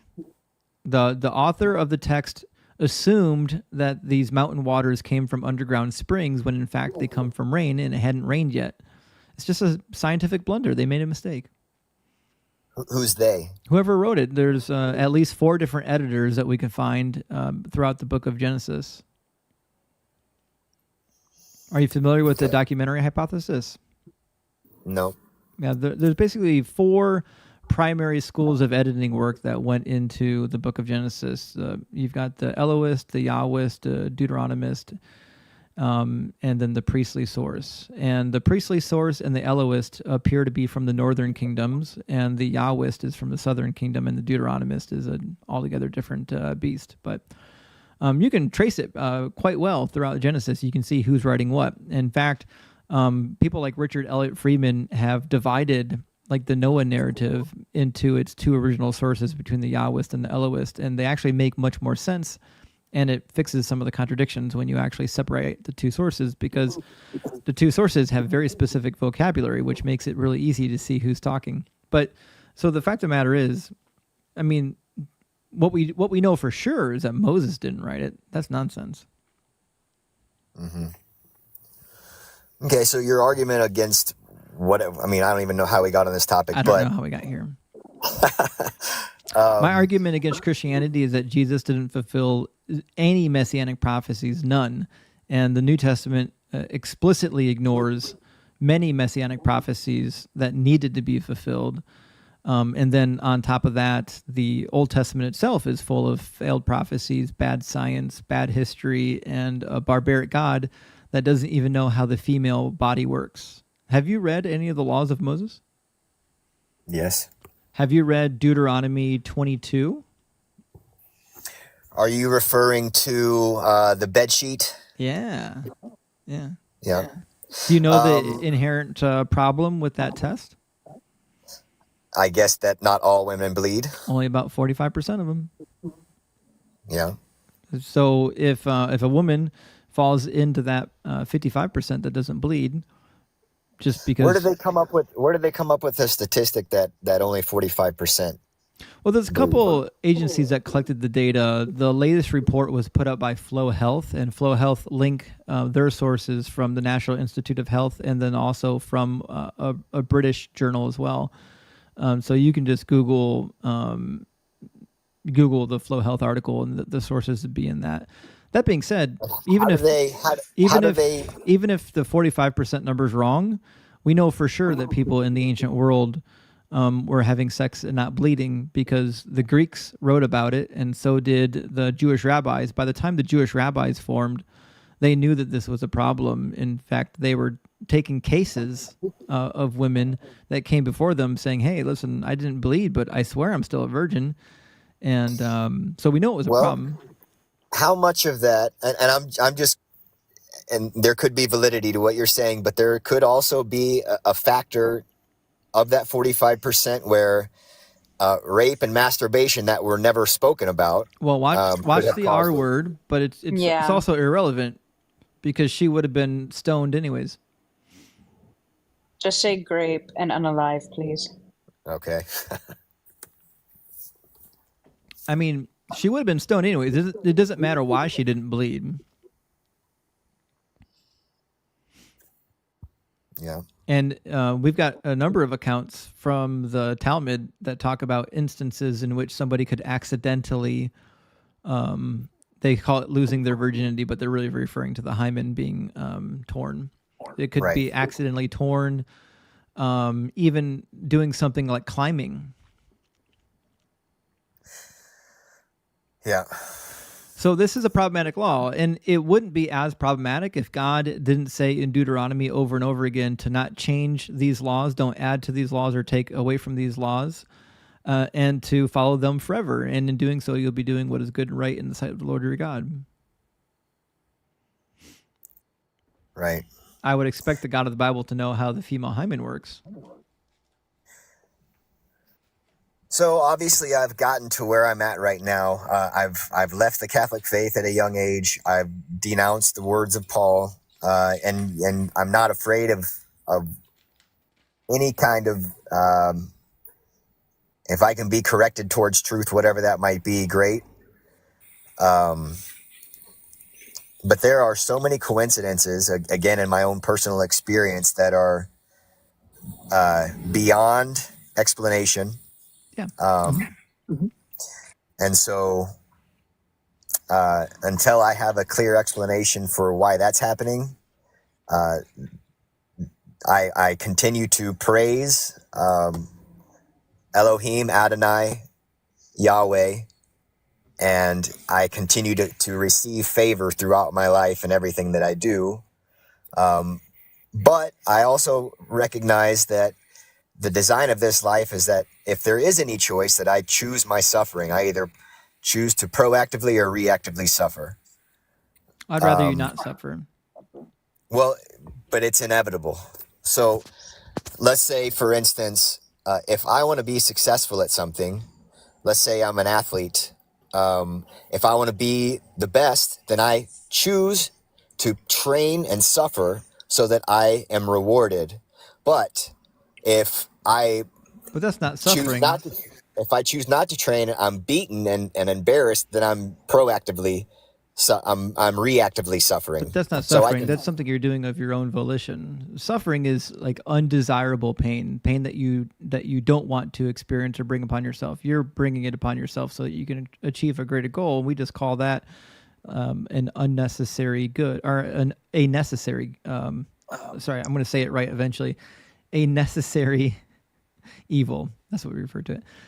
Okay, so but let me just back up. partaking- I Go ahead. just want to back up because I'm familiar with your journey. I went from being a Bible believing Christian, studying the Bible, to realizing we've got to get rid of Paul. We got to get rid of some of the teachings of the Catholic Church.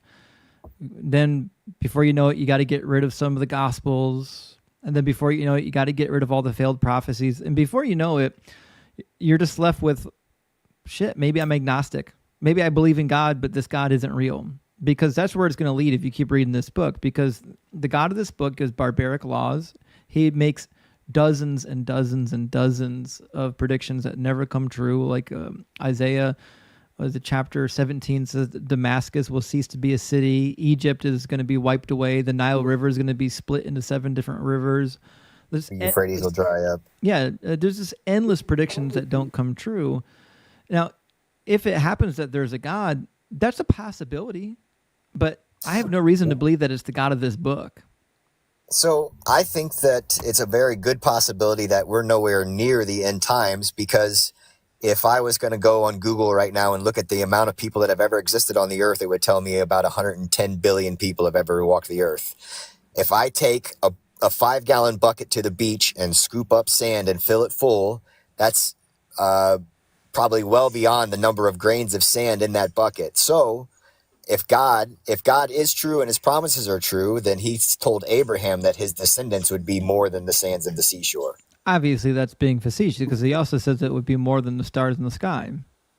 Right. So that means we have a long time on this earth before the end times come. It's never going to come.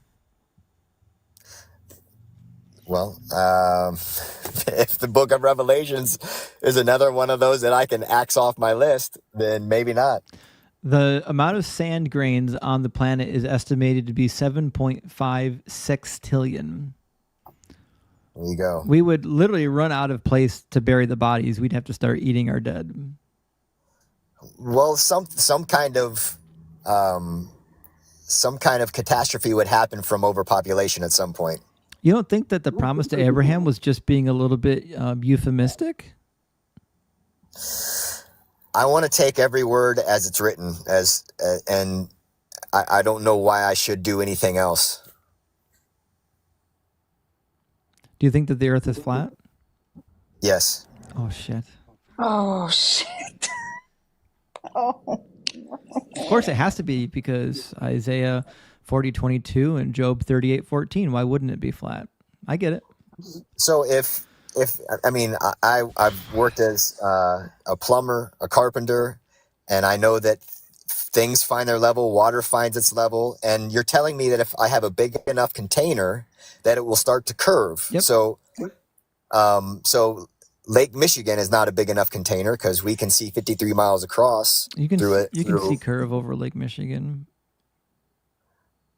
I mean, now we're having to get into trusting man's pictures, right? Who am I? Who's my source?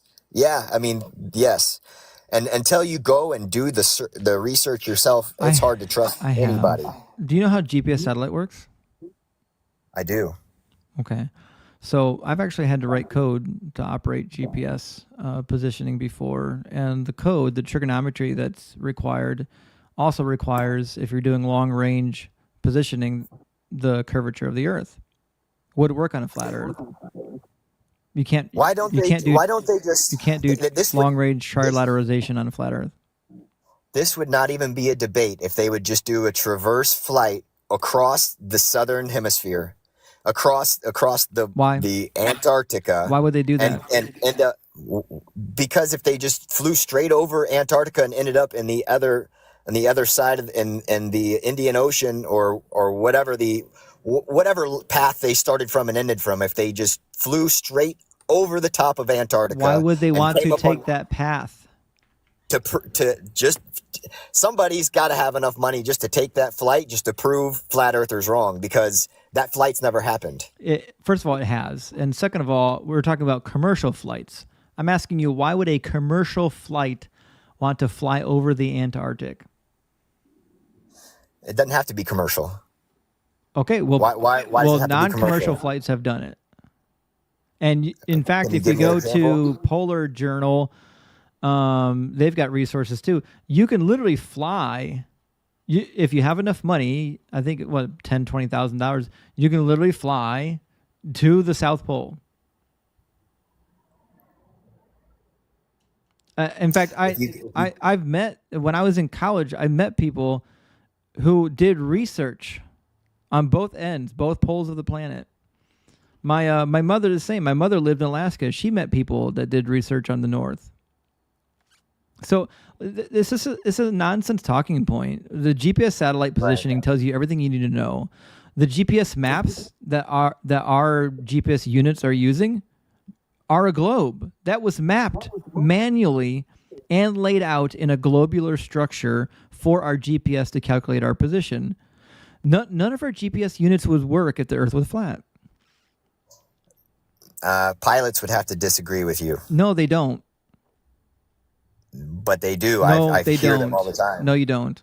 If there's a I pilot do. telling you the Earth is flat, they're joking with you because they think you're a maroon. No, there are several pilots out there that are telling you that the Earth is flat. No, they're not. That's because they are conspiracy theorist believers who feel like there's another world outside of the ice wall. It is a They're tired not. argument. They're not. I can make the same argument that They're messing with there you. are- They're doing the same thing with you that I do with Send 666 because they're messing with you. There are no actual pilots that believe the Earth is flat. Yes, there are, and I'm do you- sure do you know in that your there are fantasy such- there is. Do you know that there are such thing as gag orders in the military? There's no gag orders over the shape of the Earth. That's nonsense. So this is the problem with flat Earth theory, is it requires you to follow up flat Earth theory with dozens of other conspiracies. And when you have to stack your conspiracies to make the original conspiracy work, it just falls apart. Why? Why would anyone conspire to hide the shape of the earth, who gains? Who gains? Right. So for centuries, for thousands of years, every civilization until like the last 200 or 300 years had said that the earth was flat. Yes, because they couldn't travel outside of their perspective, but we can do that now. Is it a joke that the UN flag is a flat earth map? It's not a joke. It includes all of the nations on the earth. Do you know another way to lay out all of the nations without flattening it? Do you know what the United Nations stands for?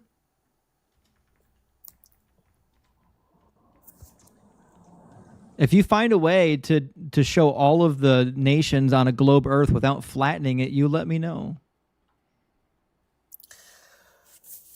Okay. I mean, I can't prove it. And I know that they're like, in order for gases to escape, if we lived in a huge vacuum, if we lived in a huge vacuum, we don't live in a vacuum. I don't think you know what that word means.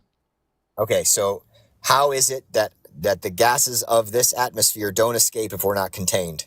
Gravity holds everything. Another thing that doesn't make any sense. It does make sense. All you got to do is read a science book. Density and buoyancy and electromagnetic. Wrong. And that's all you need. Wrong. If density and buoyancy dictated things, then we would be able to find that when we created an actual vacuum, that they would stop moving. But when we do actually create true vacuums, gravity still works in a true vacuum. This is a terrible argument. Are you aware that you can create a true vacuum and all you need is a really good pump? A vacuum that is contained? Yes, you can create an enclosed vacuum system and all you need is a good pump and some nice seals. People have been doing it for a long time. I could go for a good pump right now. Oh, God. So again, sorry, it took me a second to capture that, Hanji. Again, there is, but again, you're speaking about containment.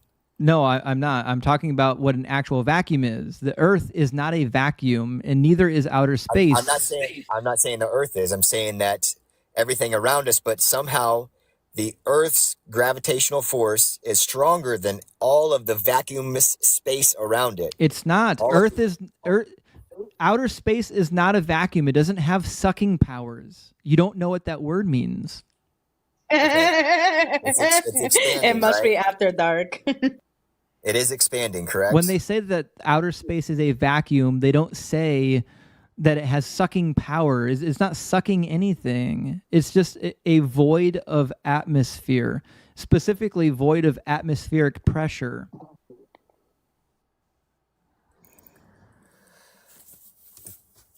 Hashtag not sucking anything either. Thank you. That's why the spacesuits have to pressurize when you're in space, because if you went into space without a spacesuit, your body would blow up like a marshmallow because there's no pressure holding everything together. We live on the Earth in a slightly pressurized system. All of it can be explained with density, buoyancy, and electromagnetism. I just explained why it couldn't, because when you do create a true vacuum on the Earth, gravity still pulls something to the ground. You can create a complete absolute vacuum so that there's nothing in there for the density to separate between, and things will still fall towards the ground in your vacuum. All right. There are experiments that are done with electromagnetism that will show you that without any moving parts, you can have drones that fly. Wrong. Yes. So let me help you out here. I'm actually an electrical engineer. Are you sure that the electrical theory is the one you want to go with?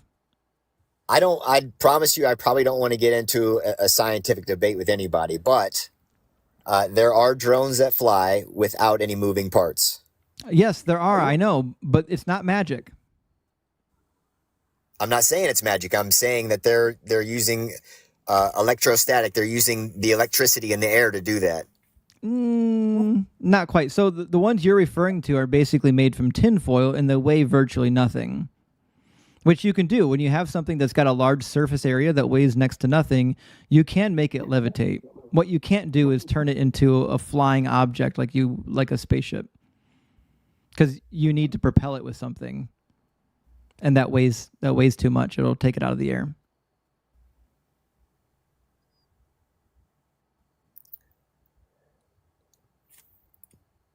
Okay.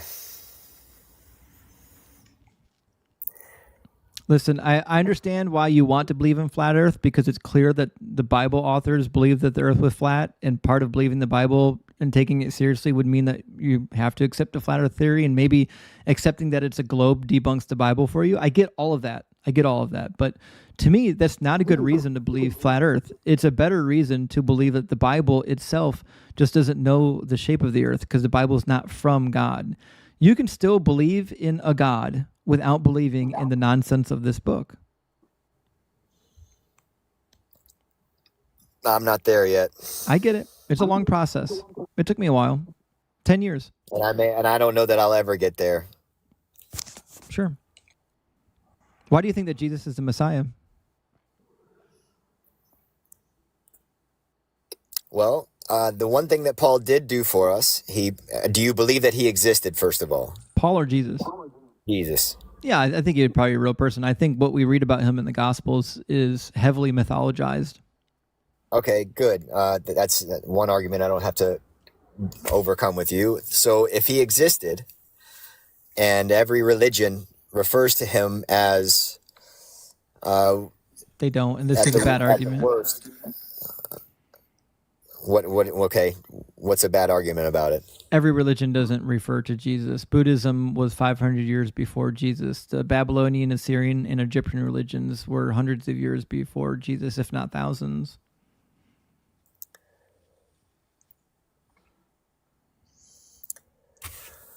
Okay, so how did we get to the point where somebody was influential enough that we're counting the days for him worldwide? Because the Pope, Gregory, decided to change time in, was it the 4th or 5th century? Hold on, let me see. I believe it was the 5th century. Let's see. Pope Gregory's time reform. Oh, shit, way later than that. Pope Gregory the 13th in 1582 issued a papal bull or decree to institute the Gregorian calendar. Now, 1,500 years after Jesus, the Gregorian calendar was instituted in the Western world. It's still not followed by Jewish communities or in parts of Mesopotamia or the ancient Near East, or even in tribal communities that stick to their ancestral ways. But that being said, it's basically just a rehash of the Julian calendar. The Julian calendar is nearly identical to the Gregorian calendar, minus a couple years. All right, let's go back in history then, but way before that, go back to Paul again. And he's writing letters to churches that already existed because of Jesus within 30 years of his death. Wait. How do you know that? And he does this, huh? How do you know that these churches existed within a generation of Jesus? How? Who's he writing to? Well, how do we know Paul existed? So now you're going to say that Paul didn't exist. Okay, so you want Paul to exist, but you don't want to believe that his writings are genuine. Here's where I'm at. Paul existed. He wrote to the churches. He is not the gospel truth, which I already stated. And he is evidence for the existence of Jesus, the simple fact that he was addressing these churches for over 20 years with his letters. Okay, so a lot of these churches were founded by Paul. Like the Corinthian church was founded on the beginning of Paul's second missionary journey. If we assume that Paul's second missionary journey was in the 50s, so you could say that he was writing to a church that existed within 30 years of Jesus existing. And that might be true. It might be true that Paul and these churches existed. But that does nothing for whether or not anything they're saying is actually true. It doesn't mean anything in terms of whether or not Jesus was the Messiah. Because I already granted that he existed, but he clearly didn't fulfill any of the Messianic prophecies. Right. So so getting back to Paul is writing to these churches, whether it's 30 years or 40 years, movies are made about people centuries after they're alive. The existence of Jesus was influential enough that a man was trying to do what he could to straighten these churches out to the point where he was willing to die for it and did die for it. How is it that somebody who is that close to the existence and time is so deceived that he's willing to lose his life for it? You're talking about Paul? Yes. So he was deceived. So you already don't believe his writings. His writings are we'll say not true, right? I'm just saying they're not gospel truth. I'm saying he's not Yahweh. He's not Yeshua. He is not. He was simply used in the canon because of the timing and because of how much he validifies the existence of the church and Jesus. So you don't believe any of his teachings. When he says that he got these teachings from Jesus, you don't believe that. He said he was taught by Jesus. It's so contradictory to what Jesus and aware. Yahweh said. Yes. That I cannot subscribe to him being somebody who was giving gospel truth. Right. So, but this is the problem. You keep debunking your own position. You're saying that he claims to have received this revelation from Jesus, but that can't be true because it contradicts what the rest of the New Testament says. So you have to say then that Paul was a liar, Or he just didn't know what he was saying. or And he said he that. was insane. He multiple times said, I'm looking through a glass darkly. I do not know, but I think. So multiple times in his letters, he is admitting that he doesn't exactly understand what's going on, but he's trying to relay it the best that he can. Yeah. So what we have then, we have a guy that says things that are untrustworthy, but you want to rely on his untrustworthy writings. Here's what I think. I think Paul had a hallucination when he fell off his horse, which is actually quite common. And I have no reason to believe the stories that are told about him. Like in the book of Acts, I think chapter 22, he says he gets papers from the Jewish council to go and persecute the Jews. That almost invariably didn't happen. I've read the writings of the Jewish rabbis in the Mishnah and the rest of the Talmud, and they mention the Jewish persecution against the Christians. They mention how Jesus was executed and how some of his disciples were executed, and they even talk about his mom. Paul doesn't come up anywhere. If there was a guy who got express permission from the actual Sanhedrin to go and round up Christians and put them in prison, I would expect that there at least would be a sideways mention of it. Have you read the Sanhedrin writings? No. They don't mention Paul whatsoever or anybody that they commissioned to go round up Christians. All I'm saying is Paul's not authoritative to you, and he's certainly not authoritative to me. So I'm not sure why we're giving Paul any authority at all here. Why do we care at all what he says? Okay. All we can say is that Paul claimed to have the resurrected, zombie ghost of Jesus appear to him, but he didn't witness anything. He wasn't a witness to Jesus's life. Right. So the witnesses to Jesus's life didn't write anything. Luke wasn't a disciple. Mark wasn't a disciple.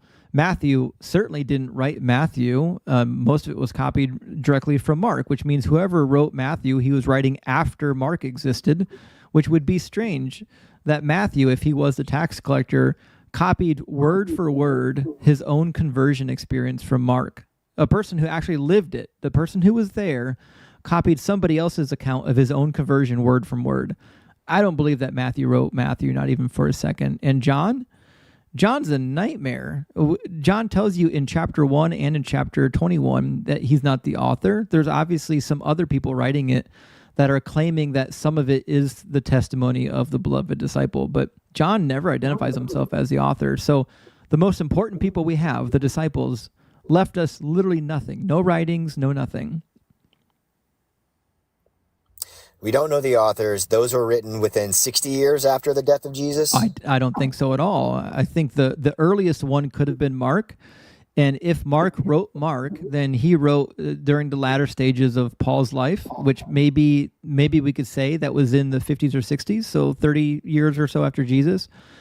But we have no idea when the other Gospels were written, except that they had to have been written after Mark because they copied directly from Mark. But let's say, for example, that Mark wrote 30 years after Jesus. And remember, Mark never met Jesus. Okay? Why would we trust anything Mark says about Jesus when Mark's source of information is theoretically a combination of Peter and Paul? What is your question? Well, I guess my question is, there are multiple instances where the Gospel of Mark records private prayers of Jesus. How is this guy who's never met Jesus recording private prayers that Jesus gave when nobody else was around? And how did the other Gospel authors write down the private conversation that Jesus had with Pilate when they weren't even there to begin with? These are hallmarks of mythologies. So how did we get to this point? We got to this point because people liked the character of Jesus. People made up mythological deities and demigods all the time in the first century. In fact, Hanji knows about quite a few of them. And this is one point that I think the mythicists got right. The mythicists have documented quite well all of the fictitious deities that were manufactured by the Roman, Greek, and even Egyptian governments at certain points in time. So, like, manufacturing a god or a demigod for somebody was pretty routine. But that being said, let's imagine, though, that Jesus was a real person. Again, I have no problem with this. The hurdle that Christians have to overcome is that God told you what to expect when the Messiah came. He told you what to look for, and Jesus didn't do any of it.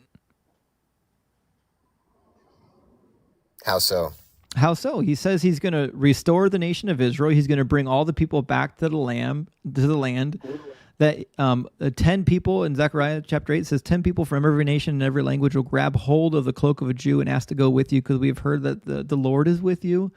Let's read Ezekiel 37 real quick. Ezekiel 37 is quite telling, and Jeremiah 33 as well. So I was going to say, if you want, me and Godsmack were talking in chat earlier, and it has been a long time since we've done it. If you wanted to redo the background to the Bible condones slavery. Oh yeah, we haven't done that in a while. It's been a minute. Ezekiel? What'd you say, Ezekiel? Ezekiel 37 is where I'm at right now. Let me put it on the screen. Sorry, I got a little bit wide. There we go. 37:21. Now, the whole second half of Ezekiel is about the restoration of the Israelite people after the Babylonian captivity and how the temple is going to be restored and the land is going to be restored and the Levitical priests are going to be restored and the prince is going to come and he's going to reign over Israel forever. And all of the people that had been scattered by the Assyrians and Babylonians are going to be regathered. Says, then say to them, thus saith the Lord God, I will take the people of Israel from the nations among which they had gone, and I will gather them from every quarter and bring them into their own land. I will make them one nation in the land on the mountains of Israel, and one king shall be king over them all. Never again shall they be two nations, and never again shall they be divided into two kingdoms. They shall never defile themselves with their idols and detestable things or any of their transgressions, and I will save them from all of the apostasies in which they had fallen, and I will cleanse them, and they will be my people, and I will be their God. And my servant David will be king over them, and they shall have one shepherd. They will follow my ordinances and be careful to observe my statutes. And they will live in the land that I gave to my servant Jacob, in which your ancestors lived. They and their children's children will live there forever, and my servant David will be their prince forever. This is the Messianic vision. Okay, and what is wrong with that? It never happened, and it never is going to happen. So you're saying that Israel doesn't exist?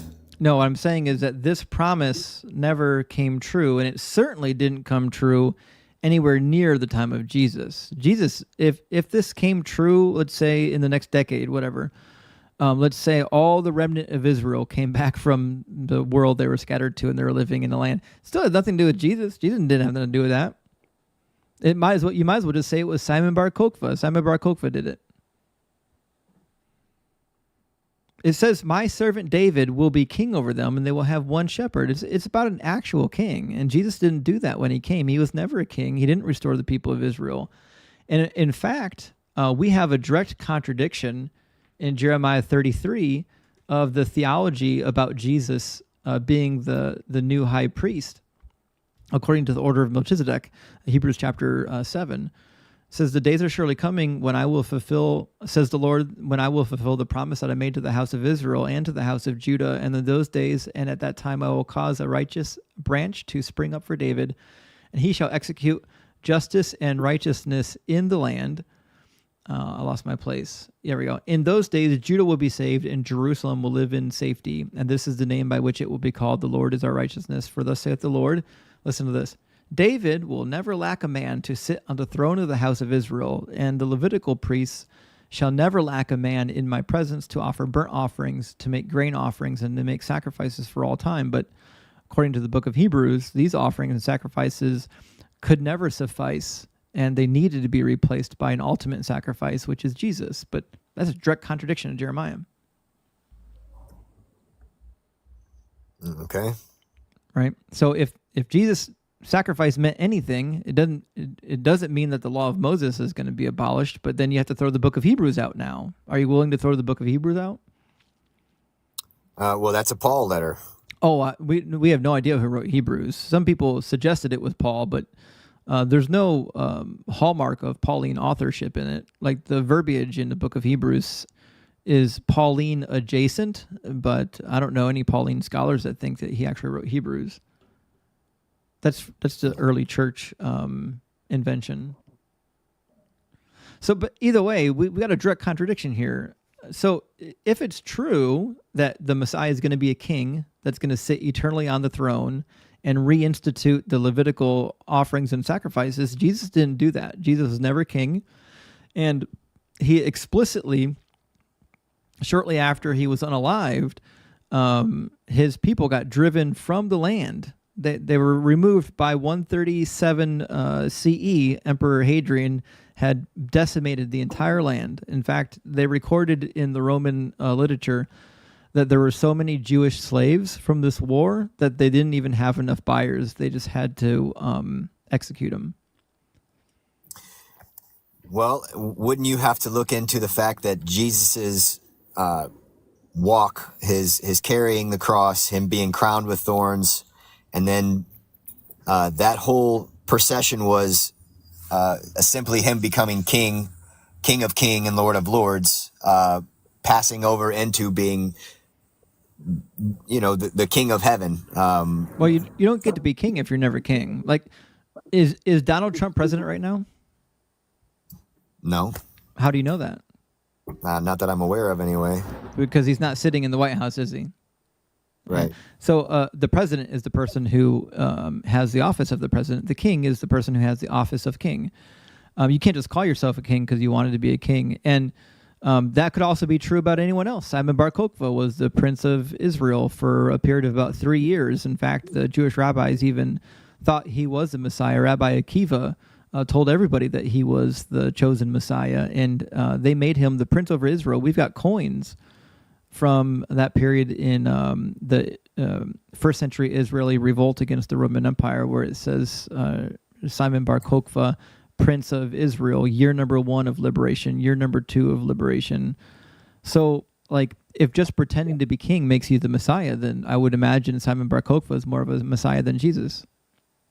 Now, this isn't also on a pretending, but it is a hymn to Osiris in the Egyptian Book of the Dead, which predates the Bible. We all know this, where even Osiris is considered the King of Kings, the Lord of Lords, the Prince of Princes in one of his hymns.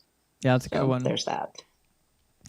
But it's also true that the Messianic expectation was that this person was going to bring the remnant of Israel back, and they were going to sit on the throne forever. And there would be world peace. That's Isaiah chapter 11 and Micah chapter 4. The branch that's spoken about from the stump of Jesse, that's Isaiah chapter 11. Like, people quit reading. Let me put it on the screen. It says, "A shoot will come out from the stump of Jesse, and a branch will grow out of its roots. And the Spirit of the Lord will rest upon him, and the Spirit of wisdom and understanding, a spirit of counsel and might, the Spirit of knowledge and the fear of the Lord. And he shall delight in the fear of the Lord. And you might stop reading there and be like, oh, cool, it sounds like something the New Testament said about Jesus. But if you keep reading, it's clearly about a real king. It says he will not judge by what his eyes see or decide by what his ears hear, but with righteousness he will judge for the poor and decide equity for the oppressed of the earth. He will strike the earth with the rod of his mouth, and the breath of his lips he will kill all of the wicked, and righteousness will be belt around his waist, and faithfulness belt around his loins. Now listen to this, is the best part. The wolf will lie down with the lamb, and the leopard will lie down with the kid, and the calf and the lion will feed together, and the little children will lead them, and the cow and the bear shall graze, and their young shall lie down together, and the lion shall eat straw like the ox. Now remember, like 45 minutes ago, you said that there must be, sextillion number of people on the earth before Jesus comes back, because you have to take the promise of Abraham literally. But when you take the promise of a king, and an actual king rescuing Israel, for some reason you switch really quick to metaphor. To him being the king of heaven. But he needs to be the king here on earth, because it says in Ezekiel and Jeremiah that his people will be rescued here on the earth. Jerusalem will be restored. Can you explain to me Isaiah 53? Yep. And I mentioned this earlier, but he was pierced through for our transgressions. He was crushed for our iniquities. The chastening for our well-being fell upon him, and he was scourged. Yeah, I know. We are healed. We've all read it. Just take a breather. All right. Have you read the rest of Isaiah, or have you only read Isaiah 53? I've read all of Isaiah. I've read the Bible multiple times. I don't think you have. So let's talk about Isaiah 53:5, and then I'm going to explain to you why this is not about Jesus. So when you just look at it, we've got a serious problem. We've got a prefix on bruised, and we've got a prefix on, you've got a prefix on iniquities. Give me a second to center this. There we go. Okay. So my finger, there we go. Do you see the very first letter on the far right? There's a mem. Mm-hmm. That mem with the hardening dagesh on the second letter on the pay, that's very specific. That means from or by or on account of. And the same thing, we've got a similar mem here. This is a preposition. This is not part of the word. This is akin to a preposition that's added to the word, which doesn't mean for. What you want here, if you want to translate it as for, you would add a lamed. The mem is not a lamed. You can also do all. You can do it all with a hyphen, and that could be somewhat similar. But what this means is not for. What this means is because of or by. So an appropriate translation of this would quite literally say he was wounded by our transgression, and he was bruised by our iniquities. But English translators, are mostly Christians, have stuck to for because it makes it sound more like this person needed to suffer on account of somebody's sin. But that being said, if you just read all of Isaiah chapter 40 to 55, you would come up with a very clear picture that the Messiah is not even mentioned except for King Cyrus. He's the only Mashiach mentioned. And the rest of it, let me open up. I've got some passages I want to read with you.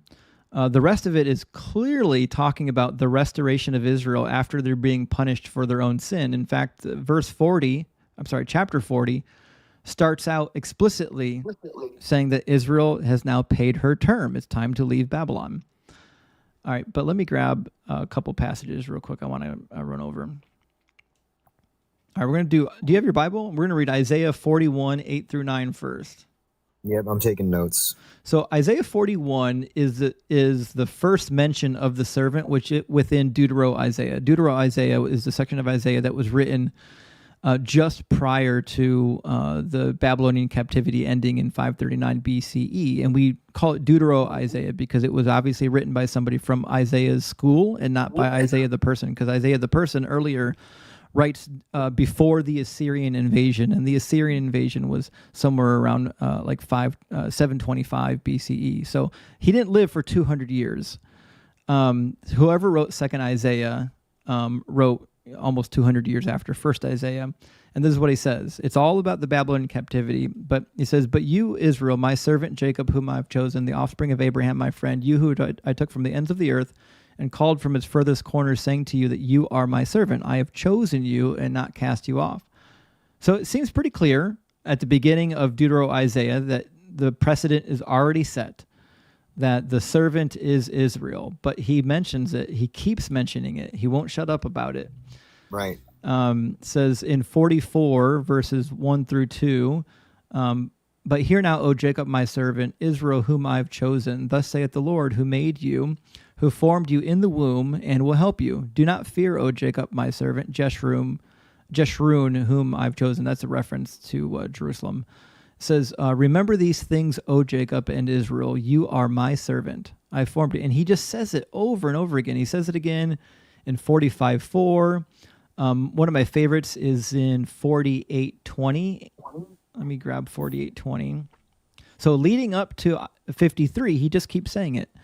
And now, as we get closer to 53, we start hearing the prophecies about them actually leaving Babylon. It says, go out from Babylon, flee from Chaldea, declare this with a shout of joy and proclaim it, and send it forth to the ends of the earth that the Lord has redeemed his servant Jacob. And that's the whole arc of the narrative, is God redeeming his servant Jacob from the Babylonian captivity. And when he reveals his mighty arm to rescue his people, the nations that had abused Israel will come to recognize that Yahweh is the one true Lord. That's why when you go to Isaiah 52, verse 10, we'll just grab all of 52. Mm-hmm. It starts out very clear. It says, the Lord has bared his holy arm before the eyes of all the nations, and all the ends of the earth will see the salvation of our God. Depart, depart, go out from there. Touch no unclean thing. He's saying, listen, the arm of the Lord has been revealed to rescue you from Babylon. Go out from there. Get out of there. And then he calls back to the Exodus. It says, you will not even go out in haste, because remember the Exodus, they had to go out in haste. Here he's saying, you will not go out in haste. You will not go out in flight, because the Lord your God will be before you.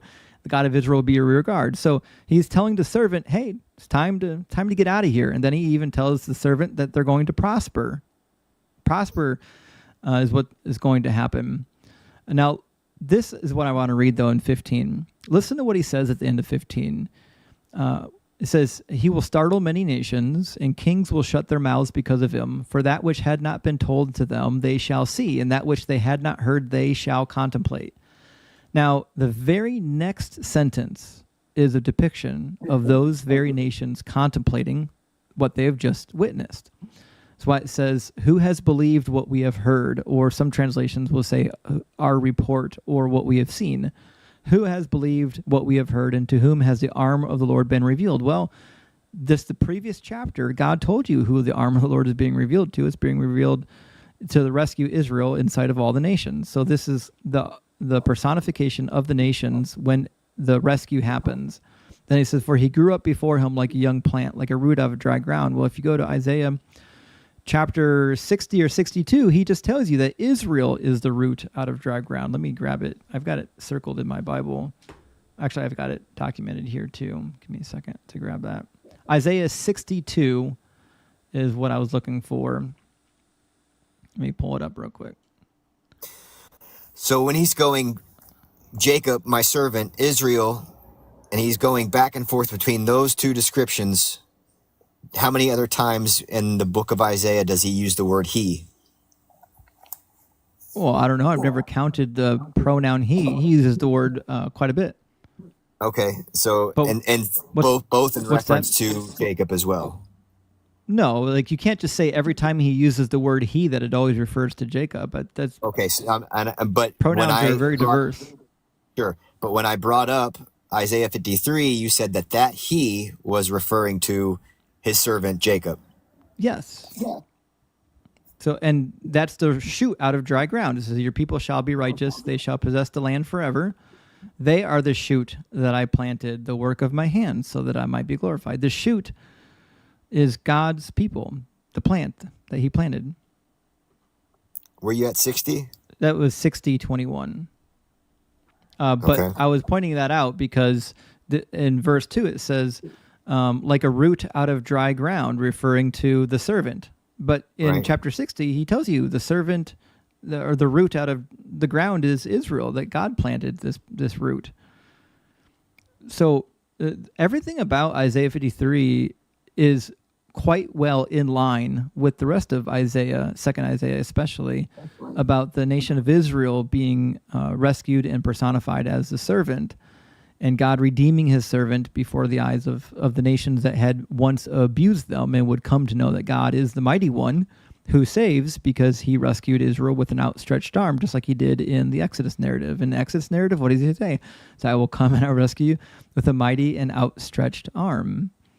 And here's the other thing.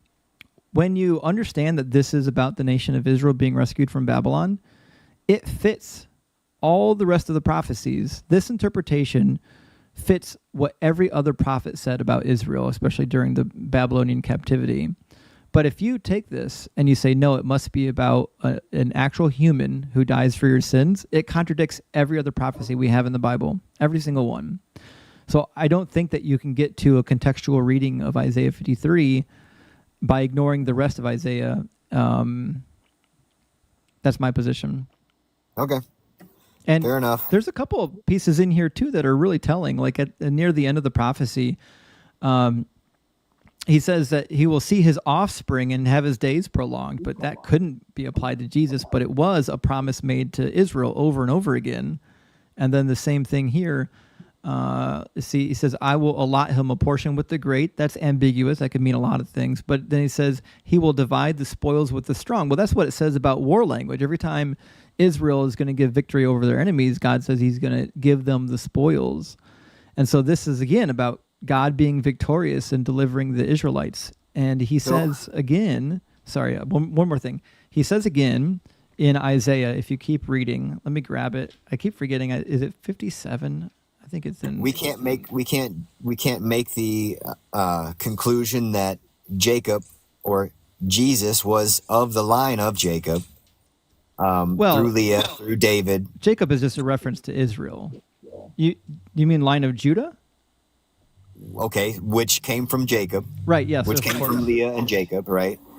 So yes, I mean, through lineage, and everything that you're also saying could also still line up with the lineage and where Jesus came from, which was Jacob and Israel. Well, that would apply to every Israelite ever then. I mean, any Israelite that was ever executed would be of the fulfillment of this prophecy. So, but not in such a way that we acknowledged him, that he existed, went through the process that he went through, and also fits the description that I'm pointing out. But he didn't, because this description could easily be applied to dozens of Jewish people or claimed messiahs. Like I keep bringing it up, but Simon Bar Kokhba. Simon Bar Kokhba was another wannabe failed messiah that was executed by the Roman government. So why can't I just say that Simon Bar Kokhba fulfilled this prophecy? Say that one more time.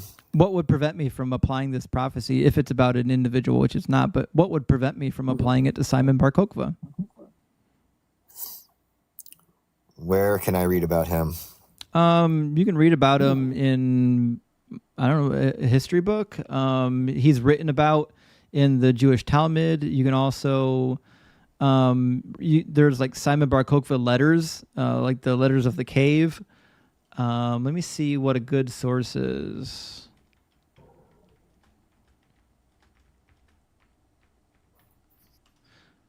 But so the fact of the matter is, if the only thing that your Messiah ever did was die, a lot of Jewish people did that. A lot of Jewish people came and died. Cassius Dio, that's the guy. Go ahead. Sorry, Cassius Dio, that's the guy you want to read. Okay.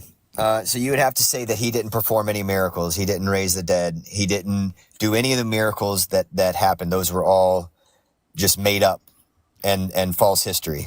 Well, I don't think they happened to begin with. But even if they were made up, I mean, that's part and parcel with what people were doing in the first century. I mean, miracle workers in the first century were abundant. I mean, you don't believe that Emperor Vespasian was a miracle worker, do you?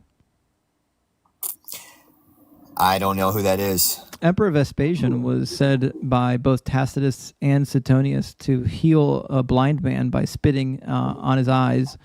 And then he also healed a person with a lame limb by using the power of the deity Serapis. So like healing stories, like these are just like part of very common first century mythological stories about people that were like near and dear to other people's hearts. Like if you read about the 12 Caesars and Suetonius, 6 of them were deified, literally deified, rose to the heavens. And a couple of them were said to even be able to trace their lineage back to like Zeus. So like, you know, people, when there's really important people in history, their narrative gets mythologized. So what made him really important then? Well, he had followers that thought he was important. And why would they think he was important? I mean, that's anyone's guess. If they had left us actual writings, we would know, but they didn't. We have writings from like second and third hand witnesses.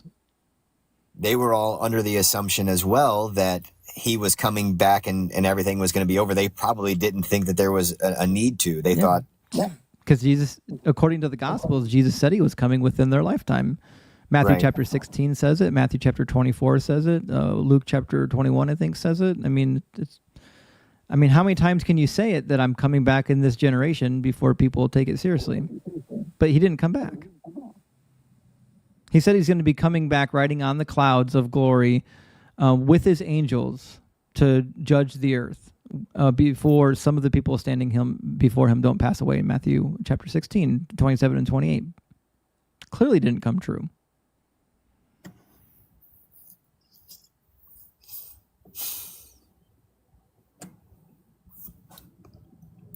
I got some studying to do. Yeah, go for it. I appreciated the conversation. I think we actually got to do some digging into the book and reading the text, and that's my favorite thing. I like reading the text. For sure. As iron sharpens iron, I appreciate you. For sure. I appreciate you being here. You got a great spirit, and we always appreciate guests that are kind. I wanted to show him this before he drops. This is Serapis. I'm going to enlarge myself. I got you. Just so he... Motherfucker! That took me forever to find. Never mind. Where'd it go? Where'd your image go? I don't know. Let me see if I can try and find it. Hold on. Because we actually don't have anyone in queue anyways. Yeah. Well, I see 5 people in the queue. Oh, there we go. There's Serapis. Okay. Looks familiar, right? I'll look into it. All right. Anyways, I appreciate the dialogue. Come on back, okay? All right. Sounds good. Thank you. All right. Cheers. Also, praise Serapis. Look at him. Look at his gorgeous Greek self. I mean, it's a great image. It really is. So we've got some people in the queue. I'm going to get the next person in the queue, but I've got news from Chet, guys. So as we've been doing our live, Chet has been doing some digging for us, and guess what he found?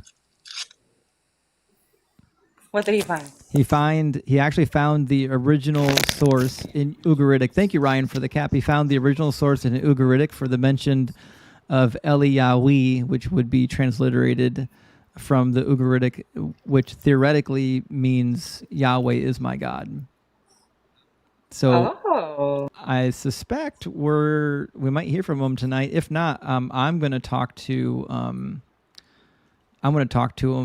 tonight or tomorrow and get his source so I can look at the Ugaritic text myself. Welcome in, Kurt. What's going on, brother? How we doing? I'm doing good. How are you doing? Oh, blessed in the name of Jesus Christ. Too blessed to be stressed, huh? Oh, man. Thank the Lord Jesus Christ just for another day of life. Yep. So are you a Christian? I assume so. Oh, absolutely. Great. Yeah, of course. What would be your best evidence or your best argument for why the Christian God is real? Well, I heard you say that Jesus wasn't real. Oh, I didn't say that. Like there's no better history. Oh, okay. So Jesus is real? I believe that Jesus was a real person, but I think the stories about him that we find in the Gospels are heavily mythologized. So people that were witnesses, eyewitnesses, say, they just came up with all these stories? Who? The same thing? Who?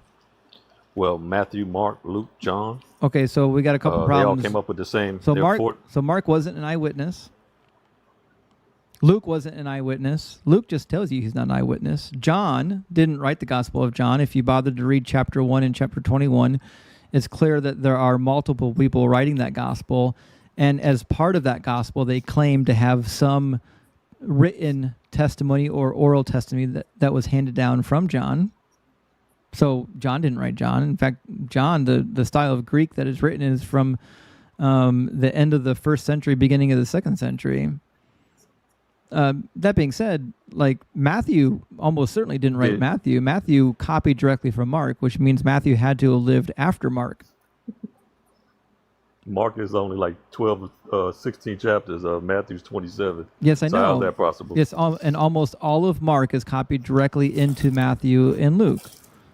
So what happened was Matthew and Luke copied Mark directly, and then they added their own material on top of it, and then they added some combined material that scholars theorize and call the Q document. So none of these gospels were written by eyewitnesses. At best, you can say that they were collecting the testimony of other people who claimed to be eyewitnesses.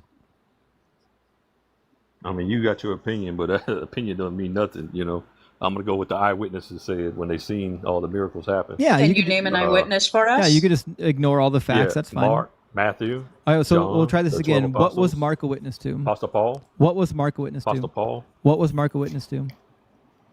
Mark wrote Luke.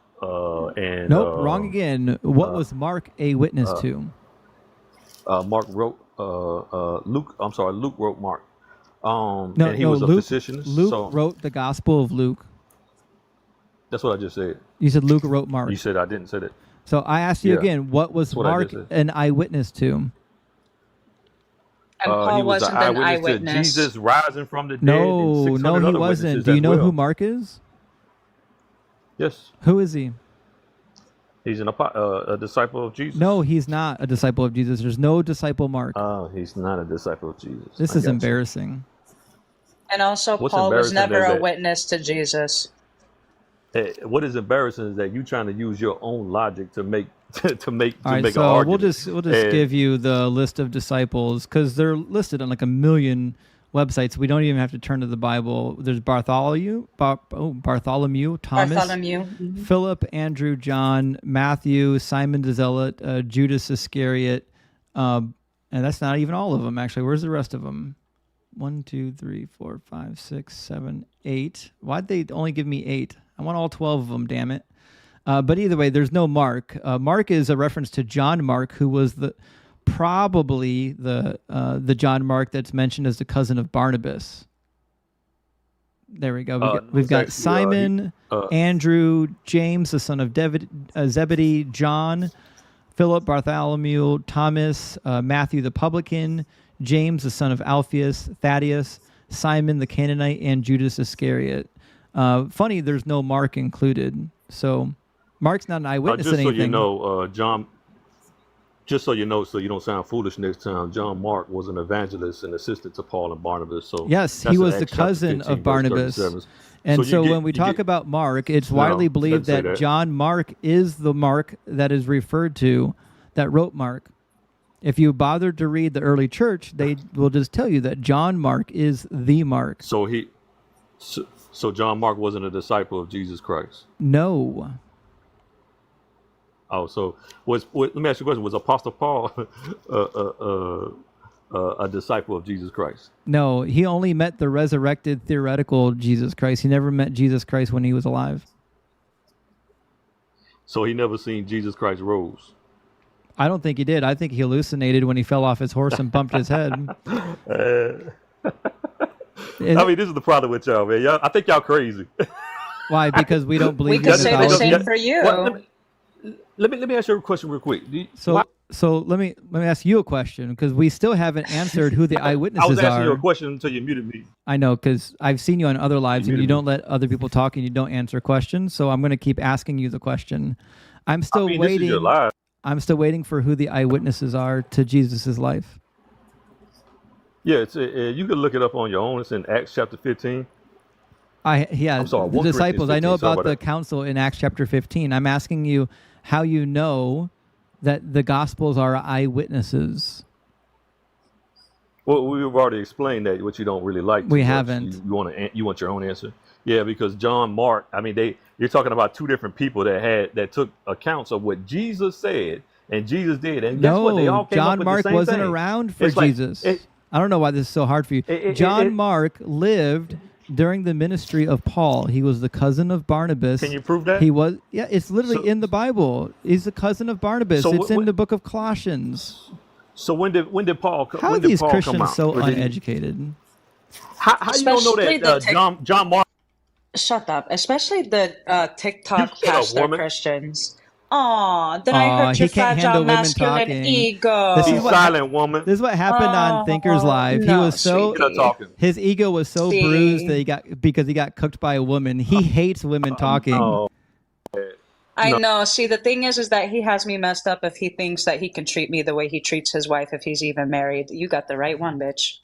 Yeah, we don't do that here. I already knew he was a misogynist before he came up, but I didn't know if it was going to come out while he was here. But it didn't take long. Colossians 4:10 is the passage. Says Aristarchus, my fellow prisoner, greets you, as does Mark, the cousin of Barnabas, concerning whom you have received instruction. Mark was the cousin of Barnabas. He's not an eyewitness and never claimed to be an eyewitness. All right. Yep. See if we can get an adult in the guest box now.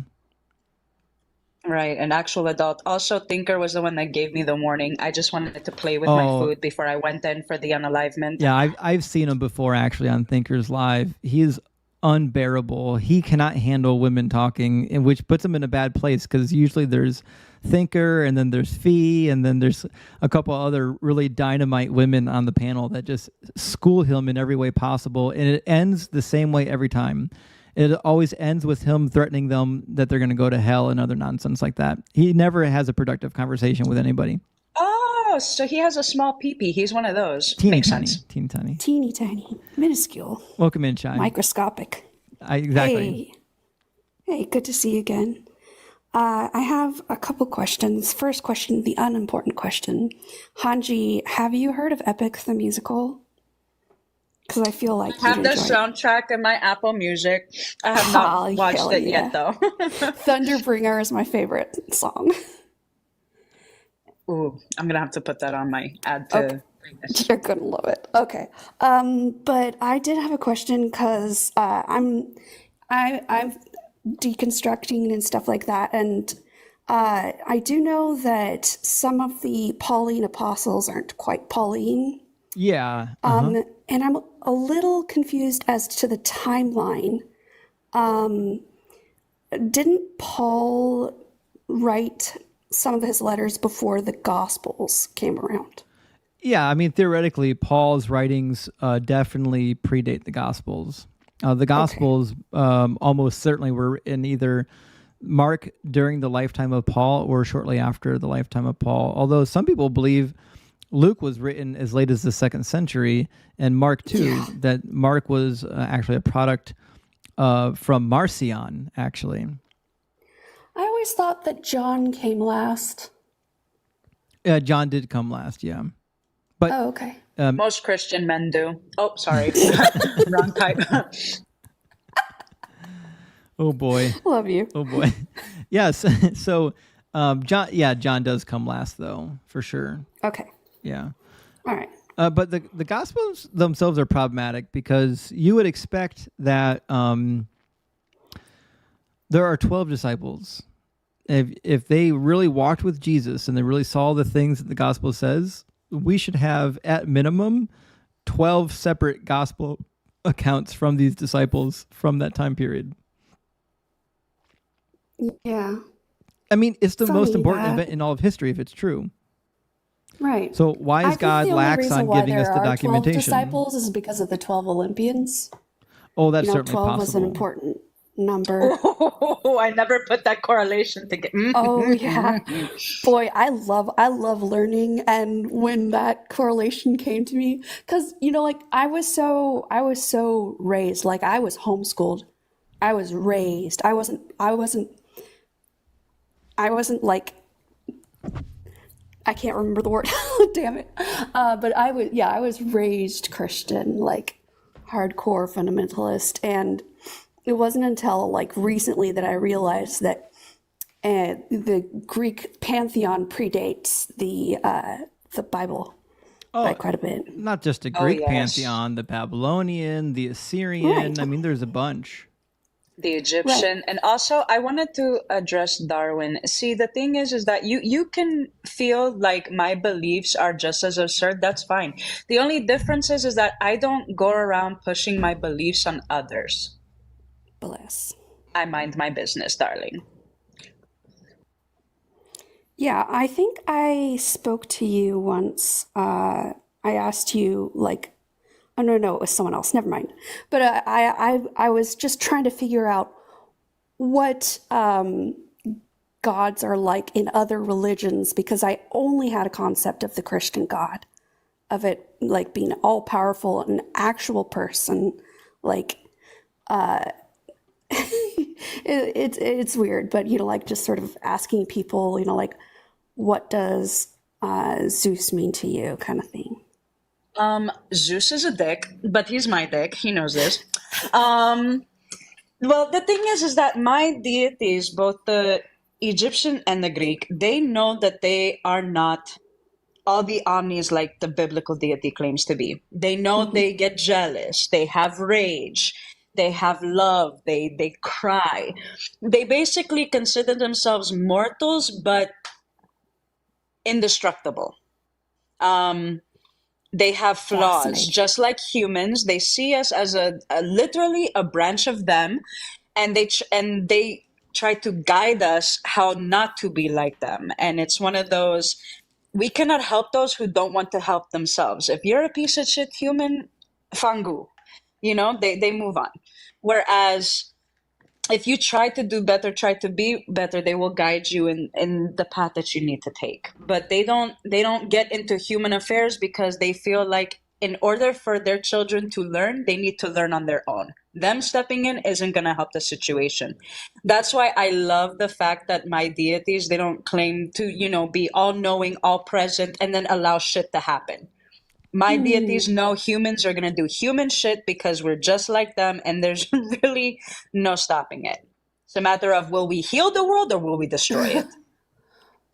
So just a very simple question building onto that.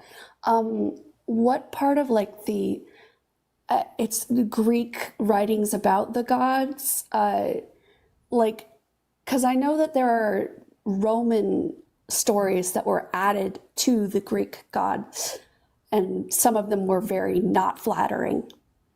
Yes. So the story of Medusa is definitely the most popular one. We'll get to Zeus in a second. I actually had the video that I made of Zeus got taken down because people are so into the Roman bastardization.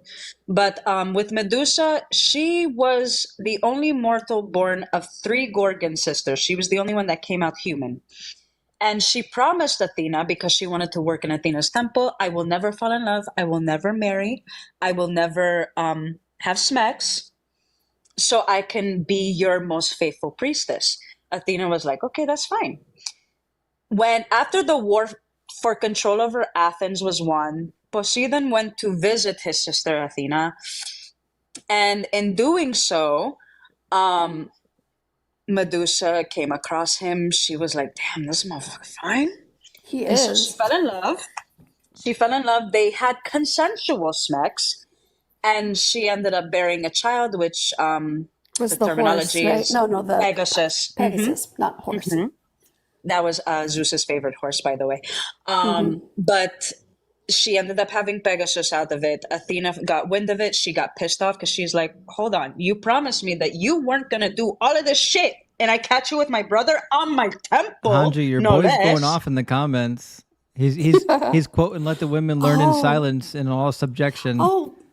Oh, Kurtlo. This is Kurtlo, what baby, Christianity does to your brain. little baby boy.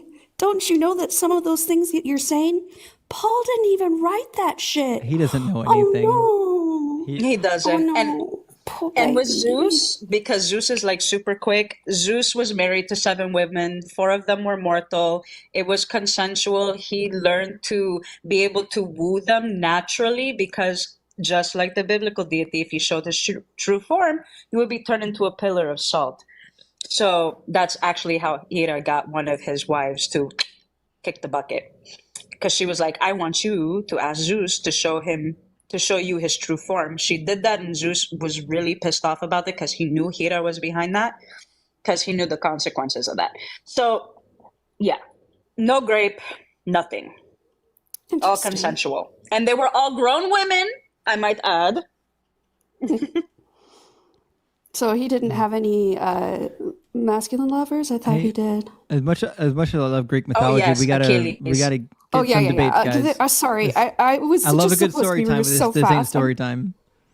I'm so sorry. Thank you so much, Hanji. That was amazing. I'd love to reach out to you and get some more stories from you sometime. She's got a lot of good book recommendations on Always this, by open. the way. I would definitely contact Hanji for her reading recommendations on the Greek pantheon. I would actually read them. Yeah. They're really good. All right. I've got some of them. Okay. All right. Thank you so much for that info. I appreciate it. It's good Bye. to hear from you. Not a problem. Yeah. Be well, Shai. Yeah, be well. Have a great night. We're going to get the homie up in here. See what they have to say. They're in the queue for a little bit. Yeah, Jesus Christ, she is passionate about it. I do. My interest in the Greek mythology was rekindled when Hanji started talking about it, because I started to remember a lot of these stories I had forgotten from when I learned it in school, and they're really great stories. But homie, welcome in.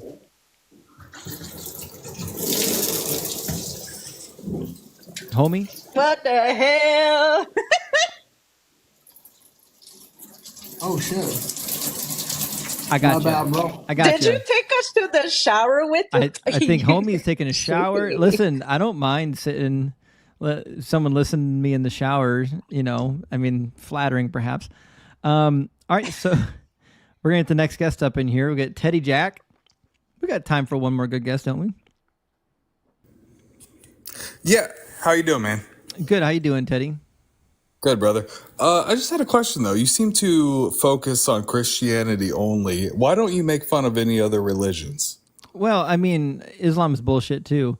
The problem is that I don't have intimate knowledge of the Islamic faith, and so I don't think I'm a good person to really dissect it, but I do have intimate knowledge of the Christian faith and of the Bible, and so I'm pretty qualified to talk about it. And I think as a general rule, when you're debating, you should have some level of proficiency in the topic that you're debating, because you tend to look silly. One of the reasons why I don't really debate politics, even though I've got some opinions on politics, there's a lot of things that I don't know as well as the other people that debate politics, and you know, I don't think I would be a good representation of my position.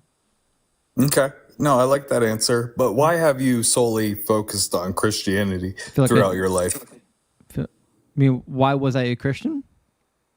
Yeah, yeah. If you were a Christian, I didn't know that. Yeah. I grew up in a town that was predominantly Christian. I went to 12 years of Catholic school. I was a Christian for 20 years. I went to Bible college and seminary. And so I'm pretty qualified to deconstruct Christianity. In fact, thank you for the hat, Jay. It's good to see you. Jay Heist. Sorry, Jay Heist. Thank you. So I was doing this kind of stuff even when I was still a Christian. In fact, I've quite literally written hundreds of articles deconstructing stuff from the Christian perspective.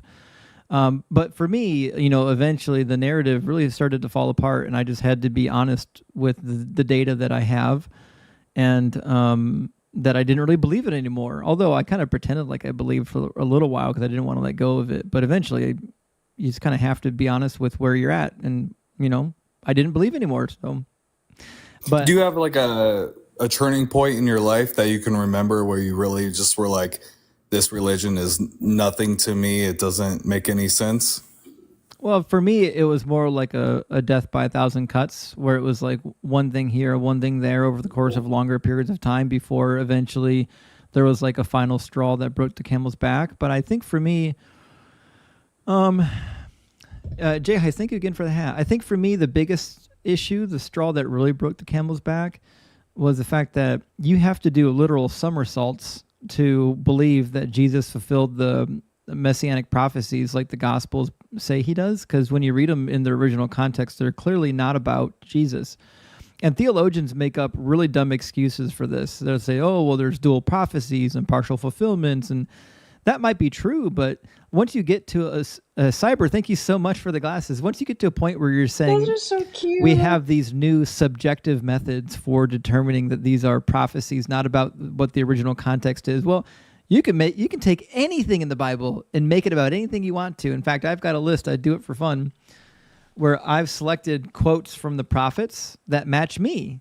Because if you're ignoring the intention of the prophet and you're ignoring the context that the prophet is writing about, you can make anything about you. And that's exactly what the quotations about Jesus are. Every time you see in the Gospels that Jesus did such and such to fulfill what was written by the prophet, it's just a random out of context quotation from one of the prophets. Half the time they're not even from prophets, they're from like the Psalms. So that was a big issue for me, because if Jesus didn't fulfill any prophecies, he's clearly not the Messiah. But it's bigger than that, because when you read the prophets are very, very clear about what's going to happen when the Messiah comes. There's going to be an ingathering of all the Jews that had been scattered. There's going to be a king on the throne. They're never again going to be scattered. God's never going to be angry with them and punish them again. There's going to be Levitical priesthood restored. And then all the nations are going to notice that God has restored his holy people, and they're going to be so wowed that God had done this thing with Israel, this forsaken nation, that they're going to run to Israel. It says, nations that do not know you will run to you because the Holy One of Israel has glorified you. And so these are the type of things that should have happened when Jesus was here if he was the Messiah, but none of them happened.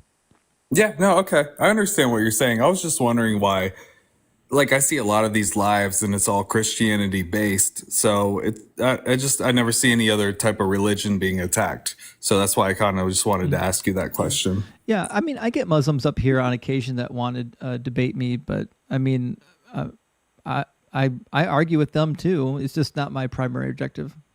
Okay, no, I got you. All right, man. Thanks for bringing me up. Sure. Cheers, man. Good to hear from you, Teddy. Yeah, you too, buddy. Teddy. Petty. Now we've got. I thought we had time for one more good guest, but he wasn't up here for long. Welcome in Yerushalayim, Adonai. How's it going? Good. How you doing? All right, living the dream, brother. Fantastic. Thank you for letting me up in this live. Yeah, well, welcome in. Are you at least 18? I am 43. Cool. Are you a Christian? Yes, sir. Are you Hebrew? No, I'm Orthodox. Just checking. All right. What would be your best argument or your best evidence for why the Christian God is real? I am from Africa, so it's pretty easy to have faith in God in Africa. So I grew up in a, you understand the environment, right? Yep. So I get it. I find it very interesting when I see people struggle to really understand God and whatnot. But like, yeah, my take will be like Romans chapter 1. So creation reveals to humanity I disagree with the that. intelligence. The I don't think it intelligence does. and intellect and purpose of God. I don't believe that. Why do I care what Paul said in Romans chapter 1? Yeah, I mean it's I'm not trying to make you believe in that. Because the Greek Question. philosophers said the same thing. They said that the nature, the cosmos, everything all points to their gods. So if nature points to some sort of divine presence, how would you possibly know that it pointed to your divine presence as opposed to, I don't know, the tooth fairy or magic farting ponies or pixies? Well, I would consider any other god as a counterfeit god. So I Why, though? wouldn't take those claims seriously because I know what your position is. I want to know why that's your position. Because they're counterfeit. Why? How do you know that?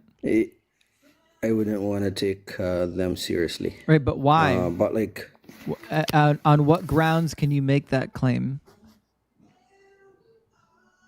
Because of their real nature and the whole. You said they're counterfeit. because They don't I have a real believe- nature. Yeah, so that's why I don't believe in them. Right, but I'm asking you I don't- why. Why do you believe in this one specific God but not the other gods? Because that's what I Because you're an indoctrinated. of. No, that's what I know of. I don't know them. I didn't have any exposure about them. Right. So you were that- just that's only indoctrinated. That's what I said. know. I wouldn't consider that indoctrination, but it's okay. I mean, you can consider it. I can respect that. But question for you though, in your mode of reality, Deconstruction what- Zone. Thank you for the subscription. Somebody ripped off my name, but I don't care. I'm all for it. Carry on.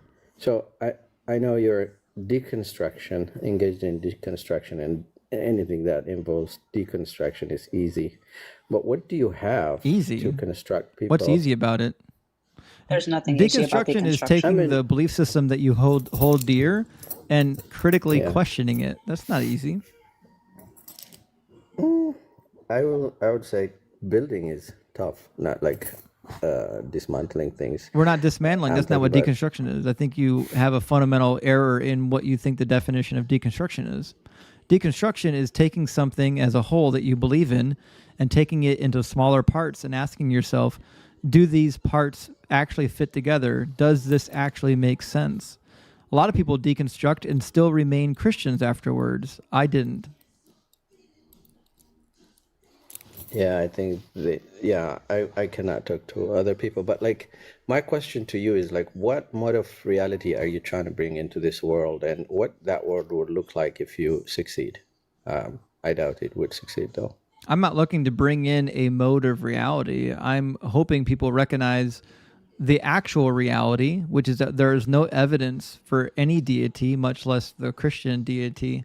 And I think humanity is better when we believe things that are true as opposed to things that are a lie but convenient. So, okay, let's assume you succeed on that one. So that what is the end result for people to just deconstruct that way? What are you presenting them as an option? I don't have to present any option. I don't have to provide a new religion for people who leave their religion. What you need to do is recognize that when people leave Christianity, they have fundamental changes to how they perceive the world. Typically, people who deconstruct and leave their religion are no longer homophobic. They're no longer transphobic. They don't judge people for their lifestyle habits nearly as much. They're much less likely to justify harming other individuals. In fact, the largest Christian denomination in the U.S. was formed to preserve the institution of slavery. That's the Southern Baptist Convention. So the name of religion has been used for many evils over history, and I would suspect that without religion, it would be a little bit harder to justify some of these evils. But at the same time, I just think that humanity is better off believing things that are true. Mm-hmm. So you're trying to promote respect among humans. Well, I would, yeah. I'm a humanist. Yep. But the point is, the ultimate authority, that's God for Christians, for us. You just literally like avoiding him from the picture. So I'm not avoiding him. I just don't think he's real. I know. Are you avoiding Zeus? Like, Thank you, Joel.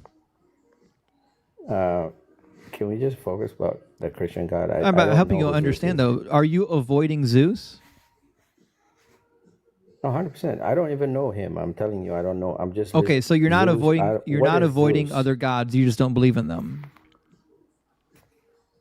I don't know them. I know, I but can't talk about them. that's my point. You're not avoiding these gods. You just don't believe in them. I'm not avoiding your God. I just don't believe he exists. Is there any God that you believe in? Nope. Okay, so Can you provide ultimately evidence for a God? removing. Or do you just want I God think to exist? we're just coming to the first. I don't want to repeat the same conversation. So what if okay? You're just avoiding God, though. That therefore you're avoiding our mode of reality. We'll just try this We again. I believe didn't say God that is at all. the, I'm not avoiding your God. I don't believe that your God exists. I don't know why this is so hard. So what's the difference between you don't believe he exists and you're trying to make people believe the same way you're thinking? Do you know what the word And avoid then means? void means like no, he doesn't exist. So No. you're just questioning You're his saying existence. avoid. Do you know the difference between void and avoid? Well, you can teach me on that one. English is not my first language. To void something means to make it null or possibly non-existence. To avoid something means that you skirt it or you go around it. For example, I would say, I avoided a car accident by swerving. But if you're saying that you're avoiding something, you could say, well, I avoided a check by crossing it out. I made it null. So are you referring to voiding or avoiding? I want you to just clarify that to me, just so I know what you are doing in respect to a God, though. I'm disseminating tell me- truth. I don't believe that God is real, and I don't think you have any evidence for your God. And I think humanity is better off understanding that when people say they believe in this God, they're doing it without any evidence or any rational justification. Okay, in that case, what base will you have to make things morally upright in society then, if you avoid the ultimate source of morality, that's God? So what option are you substituting to society? All What are you morals coming are up with? subjective. They're determined by society. They always have been, and they always will be. And they're based on simple principle of observation. If somebody stabs me with a knife, that's not a good thing for me. I don't like it. I don't want it. So I can recognize that it's my benefit to live in a society where we all agree that we don't go around stabbing each other with knives. And that's how laws work. That's how subjective morality works. Mm-hmm. It's really easy. So there's no authority behind it. You just have Why? to Why do you need an authority? test it. Because it dictates what is and what cannot be. See, this is the problem: is you're assuming there has to be an authority behind it, but that's just what you want. Can you demonstrate that objective morals exist, or do you just want them to exist? Oh, they do exist. Okay, prove it. You've already said you don't want people to stab you or harm. That's you. subjective. That's my desire. I'm asking you about objective. Prove to me that But it's objective also morals exist. That's also objectively, like, it has to be. I mean, like, if it's not objective, then how can you you only believe in it? I also believe in that. I don't know what I you don't wanna believe in get because harmed. you're having trouble with basic definitions. Objective morals means they don't change. They're stance independent. They don't depend on anybody's mind, anybody's rationality, and they don't change over time. So I don't believe in objective morals. I think all morals are subjective. They are dependent upon individual minds and the societies that we live in. All right, let me put a scenario to you then. Well, you're still running from what I asked you before. Can you demonstrate that objective morals exist, or do you just want them to exist?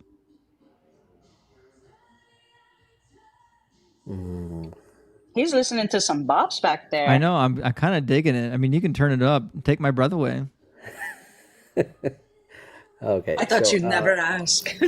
I would ask. I would go and see that one out in depth, because I'm not in depth in the objectivity or subjectivity of morality, so I don't want to mislead you on that one.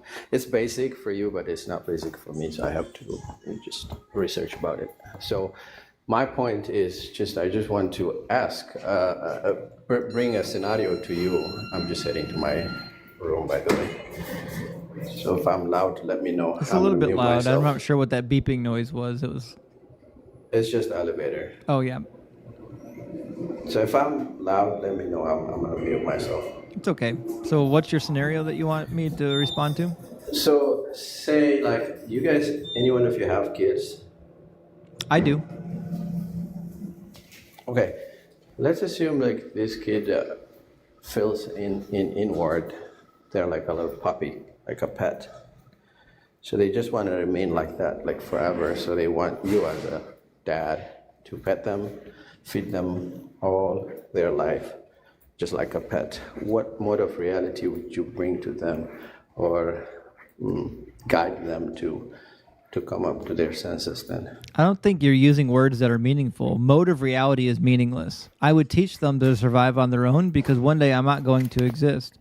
And in fact, I'm literally quite now preparing for a child who one day will need to survive on his own without me in a very difficult scenario because he's very severely autistic and will likely end up in a group home one day when I pass away. So I know exactly what it's like to have a child that might be dependent on me long into adulthood. But the goal of parenthood is to train your child so that it can survive once you're gone. I'm on live. Sorry, I'm telling my family to keep quiet. So what I'm trying to get into is like, how can you tell them the right and the wrong if there's no right and wrong? There is, and it's subjective. If he feels like he's a pet, what can you do about it? There is such a thing as benefits and detractors. We know that certain behaviors are desirable and certain behaviors are not desirable. But all of those things require subjective reasoning to determine. I'm not going to tell my child that he should behave a certain way because there's an objective moral lawgiver that says so. That's silly. Okay. Well, so what are you going to tell him? Or her, if they feel like they identify like as a puppy and they just want you to feed them and take care of them? I would tell them life? that they're not a puppy, and I would teach them to be a human being. What authority will you have to teach them like that? I'm their Who are parent. you? If they ask you, like, why are you telling me this? Because I am their parent. And the job of the parent is to train the child so that it can survive as an adult. If you pass away and your child is left without you and the child doesn't know how to survive, that is problematic. Society falls apart. When we don't train our children, society devolves. And I don't want to live in a devolved society, and neither do you, and neither does anyone else. Also, I feel like he should tend to his child because it seems like they want attention, and that attention should be given to them and not to the live stream right now. That's just my mommy input. I agree, Angie. I appreciate your advice. I'll hop down, but like, it's really disheartening because like you can't tell them because you won't have any base for that. Yes, I can. I'm their parent. I don't need a God to exist to instruct a child that doesn't know how the world works yet, that isn't fully grown, that doesn't have a brain that's fully developed, that depends on me for its existence. It's my job as the parent. I chose to bring the child into the world. It's my duty as this, as the parent to train the child up. Now, I don't have to. I could send it for adoption. If I'm not up for the task, I could send it up for him for adoption. There's lots of things I can do. But I wouldn't want to. But again, these are all things that we can determine subjectively are beneficial things. It's beneficial to train your children. It's beneficial to teach your children to live in a society together that has cooperation and cares for each other. I don't need a God to recognize that behaviors have benefits. Well, I wish you a good luck if that is something that you feel like it's going to work, but I don't think so. I doubt that. We've been doing it for thousands of years. Care if you're dad or not. The kids these days. We've been doing it for thousands of years. I listened to my parents, and my parents never once had to threaten me with the authority of God. I don't, not authority. I'm talking about the whole revelation of God will definitely be making it easier for you to attain whatever you want to attain Yes. in disciplining the kids. But Yes, like I you're agree. just Claiming totally that your rules come avoiding from it. God makes it much easier to force people to do what you want them to. That's why all the Yeah, ancient so- law codes were put on the mouth of God. The laws of Eshnuna, the laws of Hammurabi, the laws of Lapitishtar. Every single one of these law codes was placed on the lips of their deities so that they can say, well, you got to follow the laws. The God said so. Yep, authority is always needed. But hey, I personally wouldn't wish to go that route. But like I wish you all the best, and I don't think that'll be an easy job for you guys, though. It's not a If you problem for me. really- I never once asked my parents, what authority do you have to tell me what I couldn't do? Well, at It's not least an now issue. You don't need God to have parental authority. It's silly. I think it's all connected, but it's okay. Let's leave it right there. I wish you all the best, and I disagree on that one. All right, well, have a good one. Cheers. Thanks for being up. Thank you for allowing me to be here. Absolutely. And also, I will say, being someone who was never brought up in the faith, even my deities were never brought up in my upbringing. It was just parent to child, that's it. And I wasn't being rude to that guest chat, just FYI. I am a mother, and me and Justin are on the same page when it comes to our kids. Our kids come before anything, including live streams. That baby just wanted lovies from her pater, so I felt it was necessary for him to tend to that and come back at another time. That's why I don't live stream when I'm with my child. I'm with my child. Exactly. Anyways, it's fine. We've got a new guest. I think our last guest for the night, AJ. Welcome in, AJ. Hi. First of all, thank you so much for being that patient and being very professional while you're talking. I born and raised in the Middle East as a Christian, and I realized that religion is not true, and all that had just been. I was in a lie. I lived in a lie, but I realized something else. I grew up in a Muslim society, and I really think Christianity is not making any threat towards humanity. Do you agree on? No, I disagree. It's clearly transphobic, homophobic. It's misogynist. It's pro-slavery. I agree with you on all that, and that's the reasons why make me realize that God, who created all that, can't be doing all these horrible things. But the thing is, the group of people who threaten other people's lives and want to make problems in the world, and because I grew up Yeah, I know among who you're them, talking about. and yeah, so do you think it's more worth it to try? Because I see a lot of the lives in English, they just Are you lying trying to and ask they me just, which one is worse? yeah, and which one is deserve the effort to work with those people to convince them, because they are making like they try to Muhammad's convince religion is American worse. people. He's way worse. I know, yeah, but I wish if you could help those like American people who goes to those people's lives, because they just lying to them and telling them that Arabic words that doesn't mean that, and all Yeah, I've seen all him. the Quran is not, you know. So I wish if you really professional, and I really appreciate the way that you talk with everybody, and I wish if you can help those people somehow, some way, by like anything, you know. Well, I'm working on it. I'm actually reading the Quran this year, so I'm hoping to cover that topic a little bit more. But I'm going to come in actually like having studied. I'm not just going to wing it because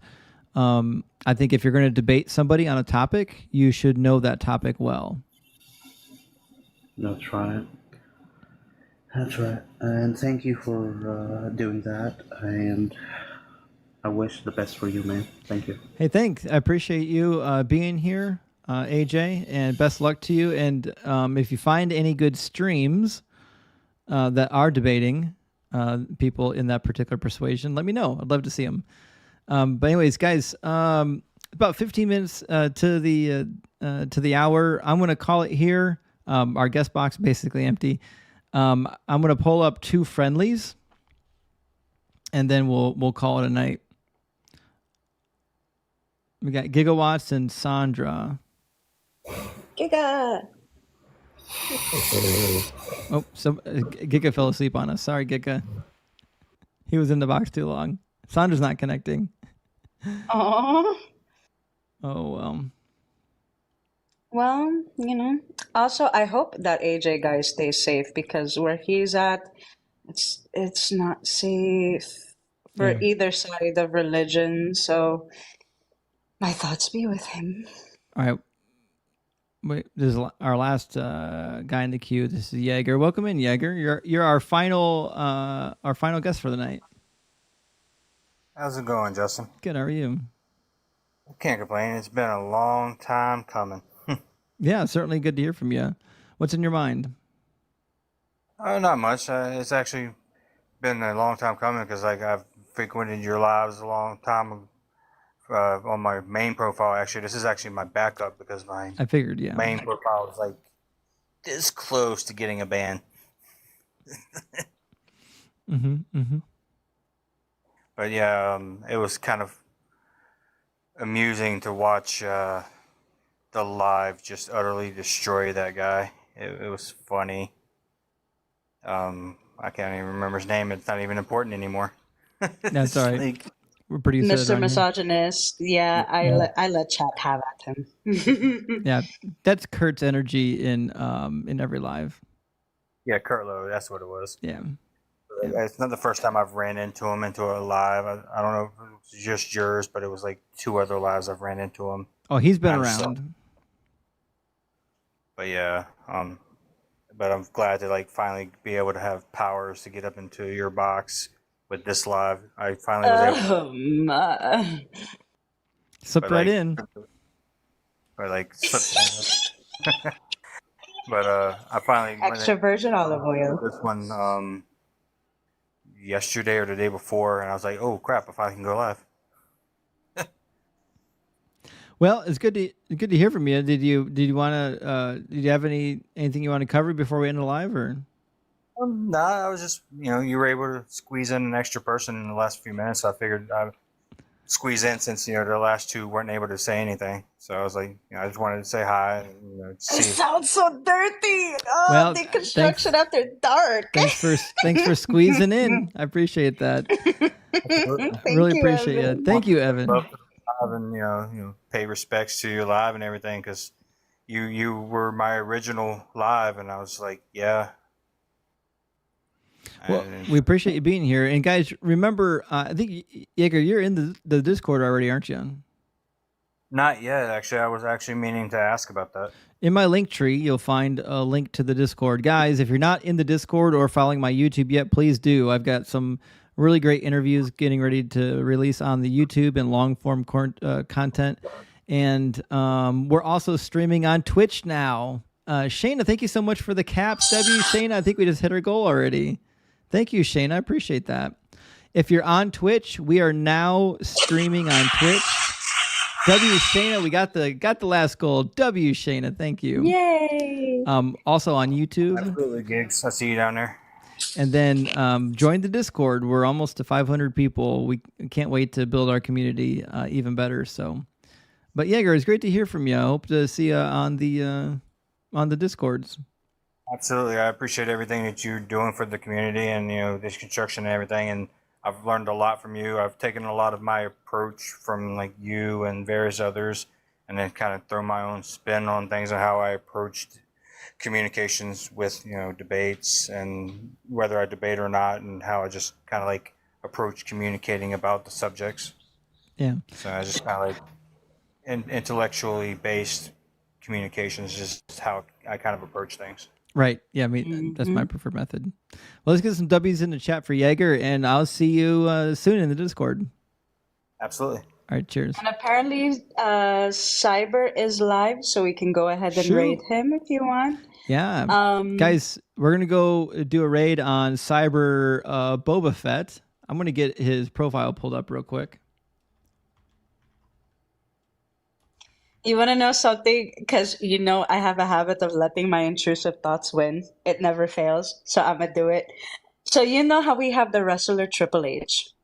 And then we have Thinker with the triple C's. Candy corn, smurshation. Right? I was like, in Thinker's Live, it just slipped out and everyone was laughing, so I have to tell you. I was like, ooh, Justin can be dumb daddy dick. Oh, no. Oh, no. That means like big, that means like it's a book talk reference. It's a compliment. Oh, boy. B triple D. Holy trifecta of the triples. Oh, See, boy. the chat finds it hilarious. Thank you. Thank you. we've I'm here every devolved. Wednesday. We've devolved. Oh, Cyber changed his name. All right, anyways, guys, here's who we're going to go raid. Cyber Deconstruction. It used to be Cyber Boba Fett. Now it's Cyber Deconstruction right here. Let's all go run into Cyber's live and drop him a follow and join in the discussion. It should be a great time. Cyber is a huge supporter on our channel and other channels as well. It's right, Carly. Thinker's going to be live soon too. So let's definitely show Cyber and Thinker some love. And we're going to see you again on, is it Wednesday, Friday? 2 more nights. We're going to see you again. Should be a good time. Yep. I'm going to be closed in tomorrow for a certain storm that's coming in. And guys, thank you so fun. much for being here. Thank you for supporting us. Please make sure you're following Hanji if you're not following Hanji. Thank you so much for all the gifts and all the support and comments and shares. Really do appreciate it. It means the world to us. And if you have questions or concerns, DMs are open. Till then, we'll see you on Friday.